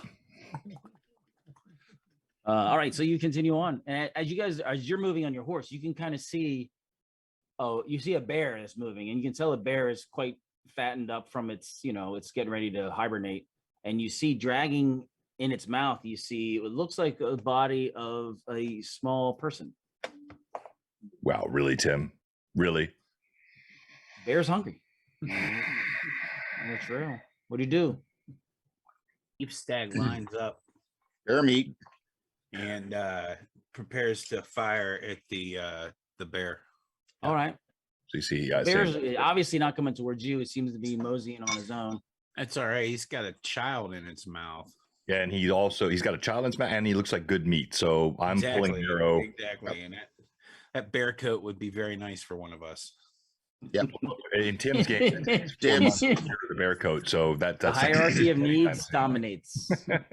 All right. So is everybody lining up, or are you just willy-nilly all shooting? Me and Half Stag are going to see who shoots the best on this one again.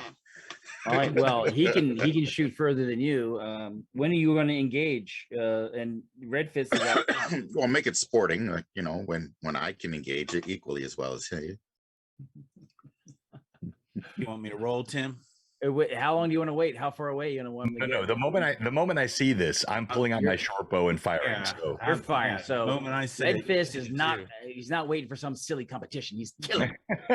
So see, yeah, I'm not waiting at all either. As soon as you describe it, that was my. All right. Move. So right now, Red Fist and Heap Stag can fire at the same time. Okay. Because his range is. I'm just gonna show you that number right there. Okay. Nice. Roll percentile. I told y'all Heap Stag is the man. We had the same thing last, so I did not do as well. So go ahead. I think I'm going to hit probably, but go ahead, Heap Stag.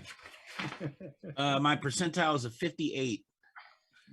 That's not bad for the first roll of the night. For right. Attacking. We're starting out with triple damage. Nice. That was one of my stone arrows, by the way. Saving the metal for special targets. You better believe it. Big money, no Okay. whammies. All right. What was your damage? I didn't roll it. What is the it's triple damage. So go ahead and roll the dice, and then I'll tell you what happened. Which dice, buddy? I don't know. Oh, 3 dice 6. 3 dice 6. So that is a 13 altogether. Actually, my bad. It's a longbow. Right. 3 die 8. Oh, okay. Damn. All right. It's got a heavier arrow. Oh, 3d8 on longbow, Tim? Golly. that's 20 points of damage. I rolled 2 8s. All right. That's good enough to kill like 7 villagers with one bow, with one arrow. The arrow hits the bear in its rear limb, its rear leg, and it drops the thing, and it looks really super angry, and it starts kind of moving around. As it moves around, you see that it looks like it's been injured. It looks like part of its ear is gone, and there's damage on its face. It's shimmering. It's shiny. Part of his face is shiny, and it looks like his hair's matted, and he's running around. You can see as he's moving around, there's a pulsing spout of blood coming out of his back hind leg, like you hit a femoral artery or something, and it like and it gets slower, and then just kind of goes over. And Red Fist's arrow strikes him, and clearly is the felling blow. Right as it's falling, it's about to teeter to fall. Your arrow goes. It gets stuck in the neck skin. It just sits there, and he's like, oh. Red Fist Bear Slayer. So the bear goes down. Nice. Gotta love that. All right, I'm going to collect my arrow if it's still usable. Well, it hits with a lot of force. Collect my arrow and it's go. Broken. Oh, it's broken. Okay. Oh yeah. All right. Much less force. How is that one? I had a 16 plus 4, so it's a 20, but not a nat, so not as good. It's broken. It's stuck in it, and then it fell on it, and it crumpled it all up. We're trying. We're very stingy with the arrows. Arrows are important when Arrows you're are wearing very leather important. armor. That's right. Arrows are very important. Keep the bastards away. Okay, I'm going to investigate what it had. Death Crow is like, I would have totally schooled them in that if I got closer. I'm going to investigate what the bear was holding in its mouth. So it had dropped. It was a child that you could see the child is actually still alive. The bear hadn't killed it. It was just dragging it along, and it's like they left without me. Is the child wounded at all, or? Yeah, he's bad. He's not doing that great. He was playing dead when the bear got him because he's like, you didn't want to get mauled on. But the bear was carrying it away to eat it. I will cast a Cure Light Wounds on him. I quickly start cutting up pieces of the bear to hand out to the party and suggest we keep moving. Elatron will ask Keepstag if it's cool to skin him, and if so, he'll start skinning him. Yeah, absolutely. The children have a lead on us. How long do we want to spend on the bear? Can we come back to it? Well, if all of you team up on it, you can, as long as if you just want to take the hide off, you can take it off fairly quickly for all of you. You can take most of the meat off in giant chunks and then continue on your way. How much did this bear weigh? That was a black bear. It was not a big giant bear. It wasn't. But you can see the side of its face is damaged. It looks like if you were to, when you feel it, it like the hair has like melting ice on the side of its body. So its hair was matted. It was actually melting ice. So it had gotten some sort of cold damage on it. I shake my head at the rest of the party. We have no need of this bear meat. The last bear that we killed is taking us half a year to cure. Let's move on after the children. And Heefstag, well done. Thank you. Thank you. Thank you very much. As I reach down to heal this poor child, you were going to say something. What were you going to say, Tim? Oh, he was just like, they left me. Oh, okay. Well, I reach down and place my hand upon the child's chest and murmur out a couple of words to my God, Hang, and a glow emits from the bottom of my hand and goes into him, healing his wounds. Okay. I pull the rope from Dull Knife's neck and point out to Red Fist.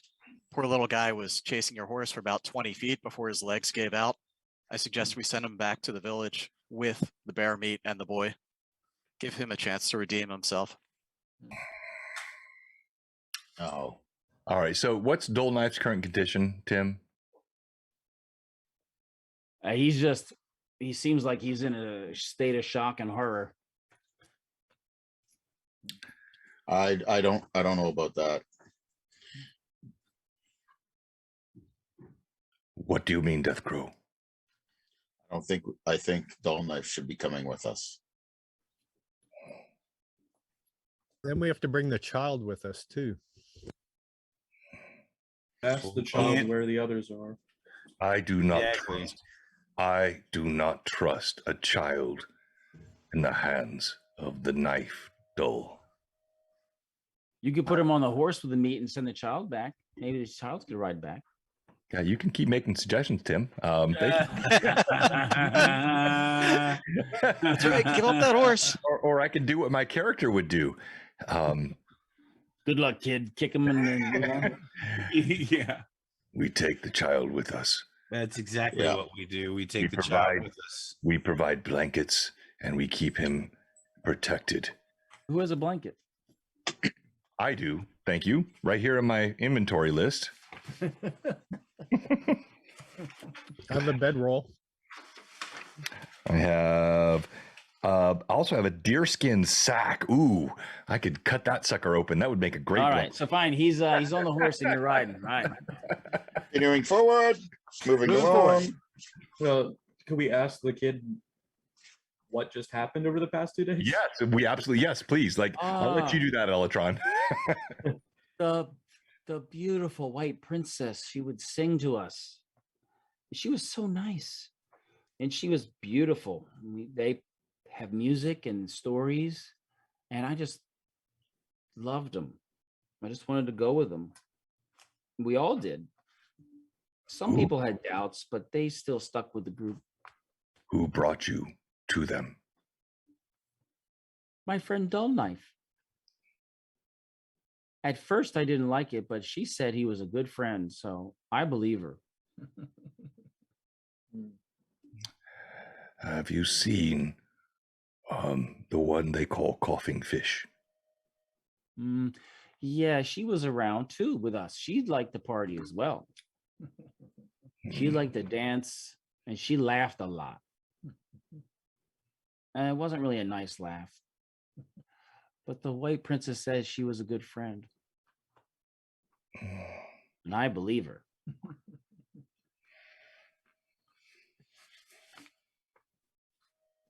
There's no chance he's ensorcelled at all. Don't you worry about it. When you The said bear they biting him or left something you, would have broken him out of it. But all right. I feel so much better now. I can catch up to them. Can we catch up to them? I know where they're going. where are they going? You said they left you. When did this happen? Oh, it was hard to keep up. They were so fast. And then I fell. And then, then the bear came and he was hungry. And their pet fought the bear, but the bear got me. The pet. Oh, beautiful, beautiful wolf. I was really scared, but she said he was a nice wolf. And I believe her.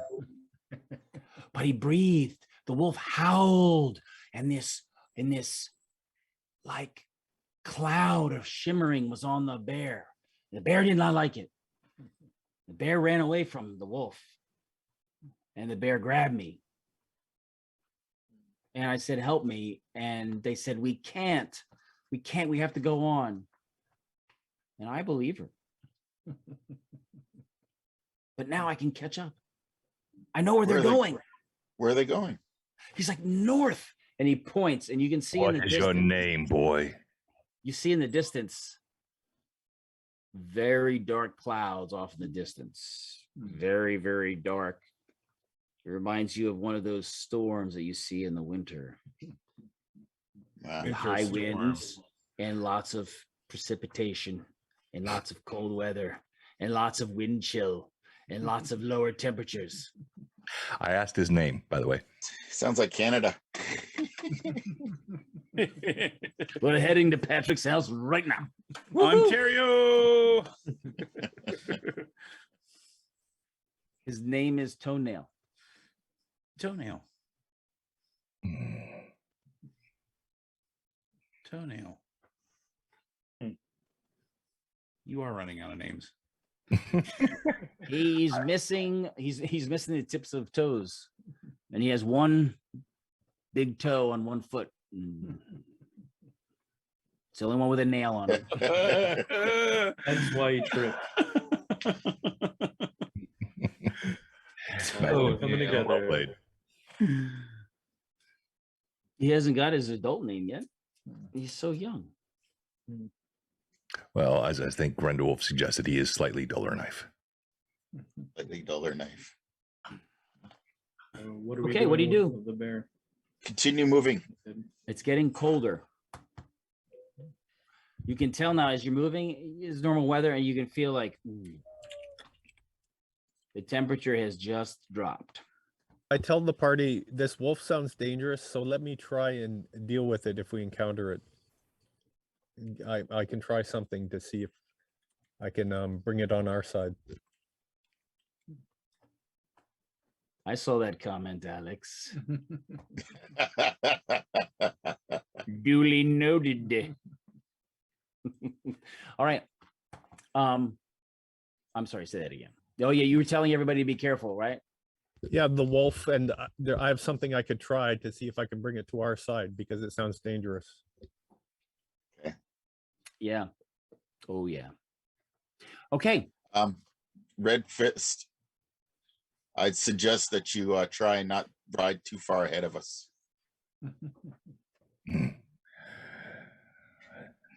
This makes sense. Thank you, Deathcrow. I don't want to drag this.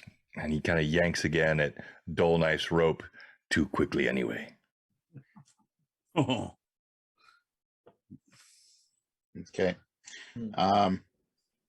I'll take up the left hand of like if we had a marching order. If Red Fist was in the front or like in the middle, I'll go to the left hand side, either to the rear of him or to this or beside him, however it Yeah. works. So Red Fist noting this, and per our conversation, he's going to maintain a trot that is sort of a slow, human-paced walk atop his horse, still pulling that rope behind him with Dull Knife, and he will bias to the right side of the path, letting Death Crow have the left side of the path, scanning. Okay. You're heading out. Following behind Heathstag, I'm going to mirror his movements as precisely as possible so it doesn't look like there's anyone behind him. And say again, who's the very front one? Red Fist?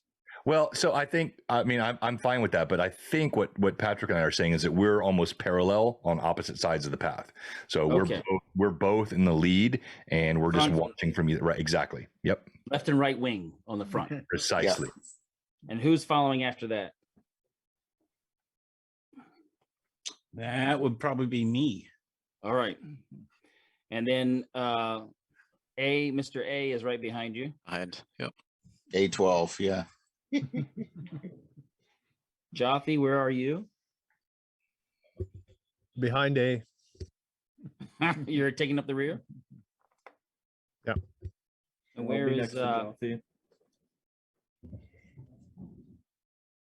I'm not afraid of your name, Amala Squawkway.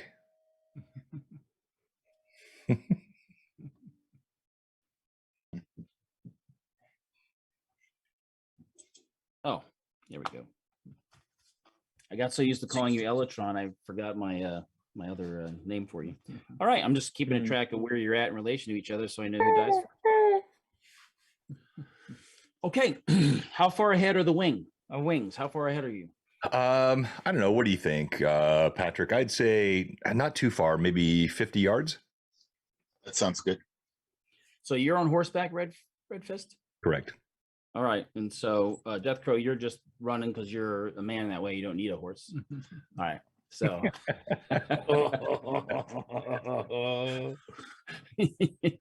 so you're scooting along. You're following. Where's the boy? The boy is with me. All right, he's like, come on, look, there's the cloud. Oh, it's gonna be it's beautiful. Going to be beautiful there. It's gonna be like a crystal palace. That's what she told me. I believe her. And I believe her. Everything she told me was true. She's just wonderful. And they play beautiful music. It's just beautiful. So you're moving pretty fast now. Boom, boom, boom, boom, boom. And he talks about the beautiful pet. And we're going to meet their friend. He's Is it good. just the one princess? Oh no, the princesses, her sisters. They're so beautiful. How many So sisters? nice. Well, just the 3 sisters. 3 sisters. Just 3. So as you're running, you're keeping track of where you're going. You Yeah, said nice 3 roll. sisters, right? Yeah. They're not the Sanderson sisters, are they? No, they're as Tim called them, the 3 white ladies, which I refer to as the Karens. Kittens.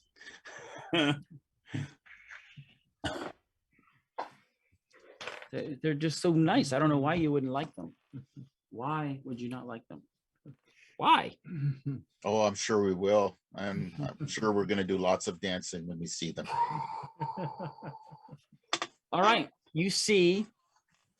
You guys are 50 feet out, and I rolled. Nobody was really paying attention to this one vector. That's because I don't know what a vector is, Tim. Correct. Guy. So as you guys are moving along, And magnitude. you see to your great and immense horror, Red Fist and Death Crow The sky is very cloudy and very bright, and so you didn't really notice it. And it comes swooping down right in front of you. You see this large reptilian creature, glistening white, webbed wings, and it lands in front of you and flaps its wings gently. And you see, like, frost is swooping off of its wings, and it looks like what you've heard white dragons looks like. Freak I've sakes. heard of white dragons. Okay. And Go ahead. you both are like,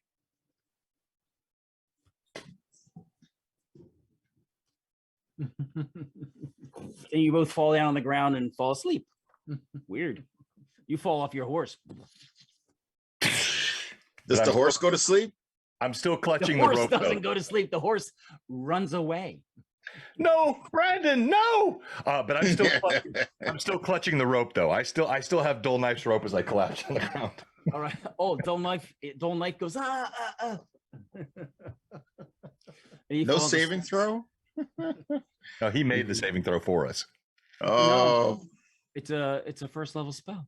I was giving you the benefit of the doubt, Tim. Come on, work with it. There is no save. I know. Does the rest of the party see all this happen? Yes, you see a white dragon laying in front of them, flap its wings, and they both all fall. All of them fall down, and the horse runs off. oh, it's been a great game there, Tim. Thanks. And, Initiative. Oh, Initiative. is On that a white percentile or dragon. D20? We're doing initiative the way that I do it. You guys have grown up into the big boy league, so now I'm doing it the way I do it for the dark hand, which is I've already figured out based on your dexterity, the reaction adjustment, the type of armor and load you're carrying, what your initiative is, and we're going in that order, and the enemy fits in depending on what their initiative is. So what do So we roll for initiative? No, so there's no you don't random. roll. There's no randomness. He's Okay. saying It's It not is random. Now, the predetermined. first person is Electron. I'm Because guessing, it's not me as I snore on the ground. Death Crow is the first one, but he's busy sleeping right now. yeah, Okay. hunting sheep. Ah, Uh, giant sheep. I see.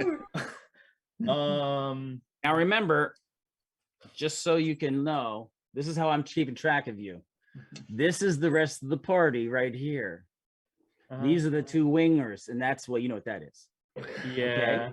So use that to orient yourself an idea of what it looks like right here. Tim, I don't like being put Noted. on the spot like this. Noted. White dragon. Well, Kill Do you have any more of us. that stuff upstairs? in the I'm bunker? going to start Yeah. Can I get flanking some? off to the left. No, I got to.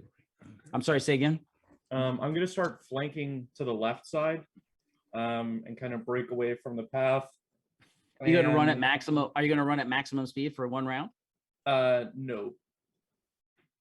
No, I'm gonna walk that way while trained on the dragon, and then I'm going to start channeling a fire spell, but not casting it. So, do you want me to do my roll now, or when I choose to cast it? For if it. Do your roll. Do your roll now. Okay. That's an 11. All right.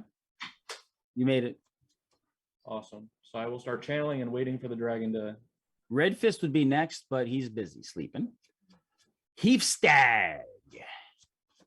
Yeah, you know what I'm doing. As soon as that white dragon hits down in a big old plume of snow or whatever, You throw comes the up kid at around him.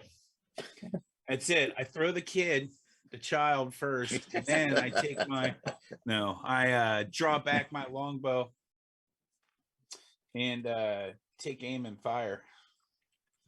You can fire twice, or you can aim and then fire. If you aim, you get a +2.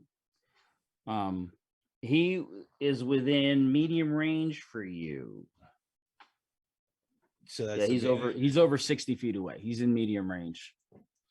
Hey, So Chip. is there Remember- advantage or Oh, actually, he's at long range because those guys were 50 yards ahead of you. So that's 150 feet. So it's at long range. It's -5 at long range. But he's got a long bow. I have a His long ranges are- composite bow. Yeah, but the dragon's further than 120 feet from him, which puts him in long range. All right, He's well, out of range for the rest of the group. I'm going to move up as fast as I can then. All right, so you can move up. You can move up 25 feet and fire. That'll put you in medium range. Okay, that's what I will do. Tim, real quick, with regulars, everyone got 1 a while back. Patrick has 4. Okay. Everyone's got 1. Patrick got 4. Okay, let's Holy do this. crow. Everyone's got Awesome. 1. Hold on. Everyone 1. Patrick's character 4. How did I I'm get? rolling like a you gave me champion 4. today. Thunder Bay. Let me do this. I rolled him over from last game as well. Yeah, Thunder gave you 3 more there. Thunder Bay gave you 3. Patrick. Just now?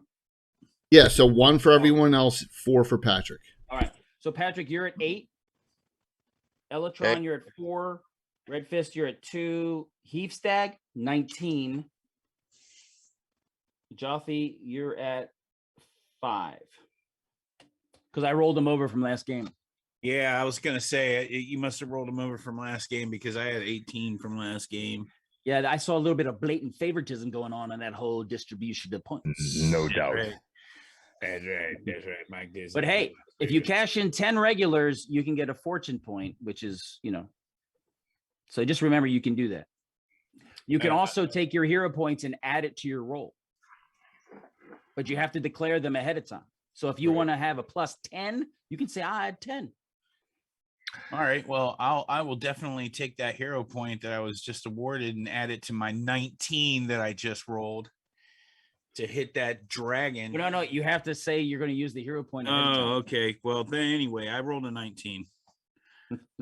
A natural 19. I don't know what my bonuses are on this guy. All right. I believe none. As Hofstag fights, Red Fist snores bravely in the face of draconic danger. You guys are, it's Heafstag. That's what I Okay, said. because I'm so nice, right? Of course you are. The nicest, Throwing a nicest dragon ever. at a low-level group. And because Mike's not used to this style that we're doing, I want to let that point go. So you got a 20 non-natural, and so you hit. All right. So you can roll 1d8 damage.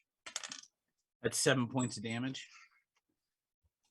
Plus any other bonuses that you have for your. I don't see any bonuses on my sheet. With arrows, you wouldn't, unless they're magic. Not unless plus it was a medium shot. So if he's a cleric, especially a priest, that's why he has the longbow.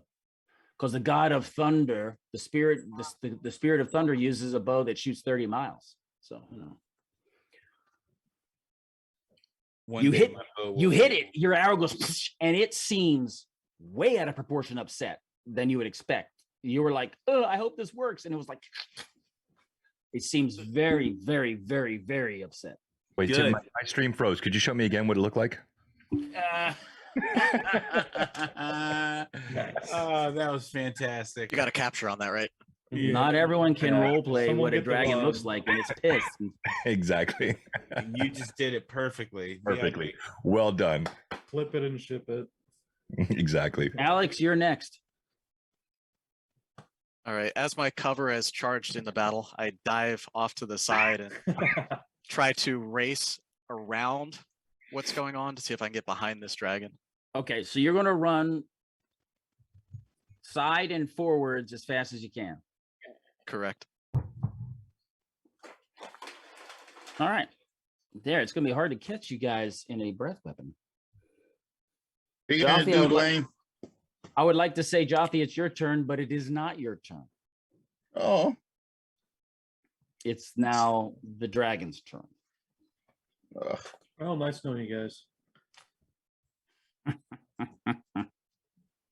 Level 1 facing a white dragon. That's where we live. You see coming out. Heavstag, you're so brave. He gave Wait a so minute, brave. can he reach you? It's Hold not- on. Goes 60 feet, doesn't it? No, I was 125. No. He can't reach you, so he's not breathing. He's taking to the air. Oh, it's too late. You said he was breathing. You're not in range. Hey, I let you have that extra point after the fact. I meant like breathing, just like air, Yeah, he was just taking a breath, and he flew. So at Heath Stag, he's flying towards you, like, oh yeah. Lunch. He doesn't see me. I'm too small and trivial. He's banking and trying to turn away. He's flying forward, but banking to turn away. He's not heading straight for you. I shoot again. Well, Jaffe gets to do something. Yeah, I'm running up. I want to wake up my brother, Kraka. And I'm also looking at the dragon closely and seeing if it is being Fey magics are making it appear as a dragon when it's something else. Well, are you running all the way up to get him, or are you paying attention closely? I'll travel Or a at little bitty. You're exactly right, Jaffe. What's that? You're exactly right. That is the right thing to ask.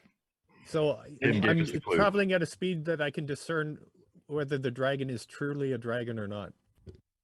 Forward. It seems to be moving like a dragon.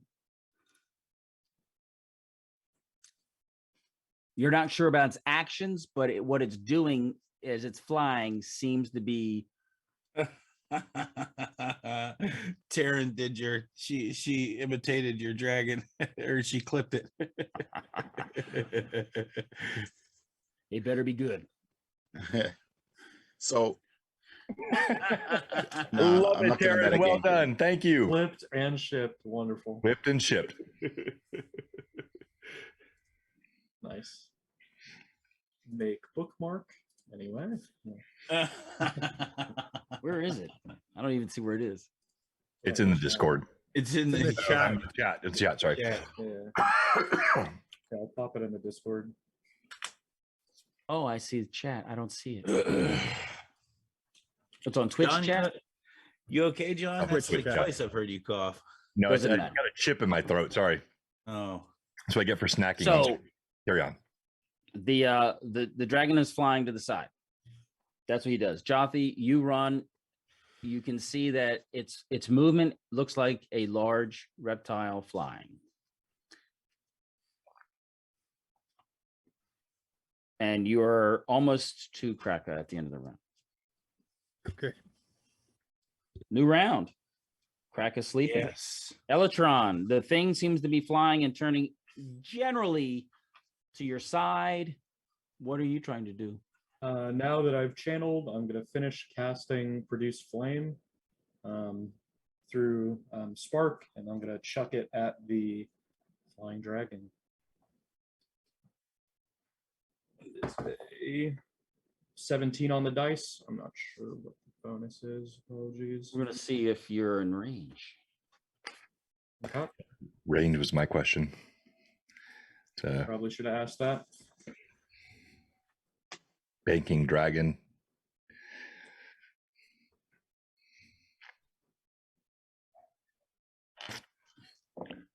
Can you imagine just how intimidating something that huge flying in the sky would be?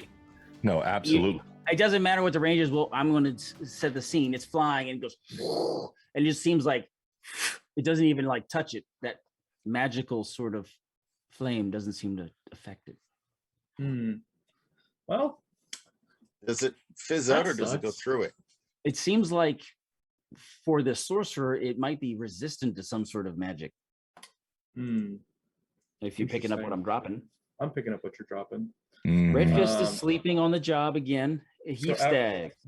Sorry, because it's just a half action to let that go, correct? Because I was Okay. channeling. Then I would like to use the rest of my turn to move towards the closest sleeping person to try and see if I can wake them. That's going to mean you're running straight at the dragon if you run at where he's at now. So he'll be flying over you, sort of, if you run that way. That's a risk I'm willing to take. All right, you're on the way up. All right. Bravery, the young man. I earned my Gotta stripes love a somehow. first level magic user running around. All right. Heave Stag going ahead, knocking up another one of his arrows. Of course, he's on it. Using Now my it's stone within arrows. short range for you, so you can fire twice. I want to remind you of a spell ability you have to do once per day. You can do missile flight, and it will give 2 of your arrows +1 to hit. Yes, I will do that both for both of these shots, and I'm using right. up the last of my 2 stone arrows. Why are you using stone arrows? All right, first one's a 17, and the second one's a 17. 2 17s. And you didn't say you were going to use any hero points. No, I didn't. I didn't use any hero points. I forgot. You missed by 1 on both of those shots. Oh, you gotta be kidding me! So close. You had 18 hero points to use. And wait a minute though. If I used my spell, that means that they were 18s. With the pluses, I know. You needed a 19. Right. Right. Needed a 19. Damn it, man. Yeah, and my DM nicest roll was not high enough to like backtrack that. Gotta be kidding me. I would have totally used hero That would have been points. that would have been so heroic. So what are you saving those 18 for, Mike? Oh, Mike, what's your dexterity? I'm an idiot. I'm a dexterity's 13. You are not. Okay. No. No one on your team reminded you. It's their fault. Yeah, it's our fault. Yes, exactly. Oh, that would have been so beautiful. I'm sorry I failed you, Mike, but I'm busy snoring here on the road. So That sucks, man. That would have been 2 huge hits. Damn it. So the next person is Alex. How close am I to at least the side of this dragon? As you're running around to the right, it's flying off to the left side. So basically, you're gonna be able to get to where Deathcracker is about the same time that Jothi gets there. So you're basically a couple steps away from Deathcracker or Deathcrow. Same thing. Yeah. You just mixed the words. Doth Cracker. And Do I then see- the dragon is flying to the left, flies over Elytron and plops down kind of on the other side of Elytron. On a quick glance, is there any other movement from where the dragon came from? No. All right, I start charging towards the back of the dragon. Well, this is you, Alex, because you went. This is Okay, so it's Jothi. off that way now. This is Heath Stag, who fired at the dragon was here, and he went across to here, and he settled down over here. Plop. All right, I keep assuming my motion then to try to get behind this thing. You're not going to wake him up? You're going to let Jothi do it? I don't trust that I can, if that was magic. All right. Okay. The dragon did a full action, a full turn of movement, so it's plopped down. Just do a running sidekick at my head. I'm gonna trade in 10 of my points for a fortune point. All right. So you have 8 regulars and 1 fortune point. All right. Elytron, up to you. You running towards Red Fist? How far away am I from the dragon, and how far away am I from Red Fist? You're about equidistant right now. Okay. Am I close enough to Red Fist to be able to get there and rouse him during my turn? If rousing you mean kick him in the head or kick him really hard, yes. Then yes. So you are full on sprinting. Luckily, you're very lightly clad, so you're like very fast, and you feel like, man, with that adrenaline surge, I don't even feel the weight of my backpack. And you give Red Fist a good solid boom. So Red Fist is being woken up this round. Wonderful. Elytron, you glorious bastard. Again, Sounded British there for a second. Heap Stag. There's the dragon. He's at medium range. Did you skip Jawless? Breakfast is awake. No, he's at the end. He's the last one. Oh, okay. The dragon goes before him. The dragon's faster than him. All right, Heap Stag again, huh? Yeah, he's at medium range. That's a -2. It's a -2 to my roll. Yes, at medium range. Natty 20. Come on. Nope. If you're going to wait, hold on. If you're going to use the hero points, you have to declare them before you roll. Yeah, I got you. Fortune point allows you to re-roll something later. It's good for bad saves, but so if you want to add to your roll, you have to declare the regular hero points first. I can only shoot once, right? No, you can shoot twice. I can shoot twice. Okay, this one I'm gonna add 5 hero points to it, so I'll be down to 3. And that does hit. That brings it up to exactly 20. There you hit. Nice. Uh-oh. Roll damage. That is another 7 hit points. All right. And the thing goes.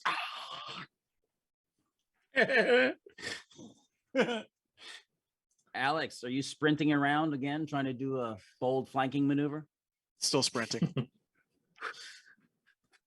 I want to get it. Go ahead. You can do the theme music for that one. That's brave. That is brave. The dragon looks up and and you see that it falls to the ground. And as it does so, it like shrinks. And you lose sight of it in the grass. Alex, you see it as you approach. Jaffe, you wake him up, and you see that there's like a 3-foot-long, white-looking lizard that's reminiscent of a white dragon, but it's only about 3 feet long, and it has 2 large arrows in it. It's a Pokemon. I love that. Hey Tim, Elytron Daniel got a regular from Elhawk. There you go. Thank you. All right, you're at 5. All right, so Death Crow and Red Fist, you're awake now. You missed all the excitement except for the initial pucker factor where you beat your pants a little bit.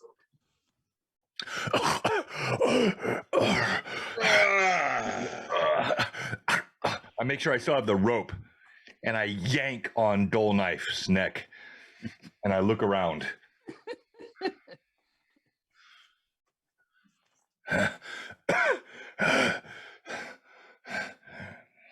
Wake up, boy. He wakes up and he was like, I can't believe I'm still alive. Yeah. No, should you expect that much longer. The lizard is a 3-foot-long little lizard. It's beautiful, shimmering. Feels very cool to the touch. Got 2 arrows sticking out of it. Got 2 large arrows in it. And so do Dead. Death Crow and I both see this also as we we're getting up in the as you eventually come over to assess what's going on. It's like, okay, where'd the dragon go? Well, here it is. Oh, so the lizard is dead? Yeah. Heap Stag again. Nice. It's not a real dragon. Thank goodness. Of course it's not. Thanks for peeing in my Cheerios. No. We believe it is a real dragon, and we will never pee in Heap Stag's Cheerios. His arrows are so, yes, you know the word, puissant, that he has slain a white dragon with 1 arrow. Ooh. I clap him on the back. Heap Stag. I didn't see. Well, yeah, okay, yeah, perhaps, yeah. Can I try to retrieve my other arrows, Tim? Your killing arrow is still intact. Nice. That's your lucky arrow now. It's not even that big and heavy. It'd be great to carry it with it. Okay, I'm running out of arrows though. I had 12 to begin with. I'm running down. It has a little pouch around its neck. Does it seem similar in nature to Spark? No. The pouch looks like what? It's a little leather pouch, kind of like you guys have around its neck. Holds something in there. Maybe it's treasure. Check out the pouch. Hey, What if it was Dolomite. one of the children that got transformed? You dump it out, and it looks like it's a desiccated finger, like a dried up index finger. Vecna. Sorry. Yes, the finger of Vecna. Sorry. Does it look like a childlike finger or a full-size human finger? Full size dried husk of a finger. Yeah. And could we tell which digit on the hand it would be? Thumb, pinky? All right. Got it. Somebody pointed at something that they shouldn't have. You have a point, Kraka. That's what it is. All right. How large is this lizard? 3 3 feet feet. long. 3 From tip of feet. nose to its tail. Yeah. You said 3 feet. Mhm. But how It large could- did it appear to us when we first saw it? Like 25 Dragon. feet long. Okay. This is Can what made you polymorph. faint? I did not faint. I was weary. Passed out. We'll discuss it further later over It tea, does have Joffy. it has little nasty claws and it has very sharp teeth. I mean, it's a nasty little thing, but it's little. What But does it its can tail? appear- What does its tail look like? like a long reptilian tail. So it doesn't end in like a scorpion like No. bit. Well, no, okay. It looks like a lizard. Well, It's a nice lizard. Page Doesn't have 52, faint folio. Doesn't have like a triangular fin at the end of it, like a dragon does. This one has more of a round, clumpy thing at the end. Oh, okay. And the wings, Yeah, it's Are- got little wings. leather or feather? Membranous. Yeah, they're membranous wings. you said it was membrane. cold to the touch as well. Yep, it's a nice lizard. Page 52, faint folio. Cold drake. Oh, he's just giving it to us. Hmm. Seems skinnable to me. Somebody polymorphed it though, unless Just that throw it- is an innate ability that it has itself to make itself look like an ice dragon. But I seriously doubt that's what it has that ability. So somebody polymorphed this and changed You're all looking it to up now. fool us. No, precisely. Exactly. Yeah. Probably Somebody- the Fae have polymorph as well as illusions, right? In their magic. Yeah. True. We need to Well, keep moving. Would Somebody we know probably this got though? clear. Is our characters wouldn't know this stuff, you know? Nope. Yeah. Nope. So, Well, but yeah, I- somebody- grab the dragon earlier. corpse. And I take a suggest look we at the take the kids. dragon with us, throw it in the back of your horse there. I absolutely think That's we a good should. trophy. Yep. Yeah. Yeah, Take I the want ice lizard. its head on a necklace around my neck. There you are. DM niceness roll. I rolled very high. Your horse is not far, and you get it easily. Oh, nice. That's very nice. Nice. So Where was my niceness rolls with my 2 arrows? I wasn't as good. You Sorry. killed the dragon, dude. Stop. What was the little boy's I'm, reaction to I'm this very thing? selfish. He was like, the pet. Oh, Ah, that Serious? was a wolf. Interesting. the other pet. Oh, wait a minute. You're right. My bad. My bad. Okay. Let's keep going, guys. You keep We'll going. adapt the same posture, except it- maybe when it- we'll when it- be Go ahead. sorry. Go ahead. We'll adapt the same posture going forward if everybody agrees, except instead of 50 yards, we'll be maybe about 30. It'll be a little bit closer to the main group, so reaction Yeah. times could be better. I'm good with that. And Elatron says, forewarning, I'll need to reconvene with the spirit shortly. I'm running low on my energy. What does this mean, Elatron? We're You- still Need rest or sleep or prayer or a bit of both. Just time to commune with the spirits, but it can wait. And just be forewarned, I won't be able to fuck as powerful as magic is regular. Well, and if I do, it'll be at a bigger price. I mean no disrespect, but I don't know that I've seen powerful magic from you yet. I understand that these things are beyond you, and that is fine. You'll learn eventually. Perhaps. You dummy. You'll learn, you dummy. One like me can perhaps never learn. I agree. Okay. You continue on. You're gonna push hard. When it starts getting colder and colder, you now think, Death Crow, you have a cold weather survival, right? Yes, I do, and I also have cold Yeah. weather gear.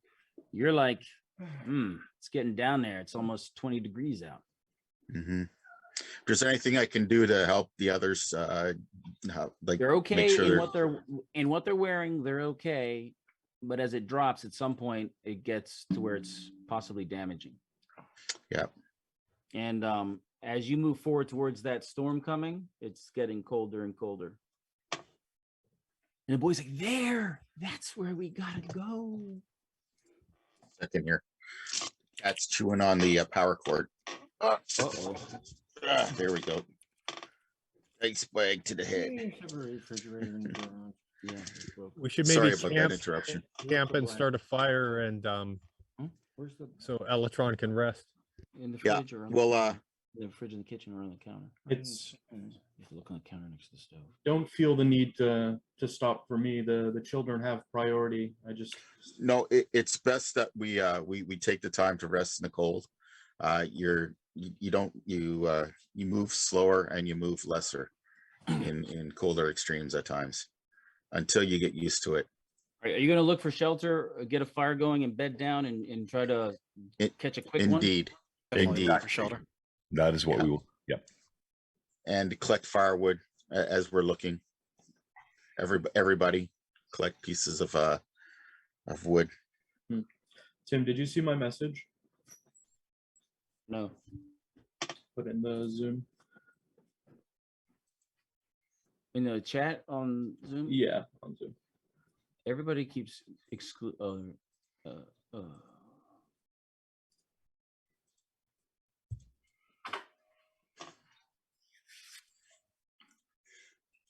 It was just a question about Spark because I know we talked briefly previously about how things can change, but didn't go into depth of it on it. So right, yeah. You've only seen what he looks like. You've never seen it change. okay, What type? cool. What type of trees are growing around here? There's hardly any trees. There's hardly any trees here. Are there any pines? Are there any short you pines? do not find a natural source of shelter anywhere that's real, somewhere you can hold up. Nothing overhanging enough or whatever enough. Is the ground still soft? It's getting hard. Mm. So, but I mean, you can get a fire going and get some warmth from the fire. There's stones around, right? Yeah. Build a stone wall against the wind so that the fire, when it comes up, not a high wall, just a just to low, protect the fire. Sure. Yeah. So you can get a little and fire then that pit way it going. also reflects the heat into the main of the group. All right, so everyone can kind of hunch around this little fire. I know Yeah. you can get the fire going. Yeah. So you bed down. Cook some of that bear meat. If you focus on letting your sagacious types get the most rest, Yeah. it could be beneficial. Definitely do that. I had a bit of a sleep already. Yeah. So as you're resting, you rest throughout the night. Luckily, it doesn't wake them up, but you hear a wolf howling. And you find it chills you to the bone. Mhm. All right. In the morning, you can recover your spells. Heath stag, you can get your spell back. Yes. Awesome. Thank you. Gotha, you can Thank change you. out spells if you want. You can make an adjustment. I need 2 spells back because I not only cured a child, I put spell on my arrows. No, but you can do that once in a day automatically, no matter what. What, the As spell, part of the missile flight? Yes, you can do that once a day, no matter thought what that spells was- you have memorized because of your specialty priest status. Oh, okay. All right. I did not know that. Hype train. Hey Tim, Woo! Tim, Elatron got 5 more regulars, which gives him a fortune point to turn in. That was So the you have 10 Elatron. You can Yeah. turn it in if you want. and we got 2 more randoms. No, 2 more from Mike. 2 more from Mike. Big J. I'm Mike, assuming they you're went to 5, Mike. Yeah. Regular, 1 special, 1 fortune point. Elatron, you can cash in the 10 for a fortune point if you want. And I will cash that in for a fortune point. Thanks, Elhawk. Appreciate it. Nice. Whoever gave me those 5 hero points, it's great. Thank you. Yeah, Big J gave you 2. Nice, very nice. Your buddy, Okay, Big J. you head out again as soon as daylight comes. Also, I Tim, find some- same unlucky roll today. As you travel, it is now dropping to about 10 degrees. That's okay. Everybody make a constitution check. 10 degrees? Constitution check or percentile, right? The temperature is based on you being in moderate attire, so that it's actually minus 10 degrees. Does Spark help at all? For Being you warm personally, at it's 10 degrees. So before we get to that point, when the temperature's dropping this cold, I pull my horse into the woods and tether him, and I do not bring him further up into the cold. So All right, there's not very many woods there, but you can find something to tie it to if you want, or you could just let him go. Or if he's tethered and something comes along, I'm less worried about that up here. I'm more worried about the cold. So do I think he'll survive or no?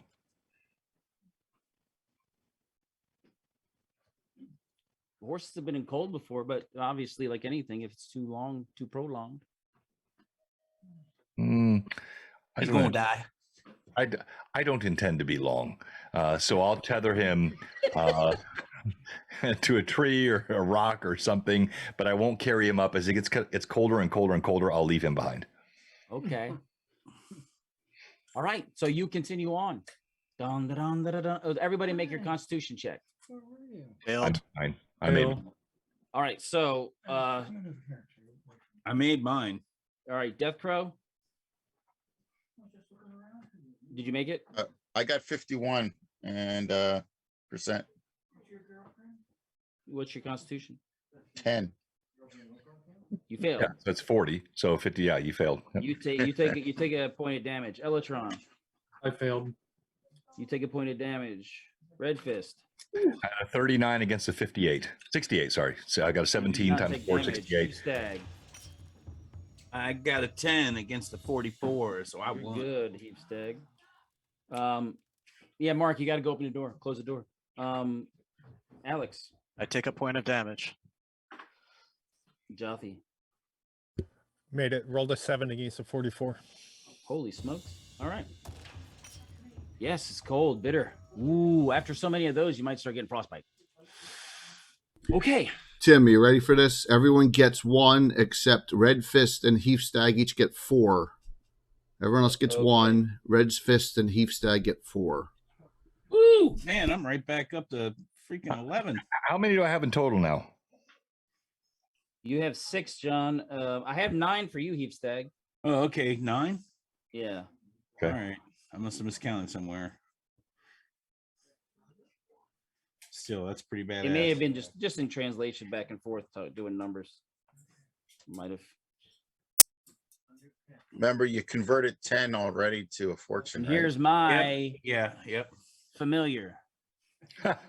Ooh. Oh, I have to share this.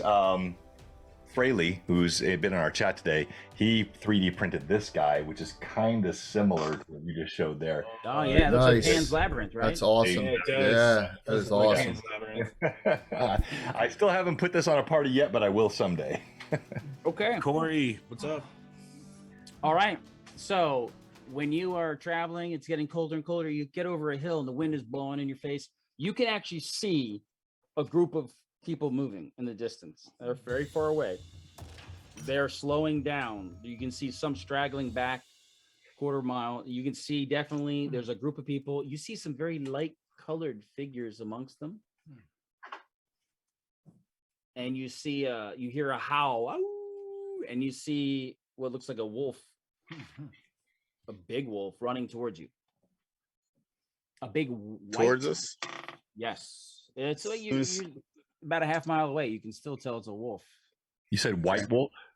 Yeah. It's Ow. big. I'm to start We can channeling. see it. Okay, I'm stepping forward, preparing, getting out mushrooms from my pouch. Four Does on the the wolf channel. seem to be heading straight toward us?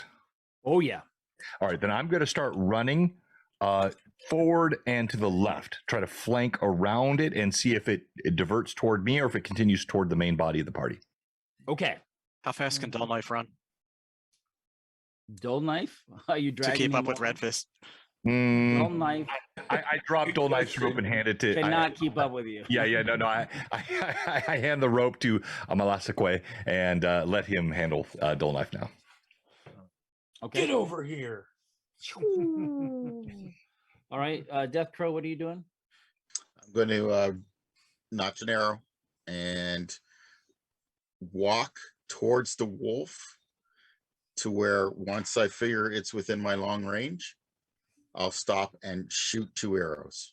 All right. So I want to be able to do a shot of 2 arrows. right. So remember, I said it was a half mile away. So Yeah. he's coming for a while. Kraka, brother, give me a chance to try and expel this wolf. So Joffy, Sure. you're gonna run up front to try to Yes. get its attention. Cover me. All right. I'll cover you then. Heap Stag. You know what I'm doing? I'm going to shoot that thing. All right. So you're gonna move up with Joffy just in case. Yep, his me and plan doesn't Joffy work? both. All right. Electron. Channeling, said you're channeling, channeling. channeling. So you move up in your channeling. And Beef Alex. Stag, Slayer of all. I'm still mimicking Heapstag, so I'm right behind him, so it looks like he's holding Dull Knife without his hands. Okay. Very well good. played, Alexander. So how fast are you running, Red Fist? I'm not sprinting. I'm really trying to see if I draw the creature's attention. So I'm taking, like, let's call it a Red Fist would not know this term, but let's call it a 45-degree angle. So he's moving to the left enough where he can flank and circle around the creature if it ignores him, or he can draw it to him if it pays attention. Distance to the front of the party. How far are you going to go? I'm going to read the creature's reaction. So I'm going to get out 20, 30, 40 yards. And if the So creature you pays started no at 30. You started at 30 yards out. okay, now and you did it went seem off to to the react to me or side. no? Well, it was a half mile away. Okay, so If it is reacting to you, you can't perceive it. all right, then I will continue a little further, and I will wait till I can see if it's paying attention to me or not. My goal Okay. is to either flank it if it moves past me, or take it on head on if it comes toward me. All right, it's wrong. Joffy, what is the range of your spell? Do you know? Yeah, it's 80, so 8 inches. All right, so right now, Red Fist is outside your range. So it'll if it does divert, it'll get to him before it's in range for you. Okay. I'm moving straight ahead, so I'll see if it comes towards me or Red Fist. All right, so you move straight ahead. Red Fist, do you continue moving or are you holding position? No, so once I'm out that far, I'm going to hold and watch the reaction of the creature. Okay, you all kind of move forward. So exciting. It's running, it's running. It is exciting. And then it boom, it diverts right at Red Fist. It is game on. So we're gonna resolve this first round with Red Fist.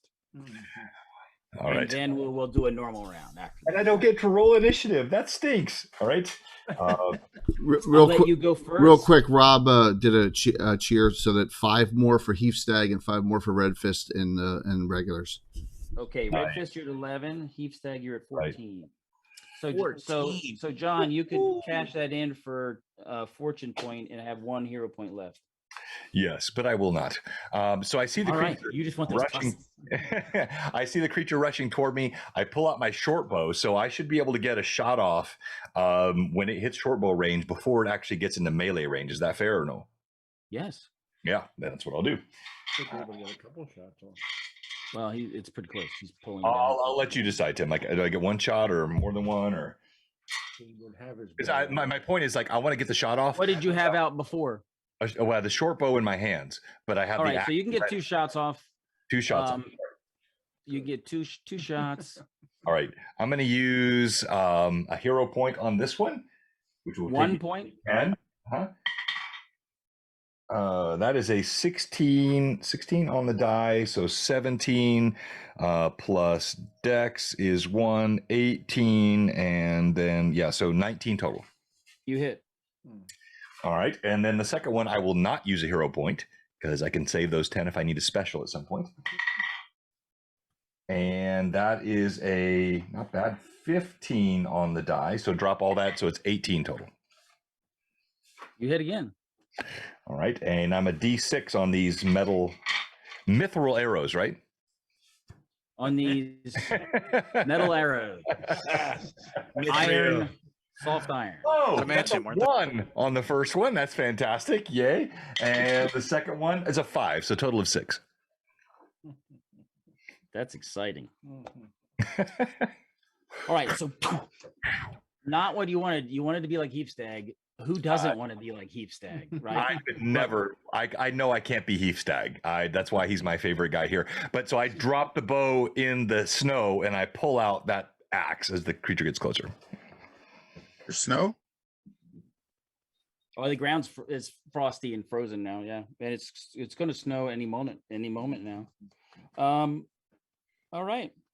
Right as it gets within 10 feet of you, it goes "Woo!" howls, and a blast of cold air and frost comes out of its mouth. And then your mind goes back to that bear that was damaged and frozen and frostbit, and you go, "Uh-oh." Or maybe you don't. No, I know what this is. No, Red Fist goes, "Uh-oh." I know what this is. There's sorcery here. All right, and do I get a save on this? You will get a save. Hold on. 1, 2, 3, 4, 5, Con 6. save, I'm assuming. No, save versus breath weapon. Maybe I missed it. Is there a pouch on the wolf's neck too? Is there what? A pouch on the wolf's neck?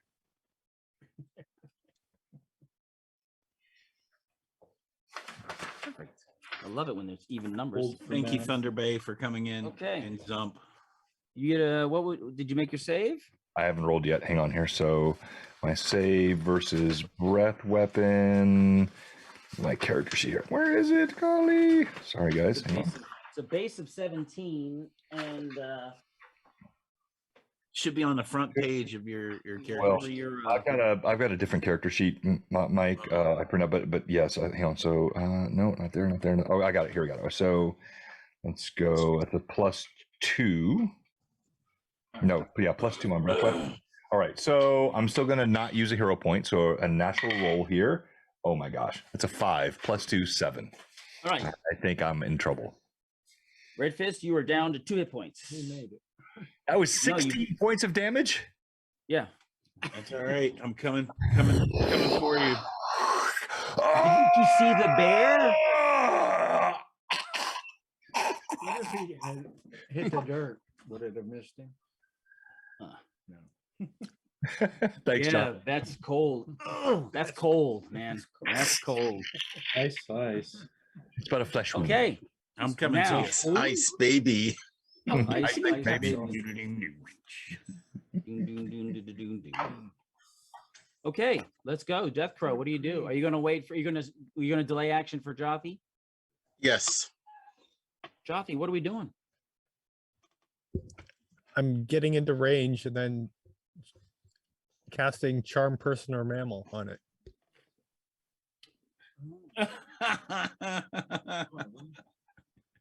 That cat is not pleased with you. Are we sure it's a mammal? Be nice, Tim. Be DM nice. Be DM nice. Your words mean nothing to me, Jay. Your words. The benevolent voice from the heavens. I was ignored. going to say, what is that voice from the ether, the spirits? All right. You move forward. Roll your casting roll to see if you critical or fumble. It is a lot of pressure. 13. You do not critical or fumble. And it must make a save.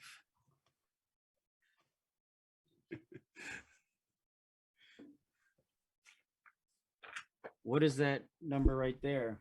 That would be a 7. Failed.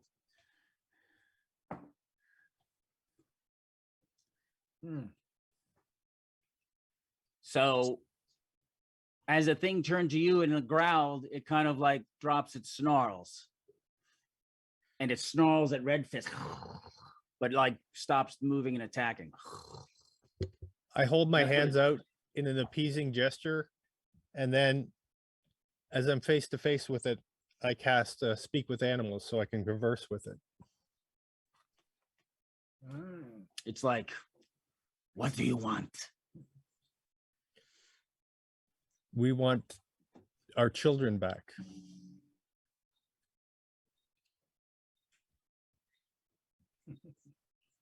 Puppies. Our pups. I'm not even allowed to have them. But they are ours in the first place, so we need them back. What would you do to save your pups? It's sitting there thinking. And as you guys are watching this, you can see in the distance, there's some other figures coming forward towards you. 3 of them.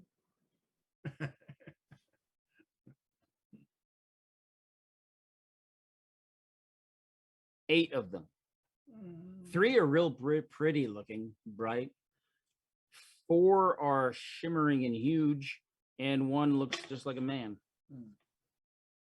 They're in the distance walking forward. They're not very fast. They're coming forward. When you say huge, how huge do you mean?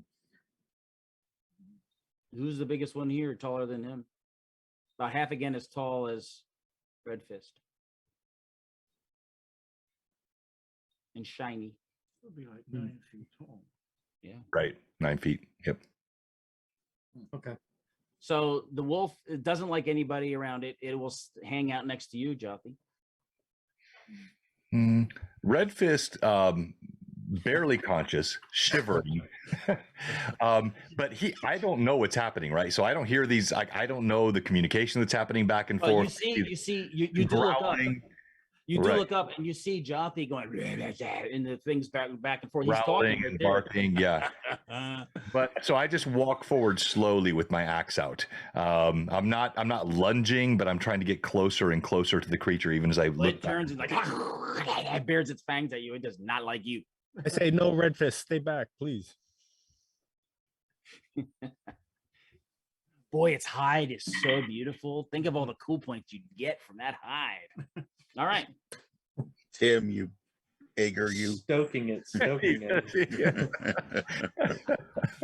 Come on, do something.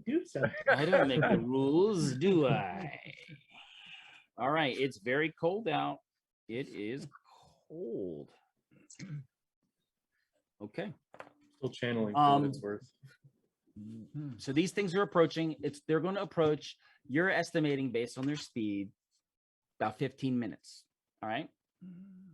Contemplate what you're going to do. I need a quick bio break, and I'll be back to kill you all. Oh, wow. I like that he's so blunt with it. I appreciate. I'm going to take honesty. advantage of that and also bio break. As will I. Even as I contemplate the betrayal of my party, speaking with these enemies. Well done, Jothy. I love trying. But by the way, so please, guys, don't take it the wrong way. You're magic users. I'm playing a traditional 2E barbarian, which is totally anti-magic. They can't even use magic items until they get to higher levels. So I mistrust all forms of mysticism. Like I believe in the shamanic spirits, sort of the more deific, divine powers. But anything arcane, it is utterly mistrusted by Red Fist. So. It's not you guys. I'm trying to play the character the right way. For sure. Yeah. just put your heart and soul into it when you play. That's I try to. Yes, exactly. You got it. And so you know what? I want to say this to you, John. I've been sitting here watching you and your son, and I started playing D&D when I was 8 years old. Tim and I are very close. He's probably he and I talk all the time. We're similarly minded and similar ages. But the idea that your dad would have been your DM, which I've done for my son, but to see you with your son, honestly, this has just blessed me so much today. I am I'm envious, frankly, of Tim for having a dad that's still alive. Mine's been dead for over 40 years, and a dad that plays D&D with him, and just like it's so freaking cool. Well, thank you very much.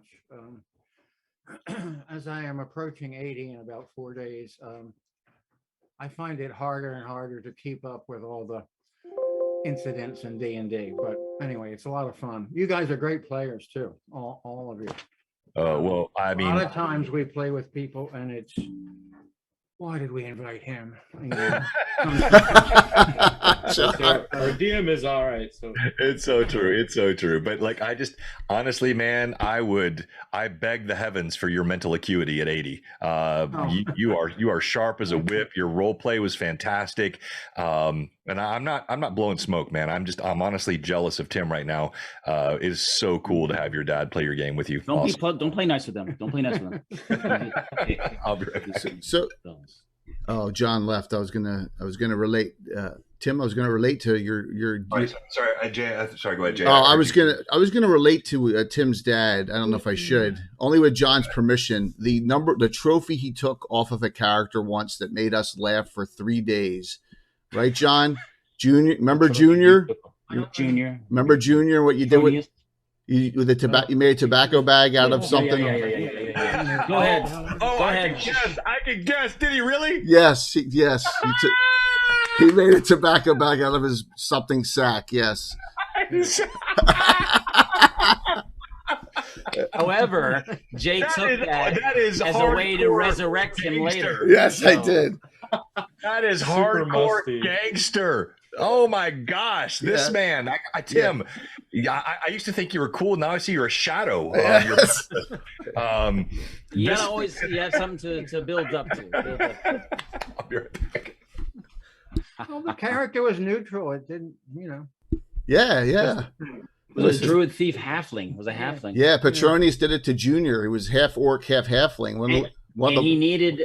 He needed a tobacco bout. Yes. So why do all the sewing when you have one already in the right shape? It was unbelievable. It was just the shock at the table was hysterical. Yeah, those are the memories. Those are the memories we have going back 40 years. They're the great memories we have.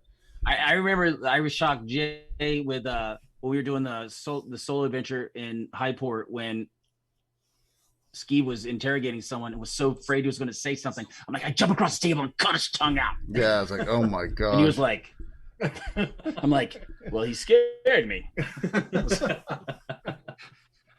We're playing for keeps. The gist of what you were talking about.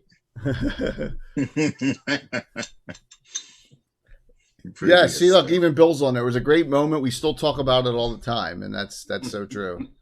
That's so true. But it left the open for the DM to be able to resurrect that character. So all he needs is a little hair follicle or whatever for resurrection. So little pouch of skin. Yeah, those were the days. And we still, still have your characters roaming around, John. Still use them. So all right, that's great. Yep. Unrelated question: was the dragon male or female? I don't know. If you look at a lizard, can you tell? Can you tell? I don't know. You don't know. Mm-hmm. Fantastic game so far. Thank you. Are you going to do any healing spells on Red Fist? He is at 2 hit points. Yep, that's why I was coming to his. Now, I guess nobody heard me. Oh, stay where you are. They'll come where you too. Now, where you're at, before the other crew gets there, we're all going to do a con check again for cold. Just so you know. before they get Should we there. do a con check right now? Yeah, you can. Yeah. It's a And, 38. I barely made it. All right, Heapstag, you're good. 56. Hold on. Is that a make or a fail? Let me check. Jothy made it with 34 on 44. I just make it like 56 out of 56. I made Nice. it well this time. 19. All right, good deal. Alex? Bill, Oh man, so far How's that- you're 1/3 down from just the cold. how's Dull Knife doing with the cold? He is not doing good. John, that's everyone, right? Except for John. We were doing con checks for the cold. I rolled All 10. right. I'm good. So yeah, you didn't drop down. You didn't lose half your remaining hit points for the My cold. remaining 2. Yeah.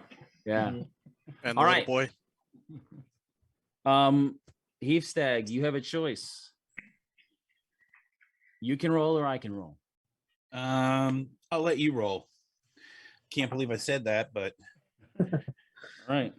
So Red Fist is at 9. there we go. Oh, thank you. You stag. Now, each of you has some of those healing herbs that Ilawe had prepared for you. Remember when I said that? So you can save them or use them. You can use them later or use them now. And remind us what the effect is of those, please. You don't know, but it's for treating your wounds. It should And how have many some do you have? benefit.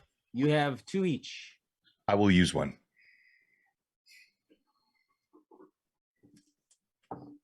You get 3. All right. You're at 12. I think Alawi and I thank Heapstag.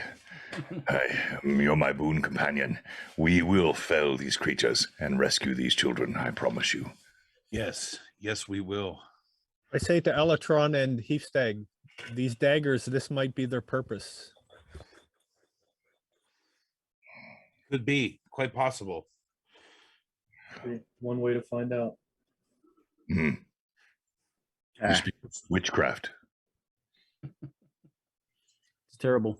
All right. Has everyone prepared everything they're going to prepare? You see about a quarter mile away, you see the shapes coming. Definitely 3 female figures that are very pale and shimmery and very beautiful. And you think you hear music playing. It looks like one has some sort of drum. And one has a stringed instrument she's playing. Music's very beautiful. Should maybe plug our ears so we don't hear their music. I was about to say. Walks and Shadows hid that. And Don't tell him. Hold on. Wait. We're plotting here. Plotting. Plot away. So Yeah, I was about to say. Fist, I think that's a you good should idea. plug your ears with something so you don't get entranced by the music.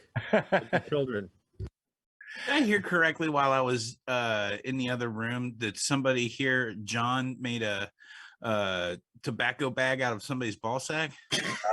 No, they did not specifically say those words, but yes, the implication was there that something scrotal might have been turned. Yes, Mike. Yeah, basically, bluntly, yes. Scrotal in nature. Scrotal in nature. Scrotal.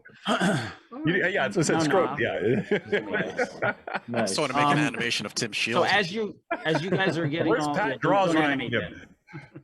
As you guys are getting ready, Elatron is, you're looking through your stuff. You actually find that one spirit knife that nobody picked it was somehow secreted into your backpack. Who is that? You.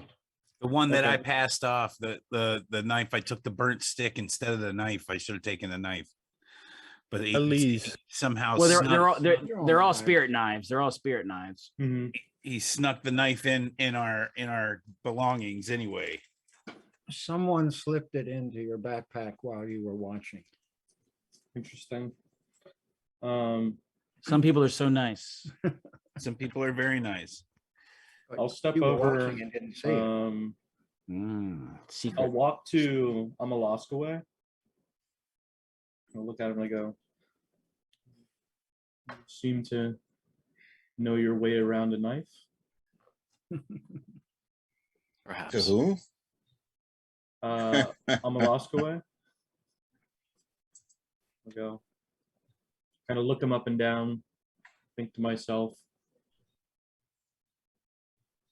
say, there's this, when we were in the forest, the wise man entrusted us with some weapons which might help against these Fae, and perhaps this one may serve you well. And I'll pull out the glass or the air knife. So it's a stone knife.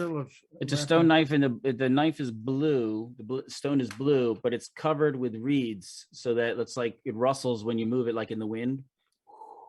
Wind, air. Like a hybrid car. Got it. Has a low humming sound to it. I like a hybrid. Like a hybrid car, yeah. All right. Yeah, So I'll give it to Amalaskaway and say, okay. prove that Thank you you're for this worthy. gift. Mhm. You All right. usually give something in return. Who knows? give Who knows? A stone arrow. I'll grab it. Wonderful gift. Kind of nod and go, thanks, and take it. and All I'll right. walk So over how are to- you guys setting yourselves up as these people are walking as they get close? You see the three lovely ladies. There's a guy walking, and then there's also 4 large creatures walking. The creatures are very shimmery and shiny, white, clearish color. I am standing behind Red Fist after healing him, and I'm not quite behind, but to the side. That way, if I need to pop out the arrows, I'm not gonna shoot him in the back. But yeah, I'm sticking with my homeboy Red Fist. All right.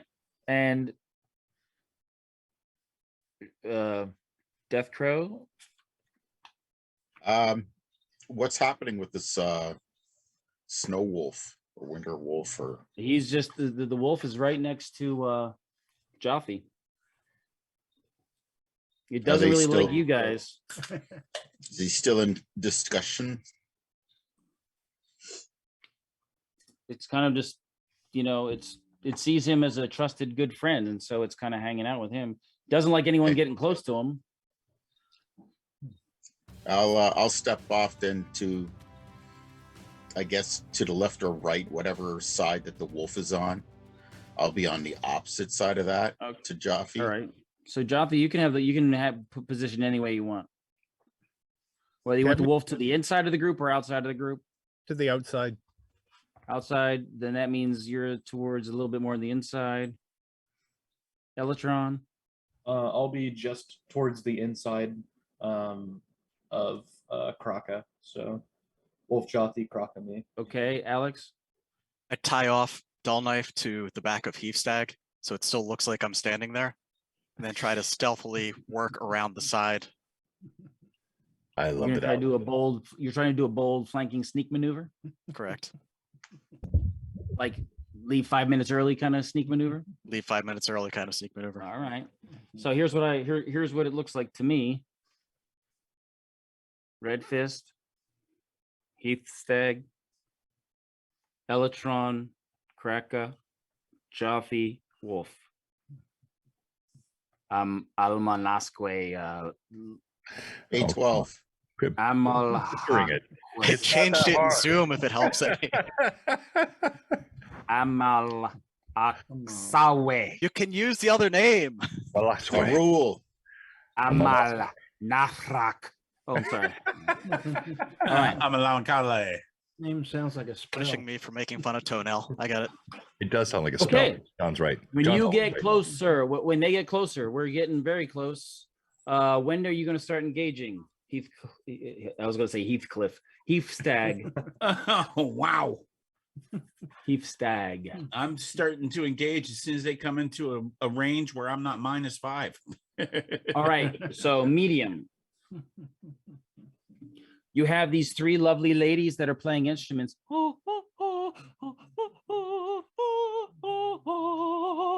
And there's a guy walking along. He seems to be dancing along. You think behind him, a little ways away, you think you see some kids following as well. The critters that are large, they look kind of like what you remember seeing trolls look like, but they're translucent, icy looking. Are there is there anybody trying to skirt, like do a roundabout on us, trying to come up to our rear? Not that you've perceived. You've been watching him for a half mile. You do not see anything else. Okay. You do see the guy with there's a guy with an eye patch. He is looking over at Jothy like, what are you doing with my wolf? Sort of look on his face. Okay. As soon as like I got long range on these guys, I'm gonna let go. All right. First I'll one in start channeling. long range. Yeah. Okay, so basically medium range for Heath Stag and long range for you are about the same. So go Death Crow, long range shots. Who are you shooting at? I'm using total of 4 points. 2 points per shot. Right, you're on the side with the ice trolls. Yep. I'm gonna be firing at one of them. And so You said you're using 4, right? yeah, 4 points. You have 5 left. Go. 13. The other one's definitely a miss. 3. They do not have great armor class. What did you Oh. roll? A 3 and a 13. You The need free a hit. total. You need a total of 12. Total of 12. Yeah, to hit 'em. 13, 5, and then I got a plus because I specialized in the bow. Right. It's before I had plus At 7. long so- range, you have a -3 total. Yeah, so I missed with 1 die and I hit with 1. All right. It's 1d6 Yep. plus 1. Yep. The arrow skitters off. Ah. Scratch another arrow. 2 arrows. 2 arrows. Thank you. All right. Next person to do something is Heath Stag. Alrighty, I Closer am, to you are the 3 ladies. what And about or eye the guy patch with a guy? patch. Yeah, that's what I was gonna say. Eye patch guy is who I'm going to be shooting at, since he's the one who leashed his dog on us. Oh, that was not. So That's not nice. I've got two attacks. Yes, you do. I'm unless you going wanna- to use like just like Patrick did. I'm going to use 2 hero points for a total of 4 hero points. So it's going to be plus Okay, 2. so you're going to use 2 on each. Yeah, 2 on each. All right, so that means it counteracts the medium range penalty. So now it's natural rolls. All right, natural roll. First one is a miss, I and think the second ladies may one- be the danger. the second one's a 15. Hey. 15 hit. 15 hitting, D8 damage. That is That's- BS. That's another 7 points of damage right there. I'm rolling great with these D8s today. Ugh, he seems very upset. Very upset. And he's like, he's shouting at his wolf, and his wolf's saying, the wolf's getting told, kill them. He's telling me to kill you. Jothy, are you going to countermand that order? Yes, I said no. You're my friend. Stay with us. That's nasty. All right, so they kind of walk forward a little bit. They've slowed down. The 3 ladies have slowed down, and they're singing. One of them's playing beautiful music on like a violin and dancing, doing these poses while dancing. It's amazing to see them play a stringed instrument. And you notice the percussion drum doesn't sound like a normal drum. You know that sound when you're on ice and you hear ice cracking and it makes this crack sound? like, you know, like on a lake where it just shifts and makes this deep crack. That's the sound from her percussion instrument. And the other one is singing. Oh, oh. Red Fist, you look like a strong young man. You heard the part where we said we all plugged our ears, right? Red Fist did not. You're a And strong young man. Go ahead and make your saving throw. he's going down a blaze of Versus glory, so spells. I'll make that saving throw in a moment, but I want you to know, like, so Red Fist, he looks at 3 women and his eyes settle on the one in the middle. And he says, Ojib, mother, betrayer, wench! Ah! And he starts running forward. So I'll make my save now. And you're in barbarian rage. Oh no! Oh, look! You always have to prove that when you actually roll one. It's the silver die right here with the nat 20 on the die. So yeah, it's nat 20. Well, of course, you put all the dice in there. It could have been any die. I never lie. I never lie. I promise. It was real. You feel like I run forward and I see the vision of my mother's face. You felt like she really is your friend that you've missed, and you want to dance and want to hang out, and then you kind of shake your head off and continue your rage. However, Heathstag, you too must make a save because you seem to be dangerous to these ladies. You have a +1 on your save. Am I rolling percentile dice here? Or? No, save versus spells. So D20. On a die 20, you need to roll, unless you use hero points, you need a 14. Use some hero points. I'm gonna use 2 hero points. So that'll bring me down to 8 hero points there. Okay. All right. So you need a 12. Here we go. I need a 12. And I rolled a 14.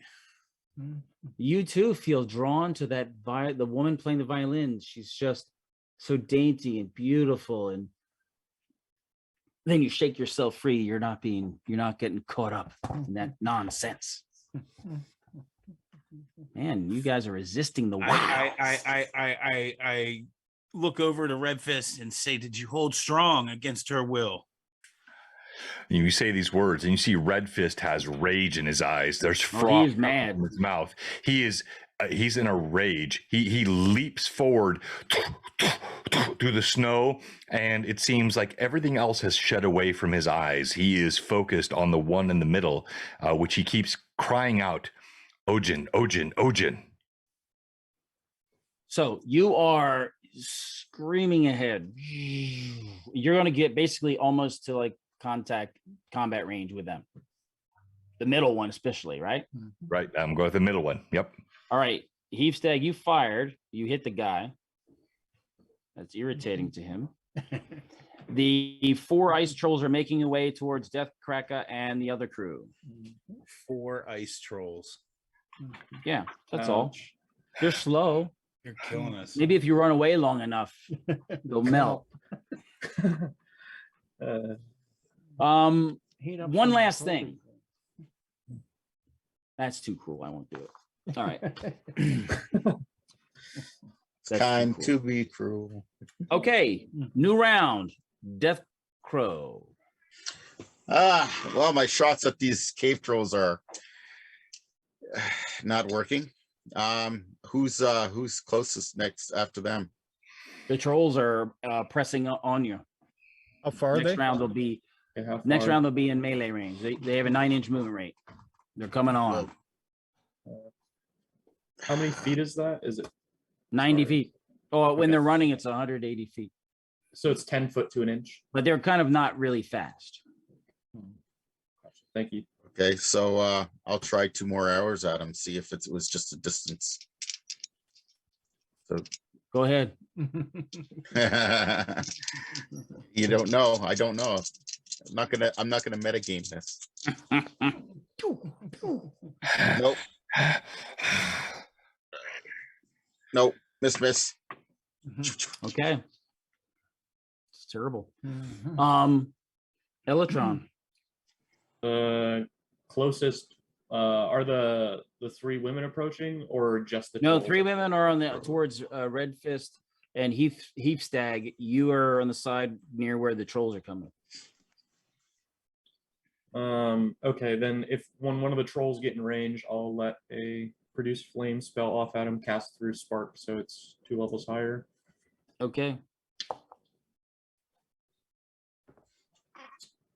That is a 9 on the die. All right. Resistant to flame. No. Does that hit? What level is that? It's a 2nd level spell, but it says when you told me the description, it's cast at 2 levels higher. There we are. All right. So Just want to check. It's very important.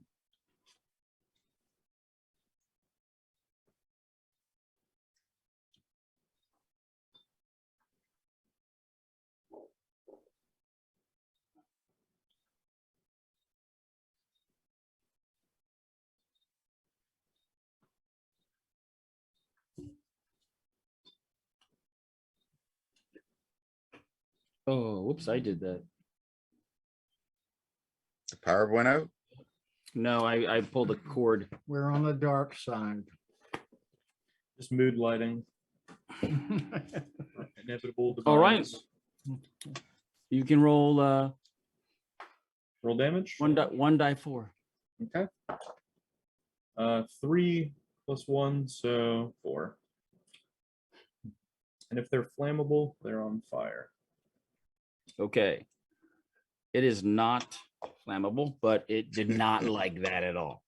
Red Fist, you are there, and she's like, "My love, what are you doing?" So I've already made my save, right? So I'm good. I don't have to make another save, or do I? Not until they do it again. All right. So I look at her. You abandoned me. You betrayed me. You sought to slay me. You preferred my younger brother over me. You will die, O ship! And he rushes toward her. All right. Oh no, yeah, you're in melee range. Yeah, no, yeah. So, whoops. So I cleared out my tray, so I have no more accusations of too many die. And roll this with 1 in the tray. Oh, bounce that sucker around. Oh, and that's a 2. Not a very good roll at all. You're just too emotional right now. That was I'm raging too hard. Yes. Yeah, it was too much. Too much. Too much. Alex, you believe that you have gotten around behind the 3 ladies, and it seems like they're not noticing you. I start closing the distance and go after the one that was going after Red Fist. Well, he's fighting the one in the middle, and then there's one on her right, and then the one on her left, and that one's next to the guy with the eye patch. Yeah, I go Just after the to one say, closest. so you can close the distance and then choose who specifically you're going for later. Yeah, I'm heading towards them still, and I'm heading closer to the one next to the guy with the eye patch. Oh, okay. Heapstag.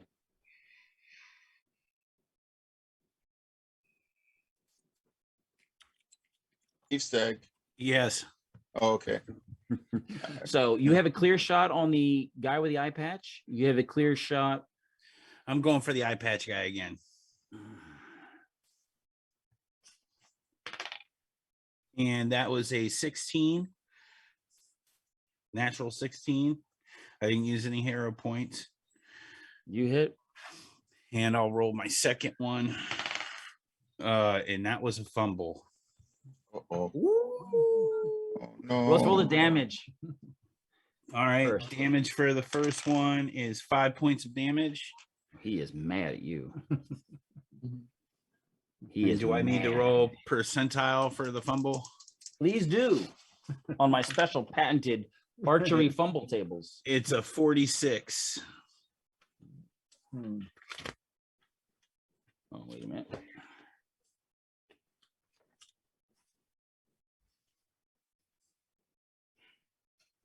Ooh. I don't like that. Incredibly bad release. Your windage was way off. It was totally off. Hmm. You wildly shot off to one side. Let me see which direction. Striking an ice troll.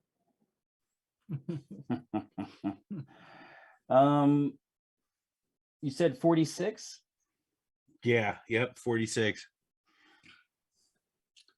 I want to say it's too far away from anything else. So you just fire wildly right in between the frost, the guy with the guy with the eye patch and the one of the trolls.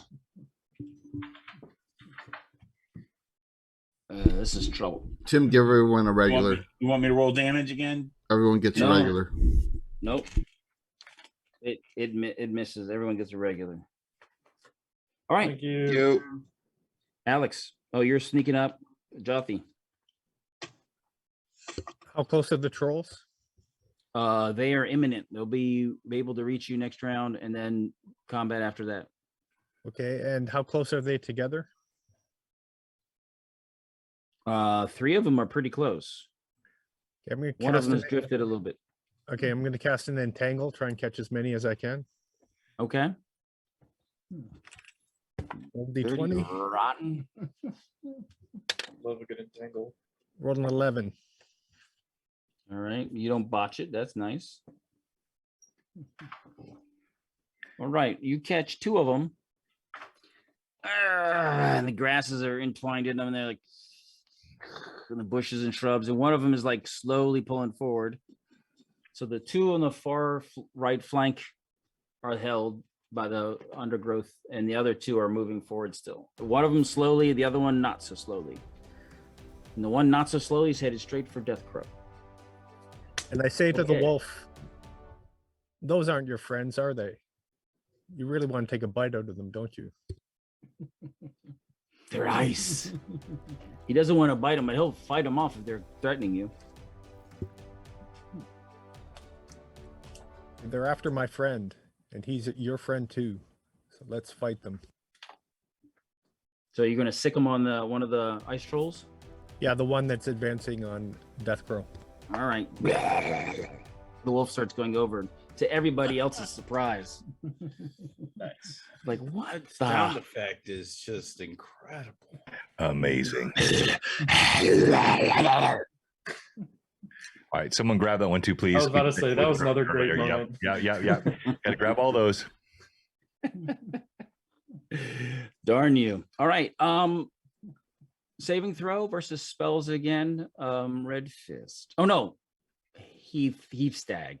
You have done enough damage. So says the guy with the eye patch. I need to roll over, right? Over. You need to, yeah, you need to roll your saving throw versus spells. And this is very important. You need a 15 normally. You do get Is this a plus Varvul 1. we're talking about? No, Heath Stag. Varvul has an eye patch, doesn't he? Yeah, and we're talking about this other guy has an eye patch. Oh, okay.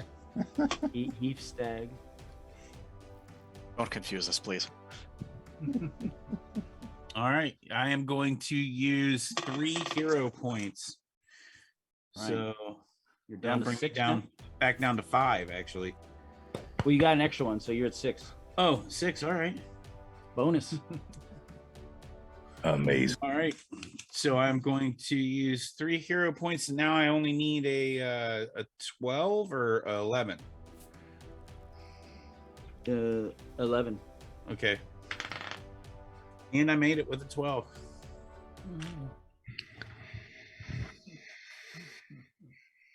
Actually, I forgot that you have a -2 in the save. Also, I forgot about that. Oh, come on. You got to say that before we roll. Because you're the only target. All right. Had I said -2 in the roll, what would you have changed?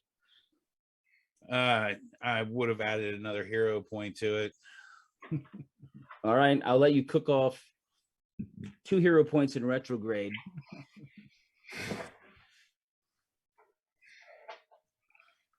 All Well, right. you're going to definitely want to do this. So I'm down to 4. You are not held. Good. All right. The ladies. Roll Red Fist versus spells. All right. Twice. Twice? Uh-oh. Not good. Not good at all. All right, so let's do these on hand. So my spells is plus nothing, which is not good. So here we go. And the first one is what is that? Well, oh, crud, I moved. 4. I didn't Are see you it. going to use any hero points? 2. Nope, no, it wouldn't matter anyway. 2, no, I failed. She's like, come with us, spend time with us, dance with us.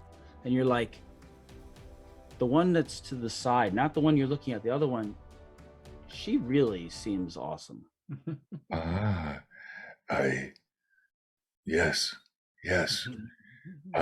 I would love to dance with you. Can we go somewhere away from all these others? Yes, come with me. I want to introduce you to my friend. Does rage help him at all? Come on, he's a dumb barbarian. These are ice sprites. Come on. I would love to meet you and your friend. However, the troll and the wolf are fighting over here. Let me do Elatron and Jaffe. Jaffe, you're just kind of keeping that wolf on mission. Yeah, I cast the entanglement. Oh, that's right. You did that, right? Death Crow. Gonna put away my bow and draw my axes. Okay. Drop your weapons. The Winter Wolf is doing pretty good on that on the troll. These are our friends. Drop your weapons. There is no need. Heapstag, you see Red Fist become a dum-dum. They are And with Alex, you are in position behind the ice sprite. All right, I try to use my full weight and drive into it with the dirk. All right. And that was a huge miss. You didn't even use any hero point? You have 2 hero points. That wouldn't have helped on that roll. So what'd you roll? A 2. See you not how beautiful they are. Lay down your weapons. I know, I threw myself at them. We can rest here with them. She is not amused at you, and neither is the other one. And the one in the middle like pulls out a knife and she's walking towards you. Oh. The guy with the eye patch laughs. That's it. New round. Death Crow. All right. I only get 1 attack, right, with the axe. Right. There is a troll that is almost out of the entangle. It's coming out. So you want to head that one off? Sure, I'll hit that sucker up All right. with my mighty metal axe. I take a swing and it's a 15 on the die. Okay, he's armor class 8. 8. Oh yeah, I hit it. Right. So what's the axe damage? 1, 2, 4. 1 to 4 against large. That's for the metal axe. All hand axe is 1 to 4 against large. Oh, okay. 1. Right. It doesn't seem to affect the surface of it at all. You would almost guess like you didn't even do anything to it. Pretty much useless with this, guys. It's a shame. Yeah, Elatron. I'm going to channel Produce Flame again and then cast it at the one that I already injured. Okay. So the channeling, 14 on the channeling. Spellcast, you fumble. Let's see. 42. No, you just rolled a hit on a 20 die 20. Oh, sorry. A 12. No. Fighters have to. All right, so you cast that. All right, roll your damage again. 5 this time. Max damage. You did what? 5. All right. You see the one troll that is, you're doing this one on the one that the wolf's fighting, right? That was the one that I injured previously, then yes. All right.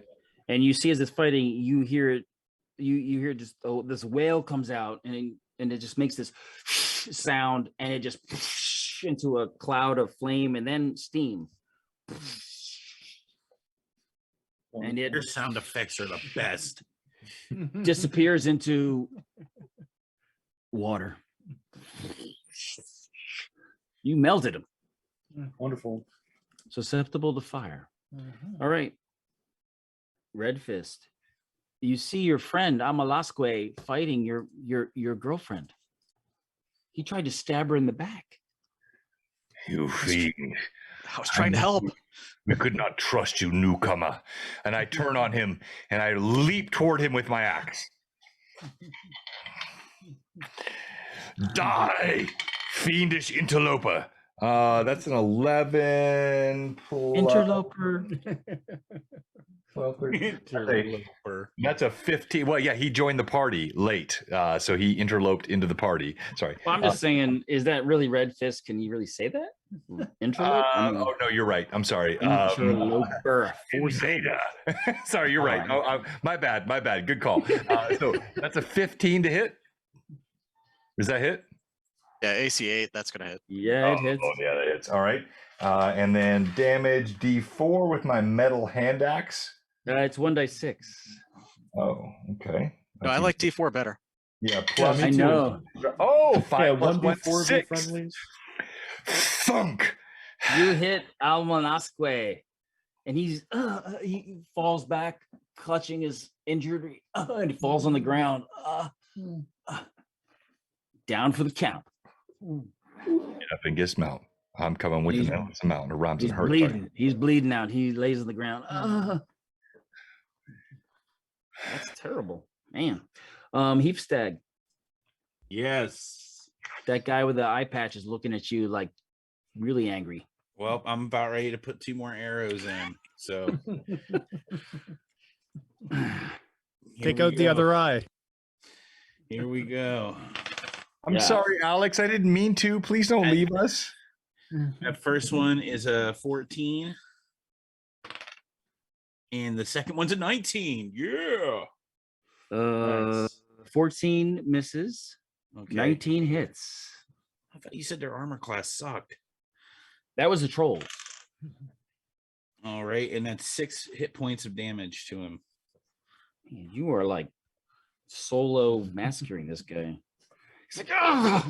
This is Heafstag. He did the same thing last time. He is the master of this party. He reaches like, out and touches things. That's why he's the only one I would have jumped into that stupid ice portal for. I have 7 arrows left. I say Keeping that total as tight count. I Dadgummit. He's like, good on you. He's like, ladies. He says, ladies, and he points at you, and then he says, gula gula kambali kambali gula. And there's a -2 on the save on this one. Desperate. Exactly, Lee. So you need a 14 and then adjusted by whatever you if you want to use your hero points.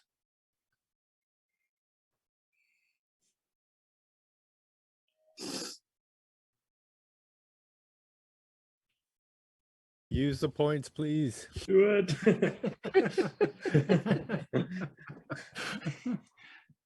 So Tim, I'm sorry, who are you asking? Mike, Yeah. make your saving throw versus spells. You need a 14 unless you use your hero points. I'm gonna use 2 of my hero points. Okay, so you need a 12. I got an 18. Woo! That's without the hero points too, but whatever. Hot dice. So you wasted 2 years. You are not Yeah, I held wasted 2 again. of them, but that's all right. That's all right. Somebody will hit me up with some more, I'm sure. Ooh, Alex, you I are like that. down. Very nicely done, Mike. Alex, you're down, and you can try to crawl away or slide away. These are the best dice. I'm never giving up these dice. Jaffe, your wolf is there. Your the troll he was fighting disappeared into steam. He seems like, huh? What are your commands? I send them after the one that's emerging from the entangle. Well, before you do that, Heath Stag, the guy with the patch. Elatron, Jothi, Death Crow, Wolf. He's looking straight at him. So that's your. Oh, I'll send him. You can after do the anything guy. you want. I was just letting you make sure that you know. Yeah, Here's yeah. the one emerging. Send him at the guy with the patch. Return right. to sender. He launches on him, and he's close enough. He will get one bite. So you can roll for him. Okay. 12.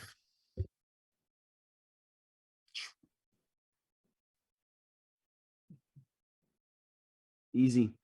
2 die 8. 2 to 8, so it's 2 die 4.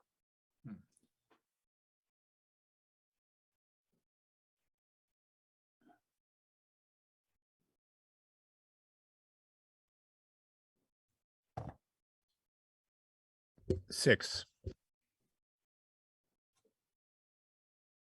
Uh-oh. Okay. That makes him very upset. The troll on Death Crow.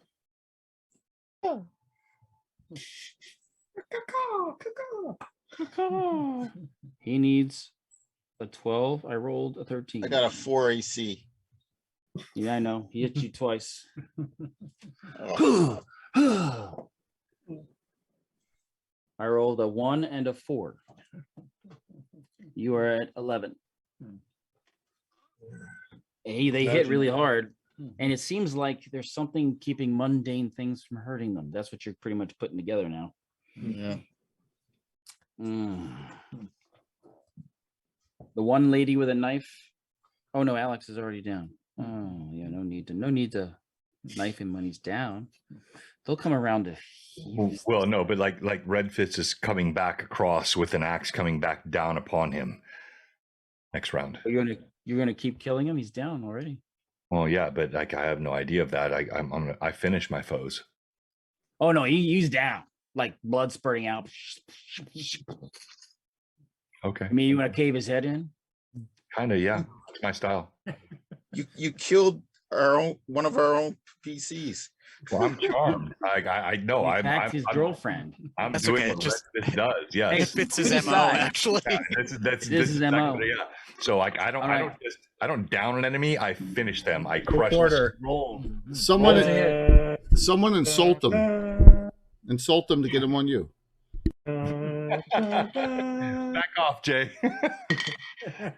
Okay, that's a 12. Well, yeah. I mean, I already know. Yeah, no, it's a hit.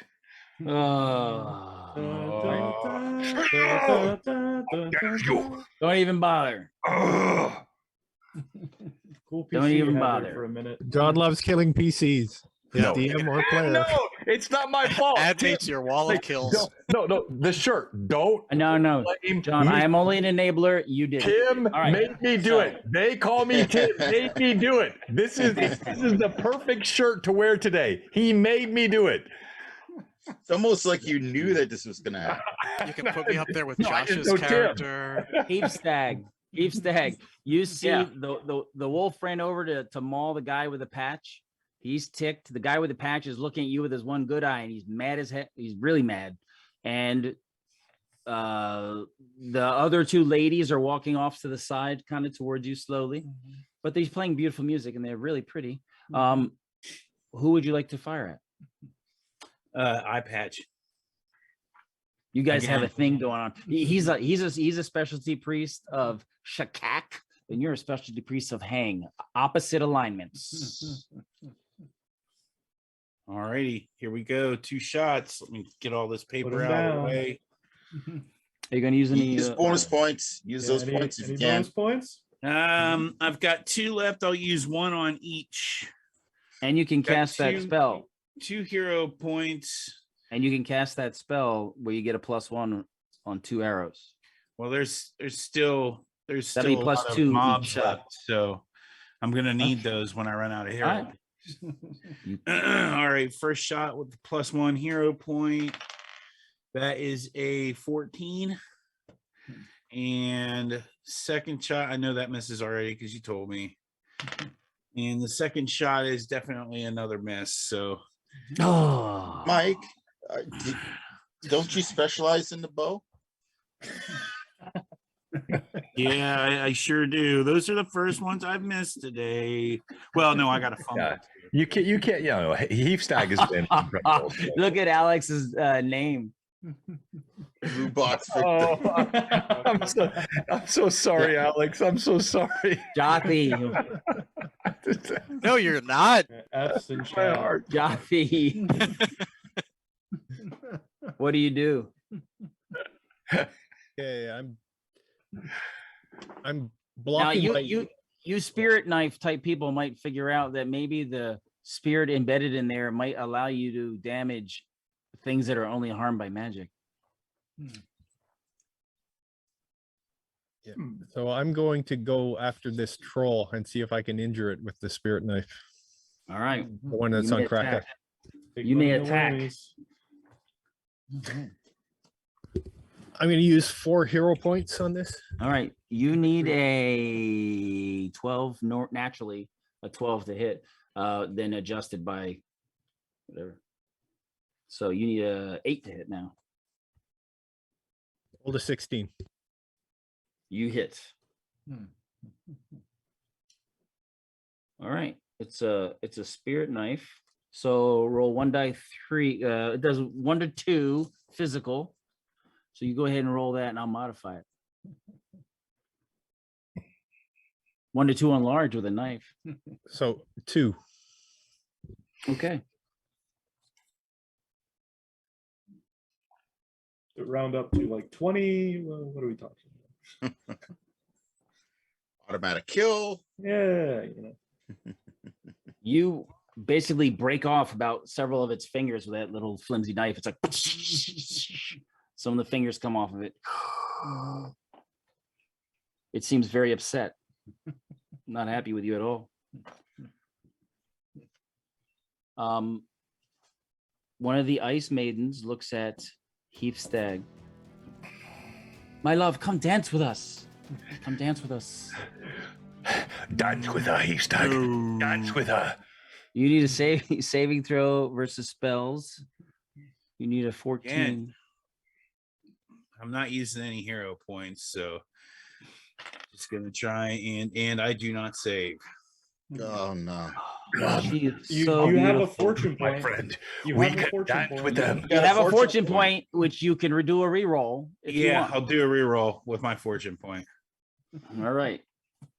It's a mistake. Just let it And I go. make it with a natural 20. You think, maybe I could embrace her and we could dance. Wait a minute. Shake Now it he's off. immune to her with that natural 20, right? Doesn't matter Yeah. what they do to him. Yeah. Yeah, that should be. There's a case That's for right. it. There's a Patrick's case for it. I right. have to consult the literature on that. All right. Heath Nice. Stag, plug your ears. Death Crow, you are like saying you're not doing anything. You see the wolf attacking the other Yeah. guy. You see the other two are still stuck in the grass. They're like trying to get out and they can't. What do? Are you going to disengage from the troll, or are you going to? Yes, I'm going to disengage. And it's the females coming towards us. How close are they? They are about 1 round away from Heath Stag. Okay, so how far is that from me though? Like in distance? I want to throw my axe, my throwing axe. You'd have to spend this round closing the distance to get close enough to throw it. But Okay. you could you could go ahead and interpose yourself there so they can't get to him. Or you could run up. You could run up this round, and then next round you could get some up close shots at him. Sure. Oh, look at you! You're so fast.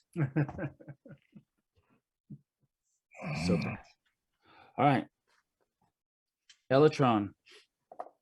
Alrighty, I'm gonna take this moment to tune in to the spirits and my ancestors and use ancestral cord.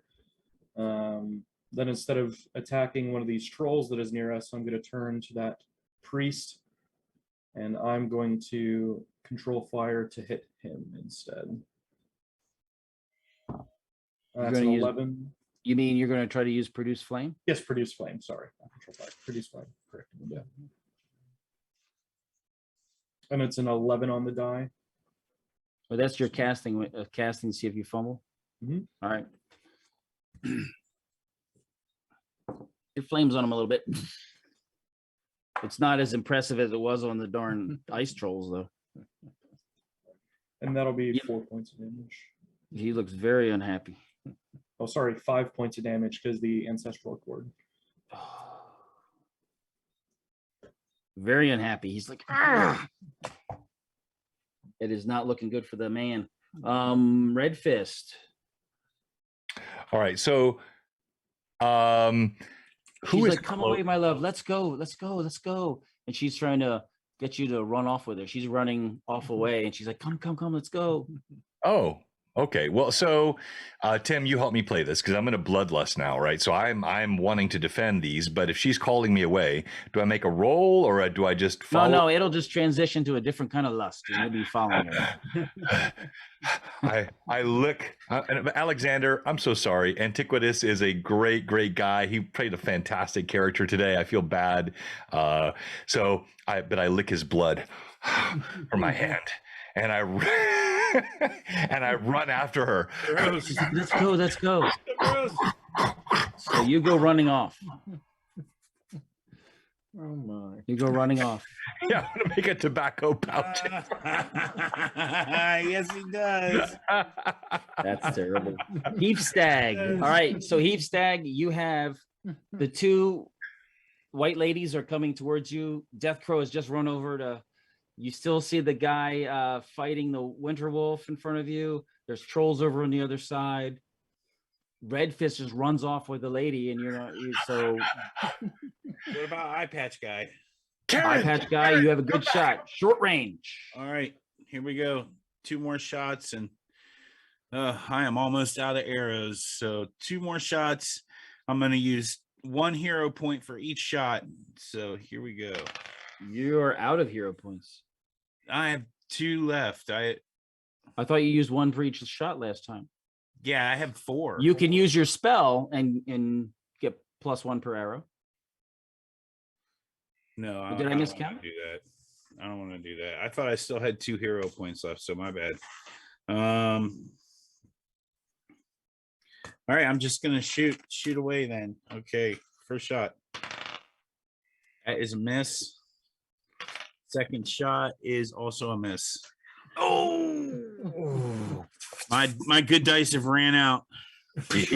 There was a definite connection between you and Red Fist when we were both engaged in combat. Your arrows flew true. When Heap Stag was left alone as Red Fist was charmed, it's all gone now, my friend. We were like Wonder Twin powers activate. Yeah. That's a shame. That's Choppy. Let's strike at this troll. All right. The troll has been damaged. I'll use 3 hero points. And that brings you to 0. Sean's last meal. Rolled a 13. You hit. People need some hero points. Let's go. 2 damage.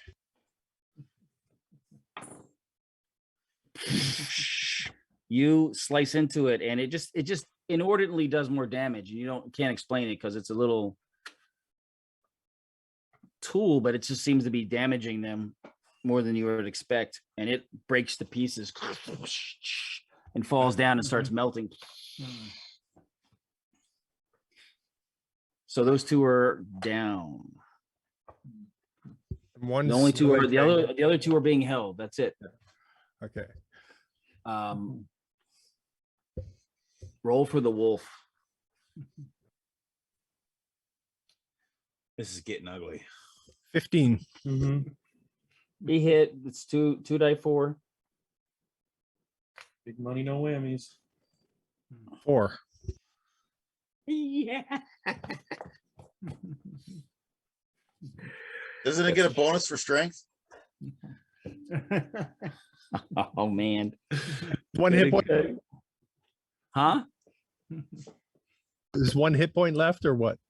I don't want to say, but all right. So his action this round is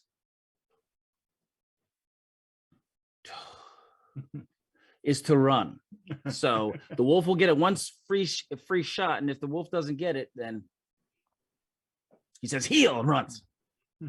I rolled a 2. No. Boom. So he's like, It's okay. You can't outrun an arrow. That's true. There's lots of ways All of right. reaching out and touching Short someone. range. Isn't All he right, so- subjected to? he is within your point blank range if you take that shot as he's turning to run, or because you have the ladies bearing down on you. Which do you want, ladies or the him? I'll do the ladies. All right, so Heath Stag, the guy has turned his back and he's starting to run. Yeah, I'm gonna try and put the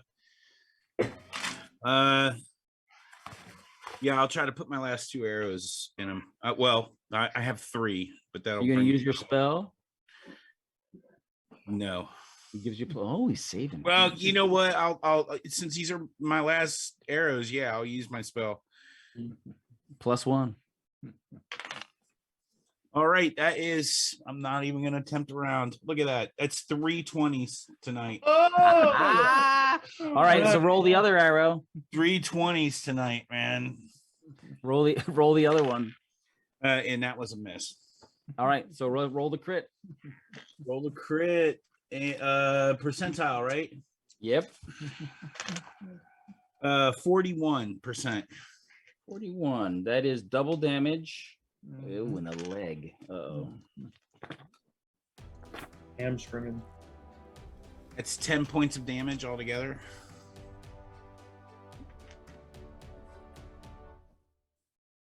This guy's taking a walloping.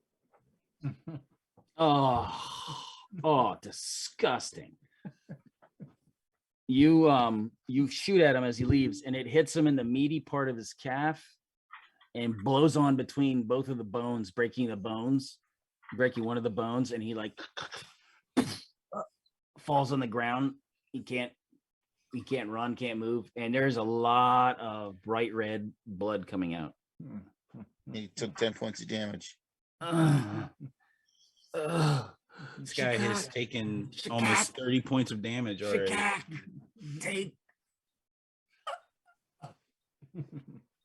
Oh, he dies? Yeah. Oh, nice. Nice. Nice. The bloody time. So so when that happens, the 2 ladies facing both of you, they start boom. They're like eject. They're moving away. Moving away. No, they're not. Yeah. She's turning to run, so you can just shoot her in the back as she's running away. I'm gonna throw my axe here. All right. 18 on the die. Nice. 1 die 6. Flanking attack. Nicely done. No, it's 1d6 for axe. The metal ones. Yep. For all of them. It's 1 die 4 against large. Right. Okay. 5 plus. I'm throwing it, so does that give it its +2 missile advantage? Or is that just on a roll? That's just on a roll to hit. That's not +2 on to damage. hit. You just get that bonus. Yeah. You don't get any bonus on damage. Okay, 5 points of damage. You brute.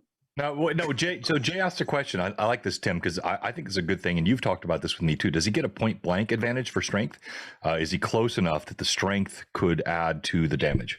Oh, I don't think he has a strength bonus. I don't have a strength. Oh, bonus. okay. I thought he did. If he did, then maybe it would, but Sure. it's irrelevant. Yeah, I like that because I think it's a great rule. Like they're in a few feet, and that missile weapon.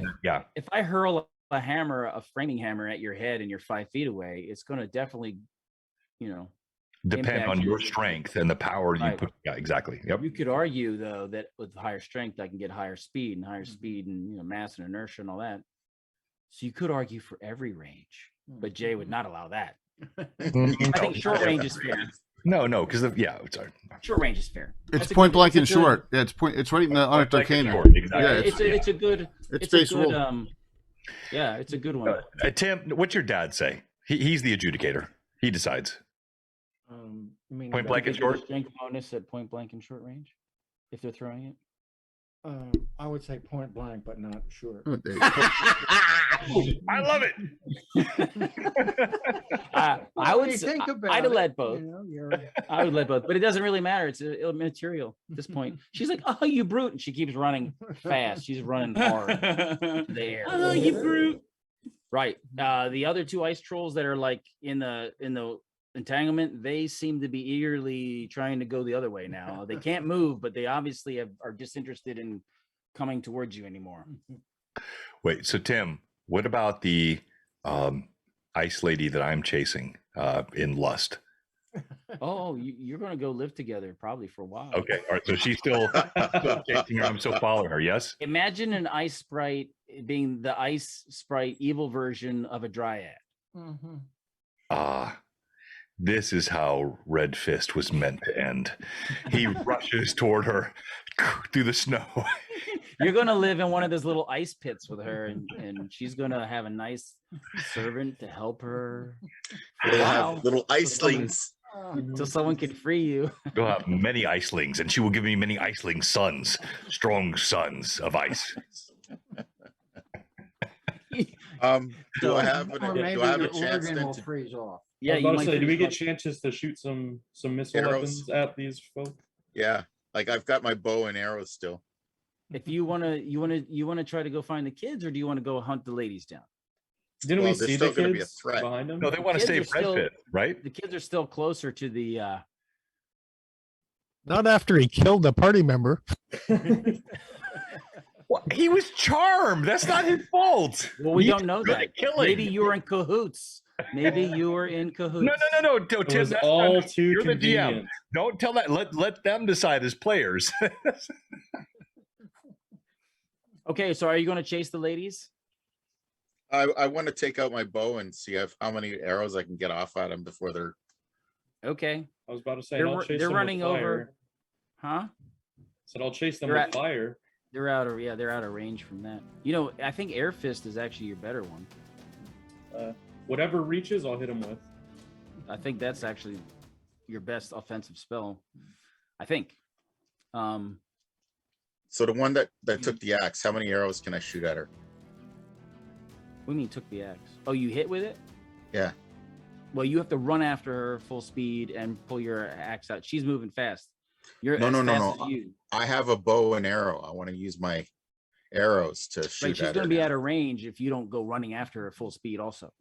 Hey, we the champions. So you can call it She off. covers. She'd be at medium range though, right? By the time I get my bow out and I'll give you shoot one her. shot. One shot. I like these bad ladies. I'll send the wolf after them.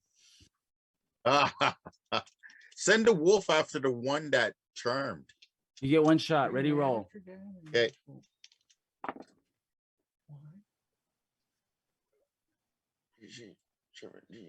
17.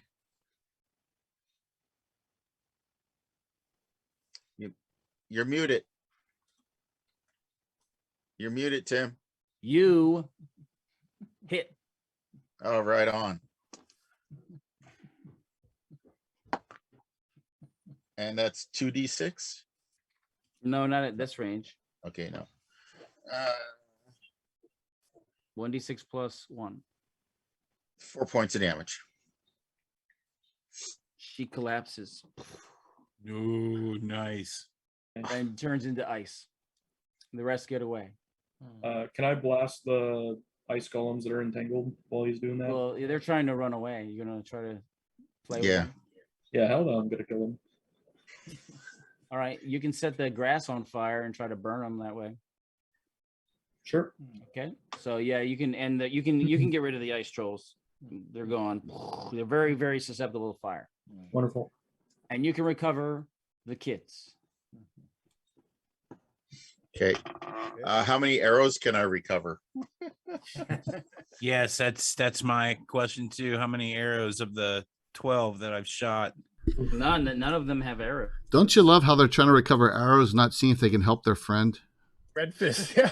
Oh, It's my his fault. friend has had his head caved in. Oh, Red Fist is gone. He ran off with that. No, so chick. two different friends. Yes. So yeah, the Alexander's head is caved in. Red Fist is running. Red Fist is charmed, living the And high one is life. emotionally caved in, and one is physically caved in. Precisely. I'll put a link for a music video that fits perfectly. The bright side, you won't have to say that name again. Only in memory.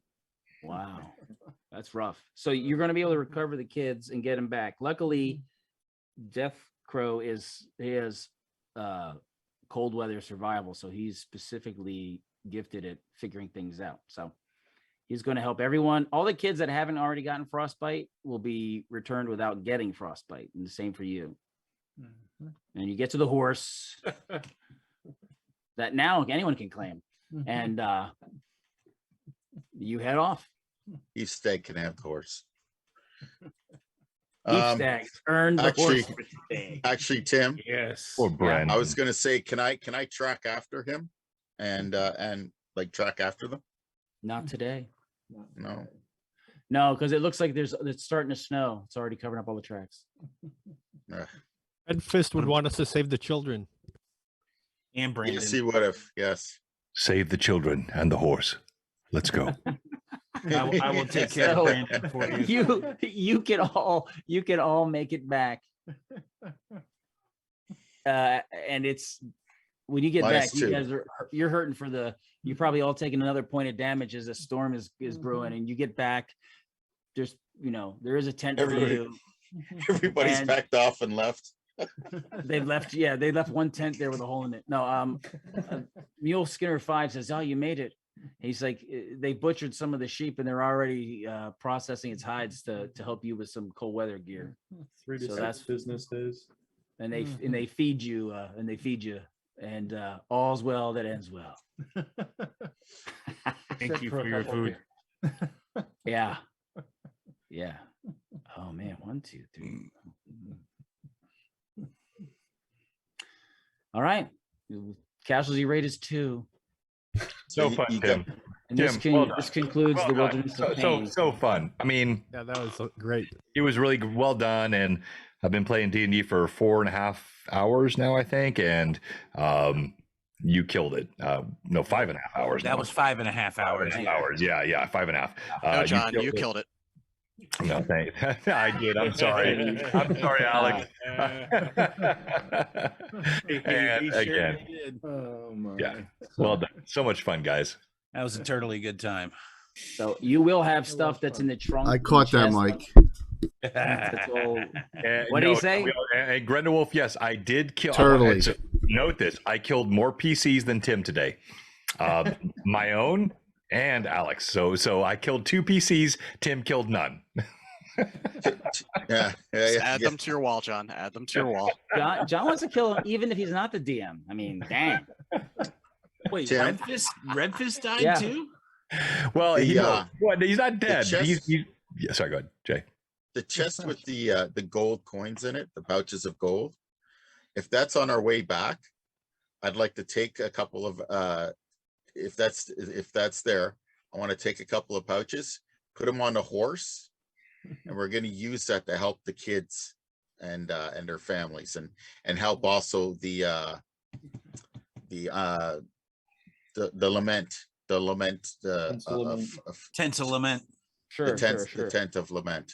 The The latent, if you will. there's a few items in the bottom of the chest that were part of the sacrifice for Shakak. So you're gonna be able to get those. I'll Discord you on what those things are. Okay. They should put Don't up. forget to loot them. So They should put up a Oh reward. yeah, we'll make sure to for take the lost special friend. spirit knife off of our friend. Exactly. That's exactly why. Yeah. Well, we're taking his And- body back with us. Oh, for sure. Yeah, we'll have It- it. that slung could have over the been- horse. if he had hit, you could have killed her outright if you had hit. But it I would was have just- died afterward. With 4 hit points standing right in front of them, that would have been the end anyhow. Right. Well, they It only had would've been 9 glorious. themselves, so but they might have had another boyfriend. I'll take 3 kills for today. That's a good thing. The bear, the dragon, and the eye patch guy. So yeah, it was a good day. So you get It the bear was. hide, you get the lizard hide, you have a winter wolf buddy, And you get 2 eye patches. Got an eye patch. Yeah. and 2. 2 eye patches. 2 eye patches. Yes. So And the guy with the patch is a frost man. Mhm. Fiend Folio, Oh, cool. page 40. The winter wolf's nasty. I mean, that made the difference. You guys would have been wiped if you didn't. It is a Seriously. 6 hit die creature. I would have Yeah. never allowed a charm mammal on that ever. By the way, that was really nice of you, Tim, because it's a monster. It's not a mammal. I know. It's very nice of you. The monster mammal. That's John. He's a primitive. He's trying. So The I wanted to give him a way out, and the only way out Yeah. was if the druid did something like that. yeah, it's cool. No, you did well. So it was Yeah, fun. it's cool. Yeah. Jade, shut up. It was ice cold. Don't worry. It was so much fun. Like, honestly, we all have like stuff and busy lives, but you guys are amazing. And Tim, you did a great job. And Yeah, enjoyed you the guys are role great. play. man. Yeah. I love playing with you guys. Let- That was awesome. Let's call for the $25. Let's call for the $25 gift certificate from Troller Games giveaway. If you want to sign up, I'm going to Hey. do that. Good Tim luck to you. and Mr. John, it was very nice to meet you, Mr. John. Very, It very was great pleasant to meeting meet you you. all. You are an excellent player, and I would love to share a table with you anytime and roll dice. Oh, thank you. Yeah, 100%. I really enjoy playing with you guys. Well, Yeah, John. I hope you enjoyed it, John, because I mean, just man, I did, exactly. really. It was so much fun. Thank you. So much fun. What a great day of All gaming. Exclamation drawing. Yeah, I miss John at the table. I really do. It was a great time. Wilderness of Pain. Oh. Used to. I hope it hurt. It did. It hurt big bad. Big time. I hope it hurt. Yeah. I don't know if Redfist noticed my comment in the Twitch, but he doesn't know, but she's frigid. Oh, that here comes Patrick. Oh, back. Cold as ice. Oh, well. And willing to sacrifice. And willing to sacrifice. Yeah. Well, we Mr. shall Cat. see. We shall see, my friend. Who knows? Red Fist may reappear. I saw Lee mention something in the chat. Who knows? He's not Fist may dead. Tim will bring him Yeah. back. I would. Yeah. Yeah, he'll take advantage of it.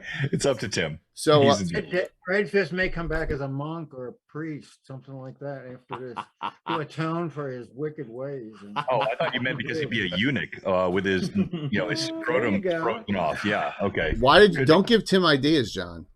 Yeah. Yeah. He lost them, but yeah. Okay. He'd be a monk. Yeah, Agreed. he would give you some crazy. Tim, you never know what Tim's going to do. So, And where is Coughing Fish?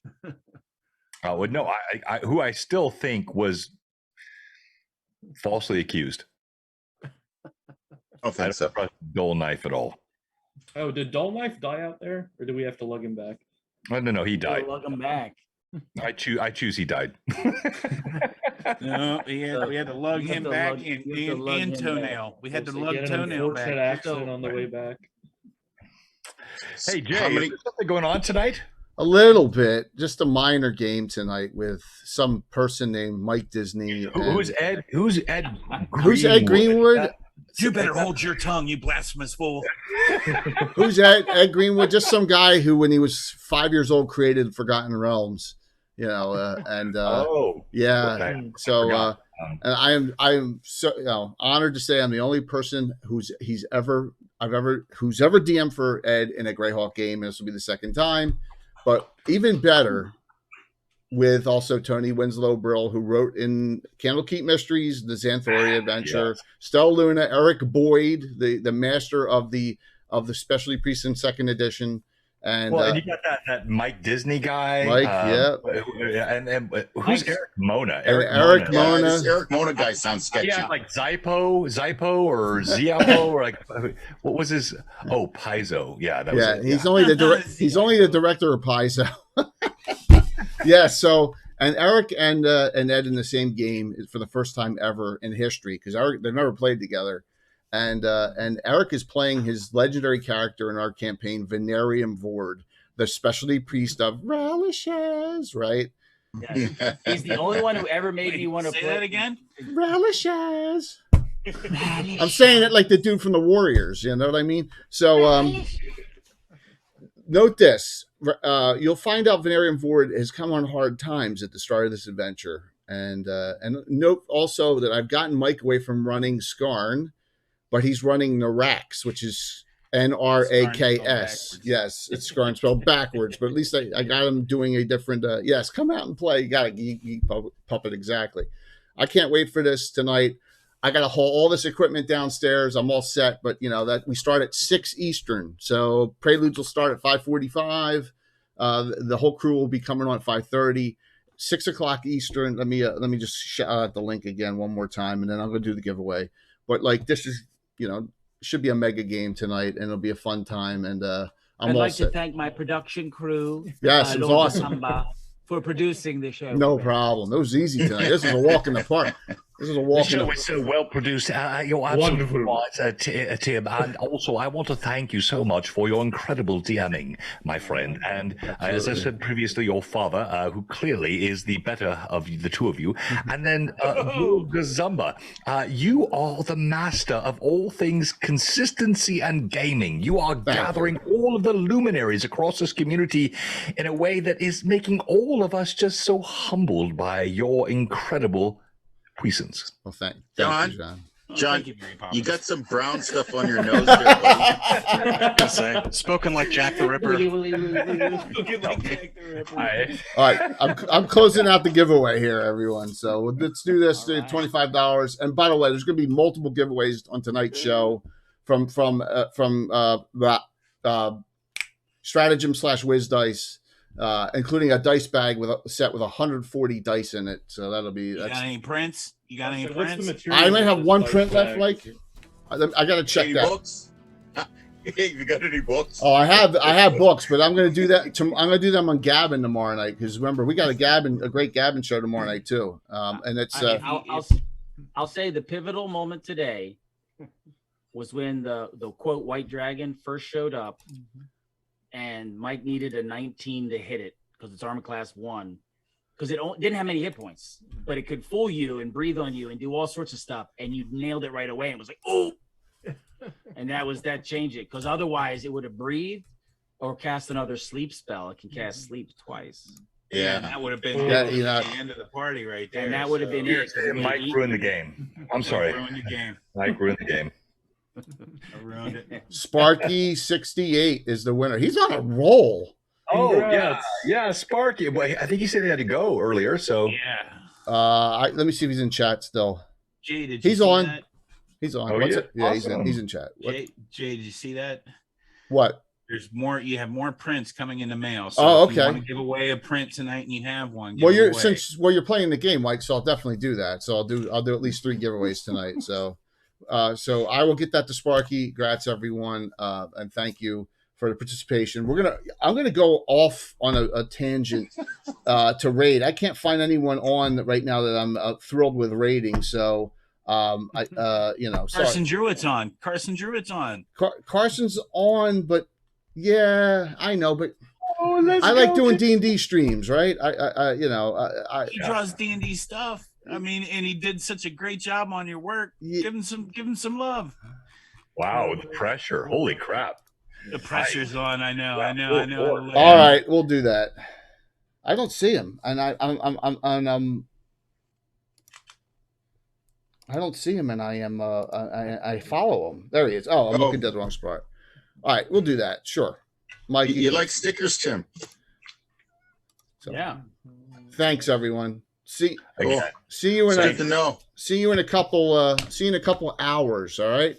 John, thank you so much, my friend. Thanks. Oh my gosh, what a pleasure to meet you, sir. Thank you, Tim. Thank you, John. Thank you. Good to meet you. Thank you. Great playing with all you guys. See you next time for the Underdogs session 4, whatever that is. Thank you for the glorious death, John. It really could. Yes. Bye, guys. Ciao. See you later, guys. Bye. Thank you so much. I'm gonna look at the chat later and see who I have to have a vendetta against. Of course you will. I think it was already taken care of. 5, Thank you again, Tim. 4, 3, 2, 1. See you all in a couple hours. Bye.